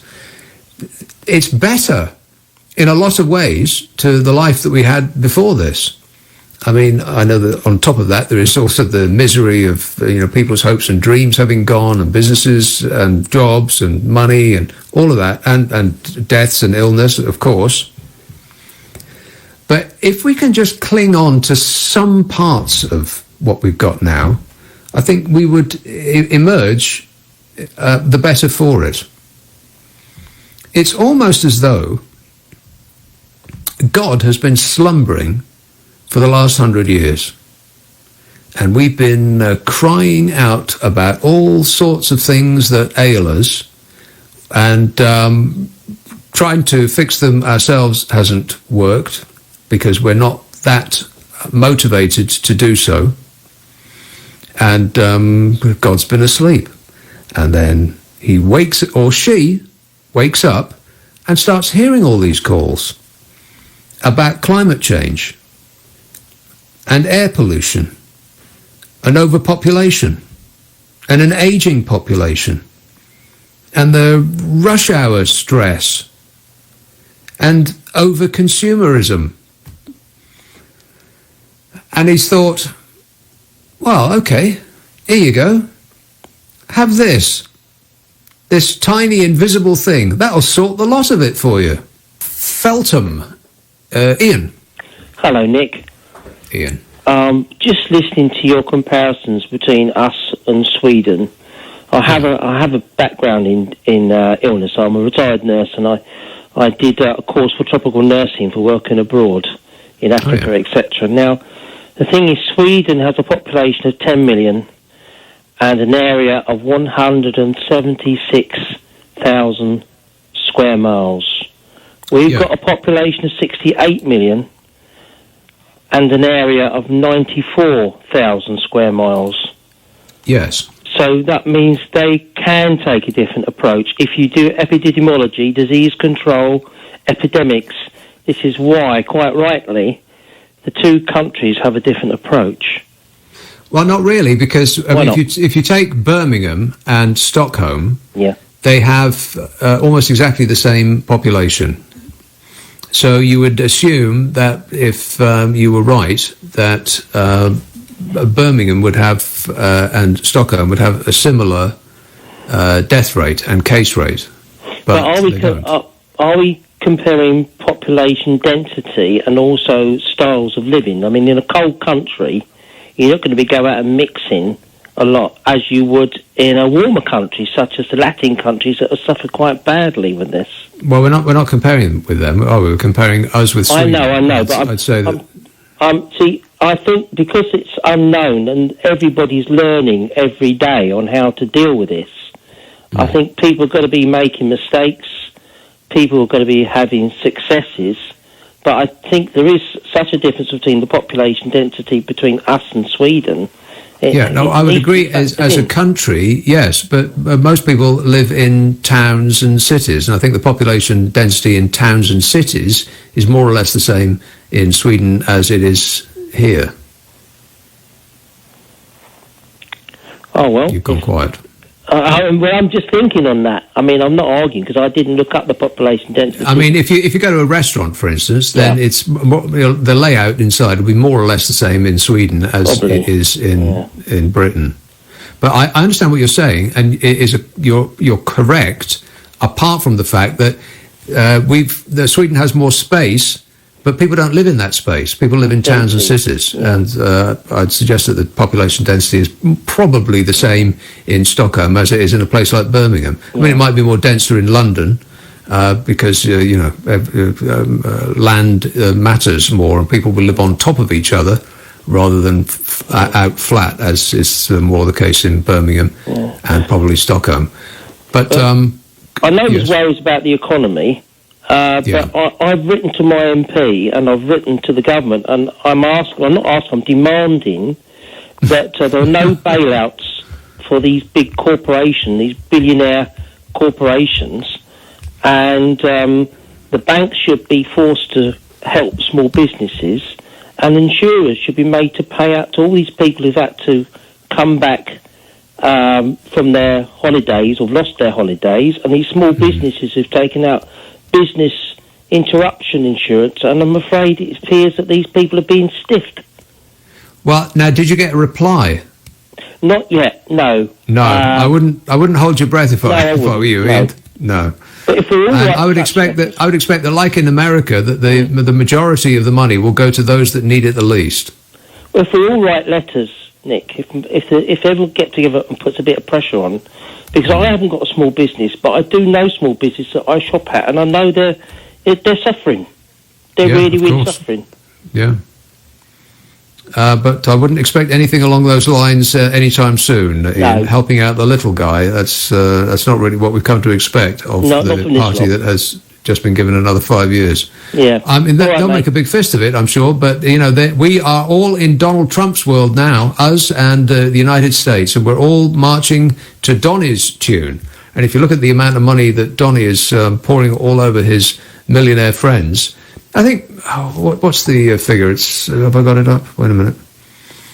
It's something in the order of 80% of the money that they've just doled out is going to people who earn over £1 million a year. Isn't that staggering? They produced a bill that was like 800 pages long, and in tiny, tiny print that you'd need a microscope to be able to read. The Republicans put in this thing about, what do they call it? It's some tax wheeze that people, coincidentally, in the real estate business and hedge funds do. It's called carried losses, or I don't know, some wizard accounting wheeze that means that those that have more, and those that don't. 0345 6060 973. Let's have Maidstone. Anne. Hello. Hi there. Anne. I was just going to say, I don't know what we expect, like us as a country. I don't know what we expect anymore. No one knows what this virus is doing or the way it's going or anything. It's all new to us. Why do we keep on comparing to other countries? I just think that we have to look at our own countries. Every country is different. The dynamics are all different and everything. And, I mean, I believe in England. I believe in our country, the United Kingdom. And I believe in our government, and I'm happy for them to take us forward with this. I mean, but now, wait a minute. But do you believe in them because they're British, or because they've proven themselves to be up to the task? Up to the task, absolutely. What leads you to that conclusion? What evidence do you have that that's true? I don't have any evidence to tell me that it's not. Right. Well, that's not the question I asked. Yes, and I don't think any of us do. I'm not asking you for an absence of proof. I'm asking you what leads you to the conclusion that they're up to the task. Because I believe that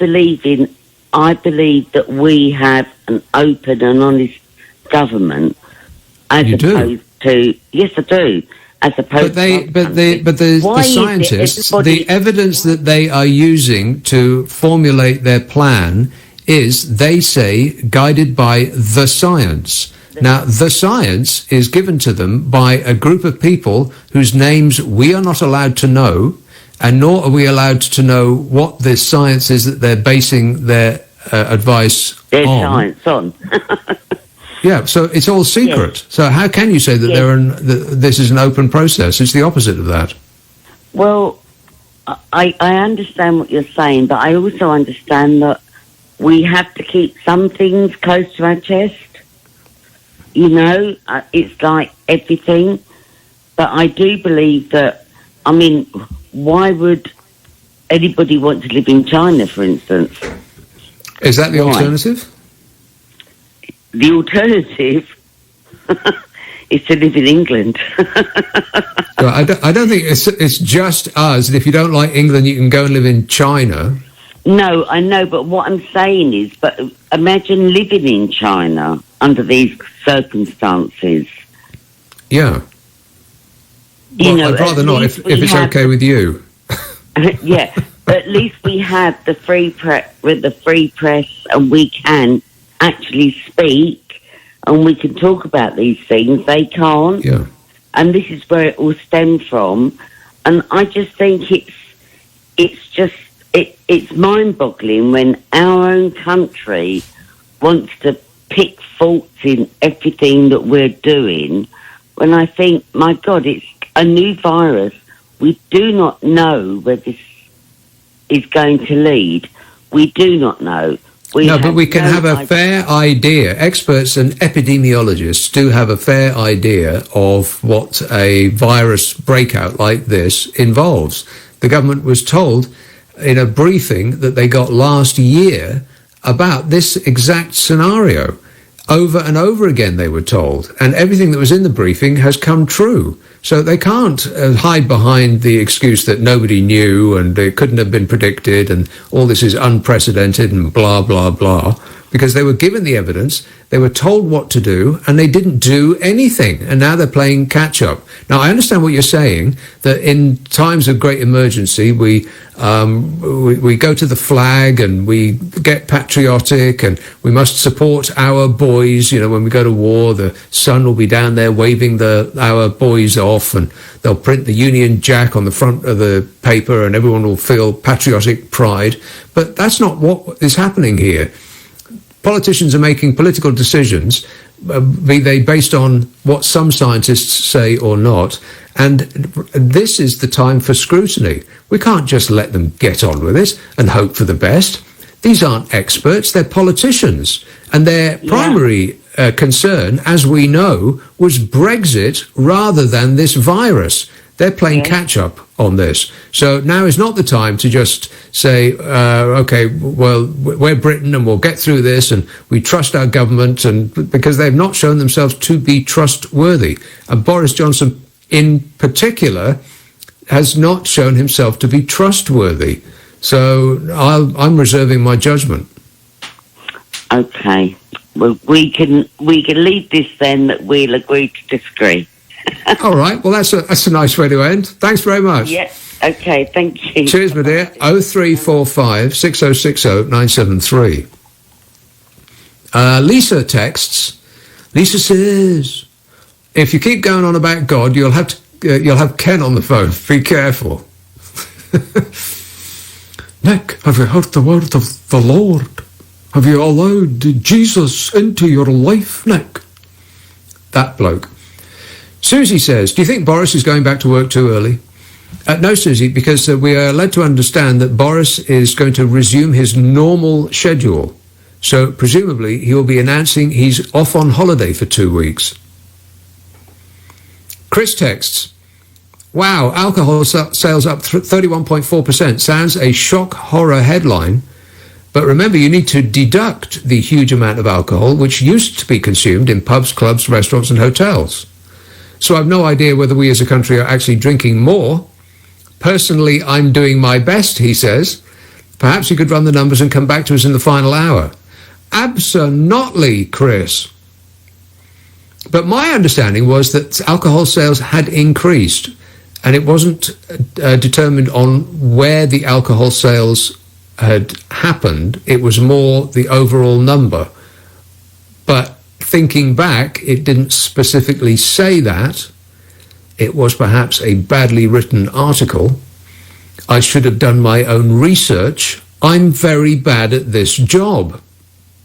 John texts, you are absolutely right. There have been mobs of cars last couple of days around me too. They will go right back to their old ways. Let's face it, where's that gone? Sorry, it moved. They will go right back to their old ways. Let's face it, a species that can vote Trump in is beyond saving. But hey, the glimmer of light was good while it lasted. Yeah, let's not go straight back to doing all those stupid things that we did before, eh? Let's take some of this better way of living with us. Less pollution, less noise, less travel, less consumerism, and so on. Declan emails, I think we should freak the Christians out by renting helicopters, flying over churches and emptying out boxes of dead frogs. Well, that's just plain offensive. But that would probably tip some people over the edge. I mean, we've had everything else. Plague, famine, floods, fire. Raining frogs, that's about the only thing that's missing. Steve says, can't be done on the radio, I know, but do you have a collection of books in a bookcase behind you in your study? Who knew so many people had so many books? Who are they kidding? They haven't read those books. 0345 6060 973. Southampton, William. Hello there, Nick. I disagree entirely with that last conversation with that gentleman you had. We've got honest open government. I'm shaking in my bones listening to that rubbish. I'm telling you now, Cameron, May and Johnson in 10 years' time will still be blaming the Labour government of the past 20 years ago for all the panic and disarray that we've had in this panic-stricken world now. All Jeremy Corbyn's fault, I think you'll find. That's it. When Keir Starmer stands up against Johnson in the next 6 weeks, they'll still be blaming Keir Starmer, and it's none of his damn business. Johnson and May and Cameron, look at yourself in the mirror, fella, because I'm telling you, you're all wrong. And as for God, God didn't cause any of this. Mother Nature's looking after every citizen on this planet, Nick, and God help us if Mother Nature doesn't. Right, well, I don't think Mother Nature's actually doing anything of the sort, and neither is God. I mean, if God set out the Holocaust, then I very much doubt that he's going to personally intervene to clean our air for us. But good work, William. You want to calm down a little bit. Maybe that nice lady that I was talking to some while ago can send you some calming tea in the post. Just concentrate on your breathing, William. You're going to give yourself an aneurysm. 0345 6060 973. Pauline Hastings. Yes, hi. Pauline. Unfortunately, while I was waiting to talk to you, I've just stuck my elbow through my mirror. Holding the phone, yeah, my favourite little round mirror. I was cleaning it, and I picked the phone up to ring you, and I stuck my elbow through it, but that isn't why I rang you up. You didn't hurt yourself, did you? No, I just stuck. That's 7 years bad luck, by the way. Well, so they say, yeah. Yeah, well, anyway, it was something you said earlier about it seems the world, and I'm not religious at all, so don't get me wrong. You said something, and the strange thing is, just before you said it, I was talking to my son on the phone, and I was telling him more or less the same thing, that if there's a God, whether it be he or a she, which is what you said, whatever's happening, it does seem like the world has been in a mess or got in a mess, and, it seems as though all of us need to sort ourselves out. And you said about the birds singing and that, and you were actually right, because I'm nearly 75 and I'm stuck at home, obviously, and I've noticed a difference, actually. And it's quite strange. It really is noticeable, yeah. Have you noticed that... I'm sorry. Have you noticed that this has probably got nothing to do with it, because it seems too soon to have had an effect, but there's more blossom in the trees this year. You noticed that? Yes, actually all my flowers have come out, all up. I've got lavatories and everything. They're all growing up the fence and that. So, yes, I have noticed, but it's just things seem different. And I think that in some weird way that we are being taught a lesson, because I think, because even going back in time, things were a lot simpler. I mean, I get sick of it when I see everybody, they don't even look to cross the road, they walk in front of you when you're driving, and everybody's so preoccupied. They don't seem to have time for anything else. Years ago when I was younger, I was bringing my children up, neighbours were different, they talk to you, but everything's so different now. And I think, I really do believe, as I said, I'm not religious, but I really do believe this is a lesson in time that has been a long time coming, and I don't like to say that because it hurts me, because I've got certain illnesses myself, and I don't wish that on anyone. But I think that, it is time that things changed everywhere. And the other thing I heard, when a lady phoned up to say about a bat, she wanted bats, so I physically felt sick. I thought that was awful. I don't know how she would phone up and say that with things the way they are and what they think was caused this. Right. So, that's all I've got to say on that. All right. Well, it sounds like you said it to me. Excellent work. Thanks a lot. Ta-da, 0345 6060 973. There's no doubt that the life that we had just a couple of months ago was a life out of balance.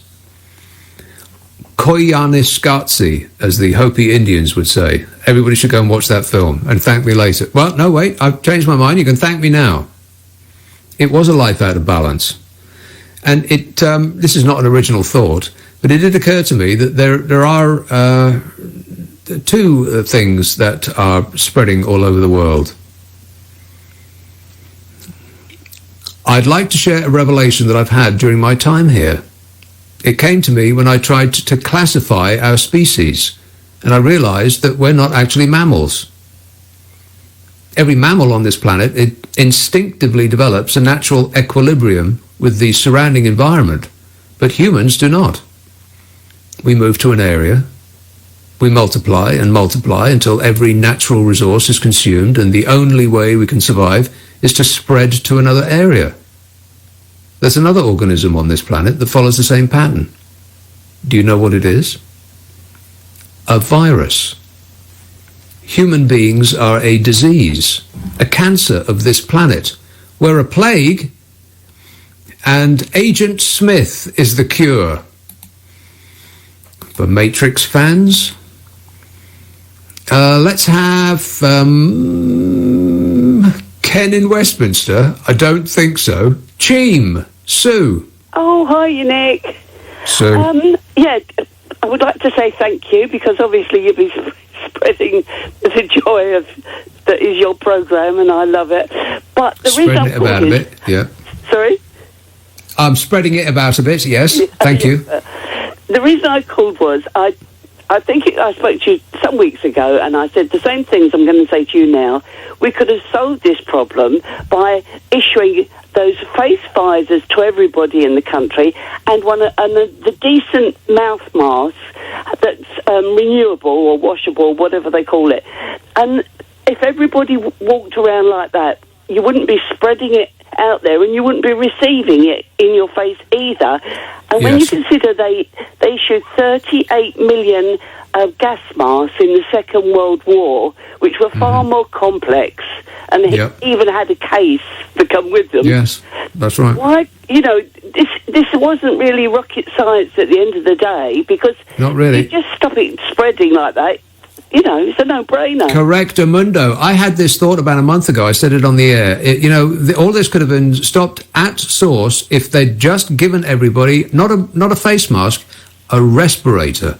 Because as far as I'm aware, a mask, unless it's a very, very complicated and high-tech one, is to stop you giving what you've got to other people. A respirator is to stop other people giving what they've got to you.